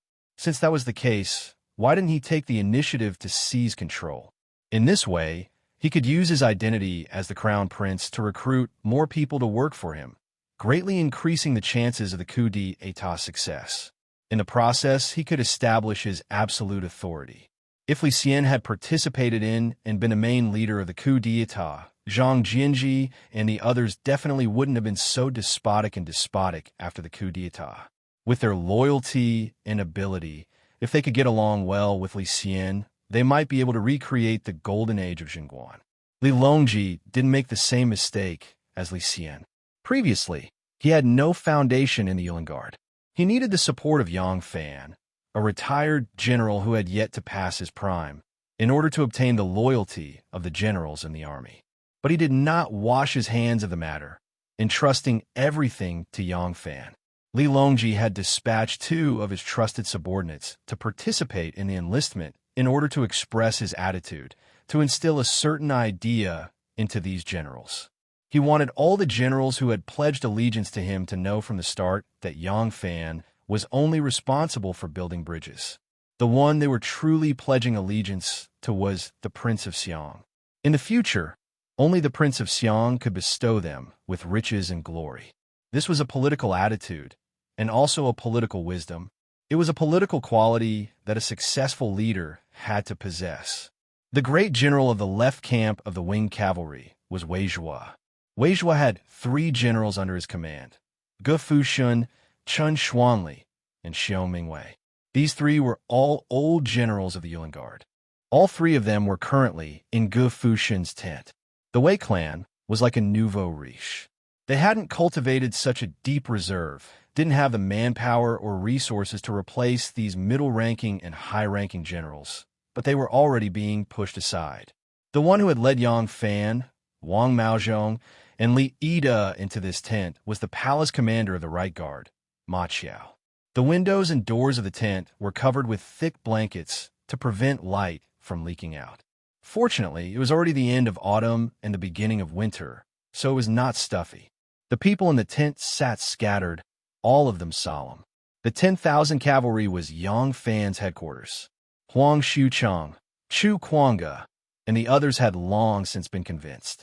The people he needed to convince now were the generals of the winged cavalry, whom they had already interacted with several times. The winged cavalry and the 10,000 cavalry were originally very distinct, with no deep relationship. However, Wei Jia, Wei Zhuo, and the others often beat and scolded the soldiers, and the 10,000 cavalry and the winged cavalry were in the same boat. With Yang Fan's incitement, Chu Kuanga, Ma Qiao, and the others frequently interacted with the winged cavalry generals, so they naturally became like-minded friends. At this moment, the person explaining the pros and cons to the winged cavalry generals was Wang Maozhong.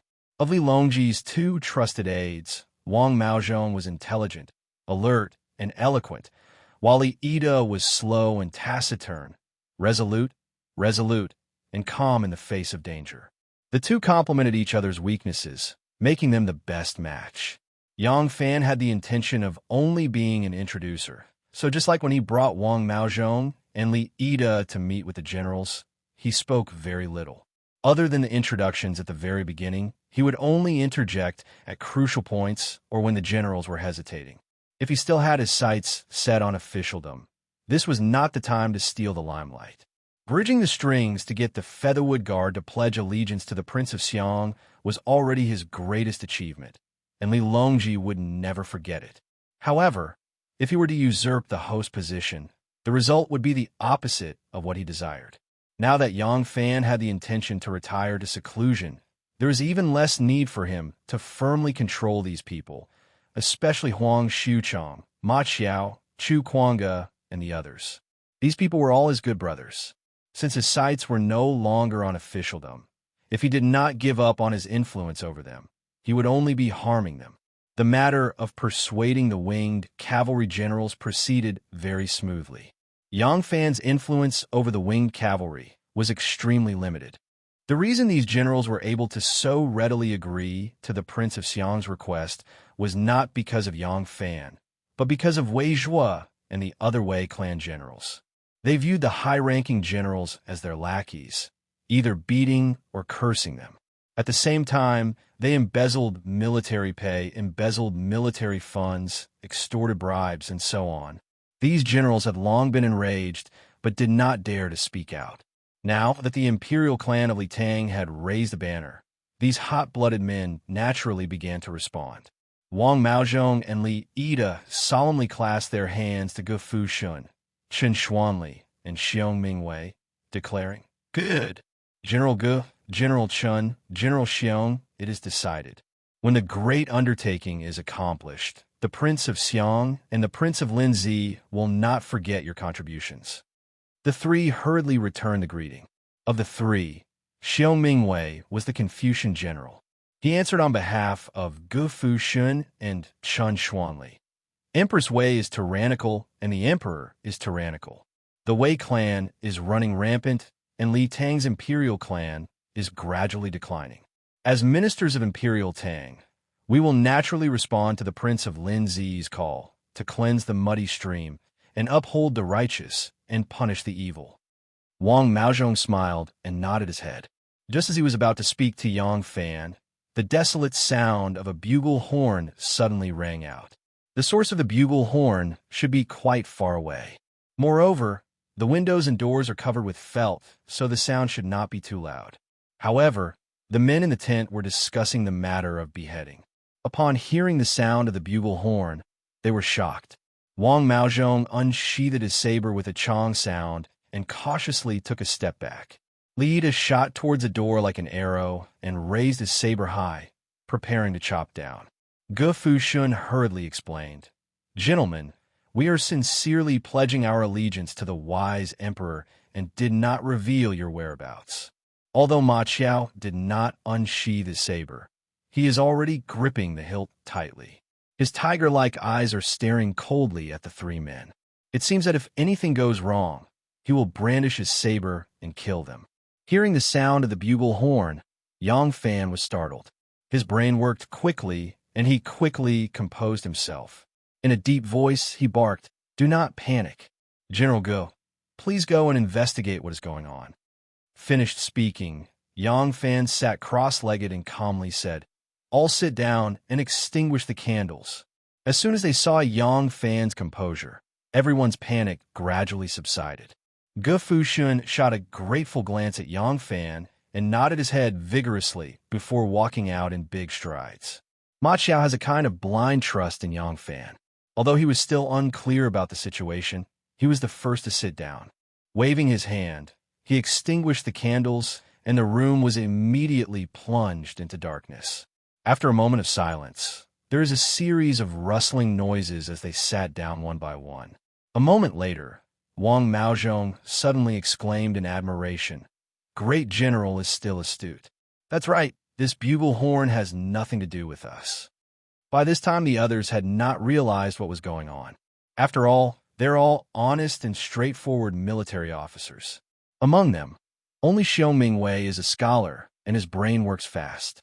Hearing Wang Maozhong's words, Xiong Mingwei suddenly understood. "That's right," Xiong Mingwei said. "If the Wei faction discovered our plot, they would not have sounded the bugle horn from so far away to alert us." Hearing this, everyone suddenly understood. In fact, this logic is very simple. However, when a group of people are discussing a major matter that, if they fail, would involve themselves and their entire clans.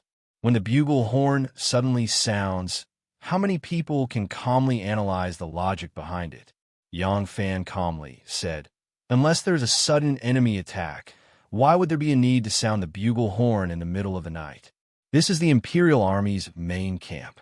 There is no reason to sound the bugle horn in the middle of the night. Although this matter has nothing to do with us, something big must have happened. In a hurry, the arrow sentries on the outside can only sound the bugle horn to warn the camp. If my guess is correct, the next step is to beat the drums and gather the generals. General Chun, General Xiong, the two of you must make early preparations." Just as Yang Fan finished speaking, the rumbling sound of war drums can be heard. When Ge Mingshun left the tent, in order to prevent Yang Fan and the others from becoming suspicious, he did not lower the tent curtain. The sound of the drums is very clear. "Ah!" Chun Xuanli and Xiong Mingwei cried out and jumped up. They had quietly snuck into Ge Mingshun's main tent to discuss matters. They did not wear their armor. Now that the drums were beating and the generals were gathering, they had to hurry back and dress properly before going to the main camp to listen to orders. If they did not arrive after 3 rounds of drums, they would be beheaded according to military law. Ever since the Wei faction came to power, they were especially strict with military law. No one dared to violate it. The two of them jumped up. Ma Qiao and Li Yi reflexively reached for their sabers again. Yang Fan said in a deep voice, "The two of you go put on your armor and quickly go to the main tent to see what has happened. We will wait here for news." At this time, on Vermilion Bird Avenue, a carriage, under the escort of dozens of armored soldiers, was also moving as if it was flying. The person sitting in the carriage was Shangwan. She was resting in her mansion today when she was suddenly escorted out by Empress Wei. She did not explain the reason and sped toward the palace. On the empty Vermilion Bird Avenue, iron hooves trampled, copper bells jingled. The carriage moved like fire. Chapter 1182. Wei Zhuo beat the drums to gather the generals. The generals hurriedly put on their armors and rushed to the main tent. In less than the time it took for 2 incense sticks to burn, they hurriedly returned to their respective camps and regrouped. The camp was in chaos. Gu Fushun returned to his main tent and immediately ordered all the soldiers to assemble. He then lowered the tent flap and said to Yang Fan and the others, Wage was suddenly issued an order to gather all the troops of the Flying Cavalry Left Guard and rush to Hung Street immediately. Yang Fan and the others were stunned. Such an action was extremely rare, even in broad daylight. Moreover, it was the middle of the night. What were they trying to do by bringing troops into the city and garrisoning the palace? Is Wei Clan going to start a mutiny? Just as this thought came to his mind, Yang Fan firmly denied it. Impossible. Although Wei Clan was at the height of its power, it was like a castle in the sky without any foundation. All its glory depended on Li Xian. Wei Clan desperately needed Li Xian's name to nurture trusted aides and strengthen their foundation. They would never rashly revolt and become the enemy of the world. Even if Empress Wei was blinded by greed and wanted to rise to the top in a single bound, the entire Wei clan would not agree. Even if Empress Wei or the Wei clan had a conflict with Li Xian or were eager to kick him away, the most appropriate solution was to imprison Li Xian and use the emperor to command the feudal vassals. When the time was right, they could ascend to the throne. Hadn't Empress Wei been learning from Wu Zetian? Wu Zetian had done this in the past. She had imprisoned her son, Li Dan, for 8 years until everything was ready. Only then did the titular Li Dan abdicate the throne. But now, Wei clan was mobilizing troops into the city. If they were not trying to seize the throne, then what were they trying to do? Yang Fan found it hard to understand. Gu Fushun said, Wei Zhua has the tiger seal of Chong and is military commander Wei Wan. There is no mistake about it. Right now, all the troops are being mobilized. I am afraid it will not be easy for the few of you to leave now. Why don't you follow me into the city first and wait for an opportunity to leave? When Yang Fan and the others arrived, they wore the uniform of the Imperial Army in order to deceive others, so there was no need for them to change. After Gu Fushun finished speaking, he glanced at Ma Qiao and said worriedly, General Ma, I'm afraid your troops are also being mobilized. If you can't make it back in time, what should we do? Ma Qiao replied, There's no harm in that. I've been on leave for the past few days, so I'm not in the army. Yang Fan thought for a while and said decisively, Then, you and I will pretend to be General Ji's bodyguards and enter the city together. We will act according to the situation.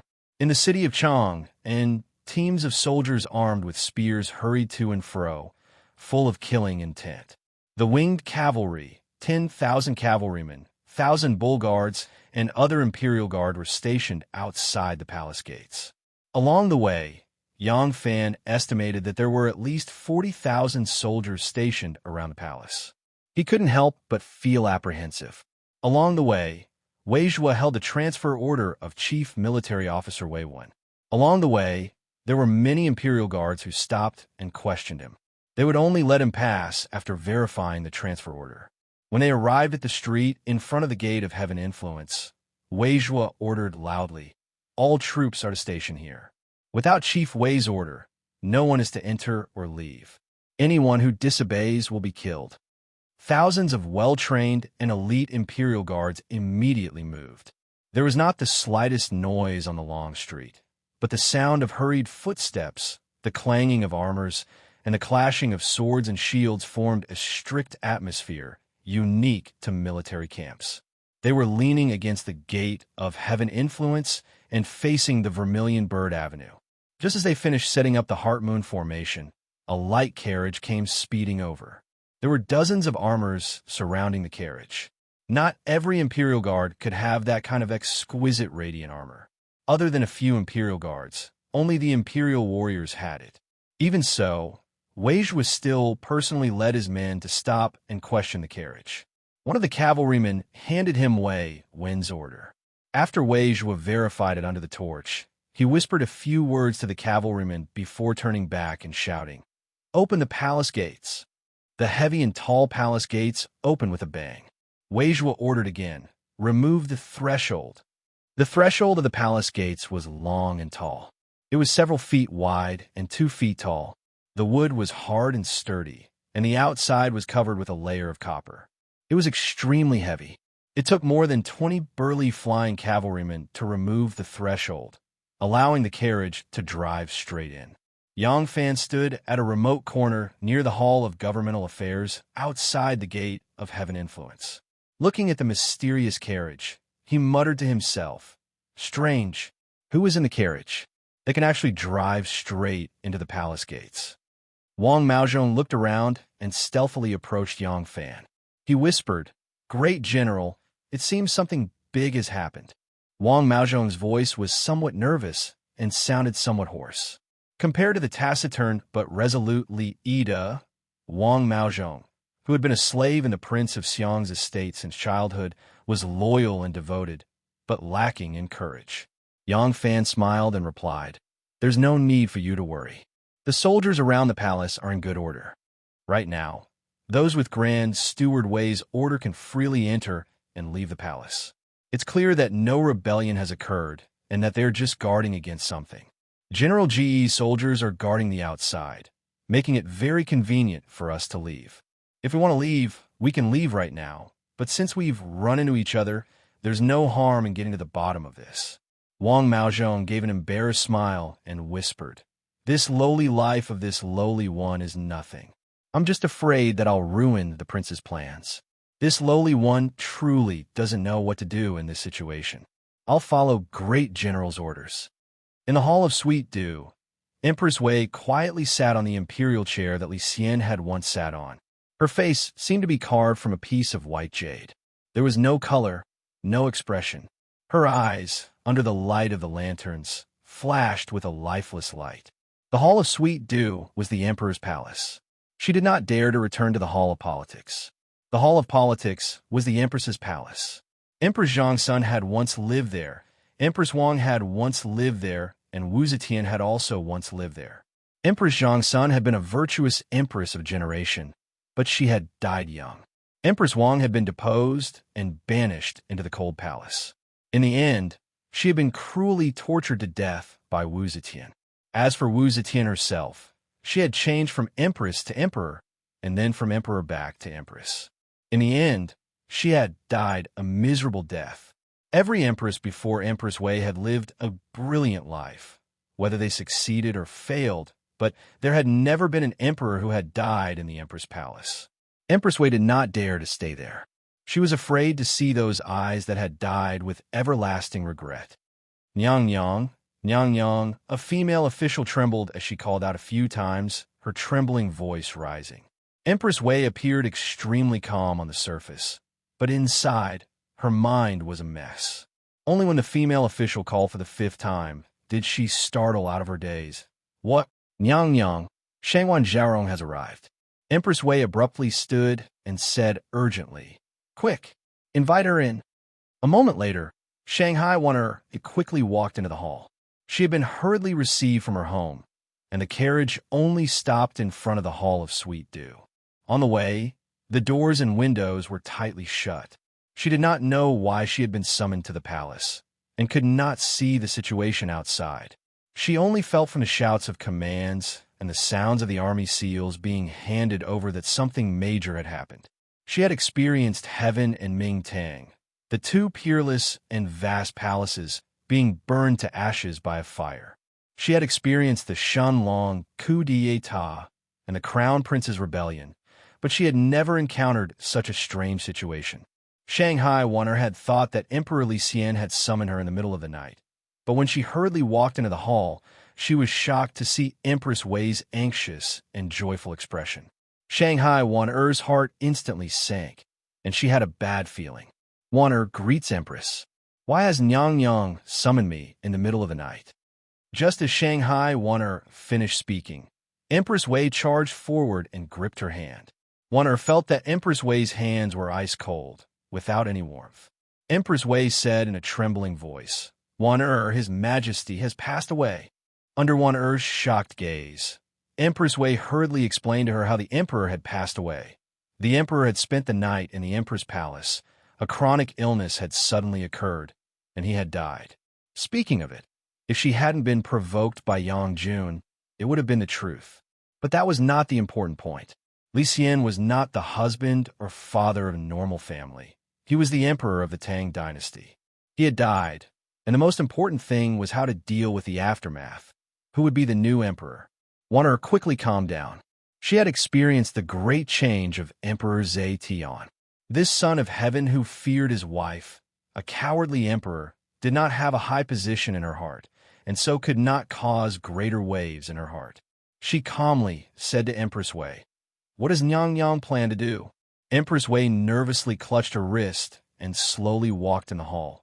Before you came, Aijia had been thinking about this matter. To prevent the news from leaking and causing some unpredictable change, Aijia has already sent 50,000 imperial guards to protect the entire palace, forbidding entry and exit for safety.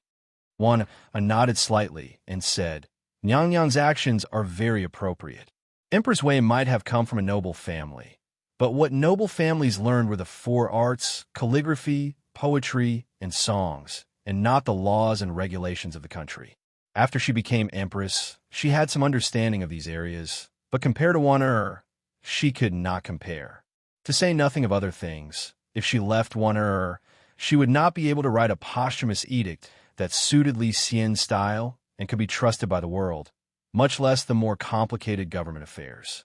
Hearing Wan'er's approval, Empress Wei's panicked mind immediately relaxed. Empress Wei continued, "Aijia thinks that there is only one important matter. Who will inherit the position of Son of Heaven? The emperor died suddenly and did not have a crown prince in his lifetime.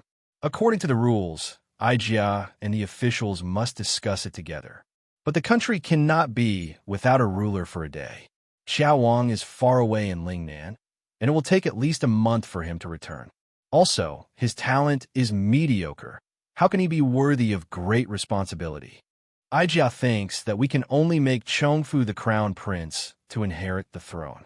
Wan'er's eyes flashed, and she directly asked the most important point. The 4th imperial son is still young. If the 4th imperial son is made emperor, who will assist him? Empress Wei took a deep breath and puffed out her chest. Aijia is Chongfu's mother, the current empress, no? Aijia is about to become the empress dowager. Naturally, Aijia will be the regent. Wan'er asked assist, and Empress Wei replied regent. The difference of one word was like the difference between heaven and earth. Wan'er looked at Empress Wei's nervous and excited expression and seemed to see that Wu Meinyang of the past. They might have too many differences, but at least in this moment, the expressions on their faces were unusually similar.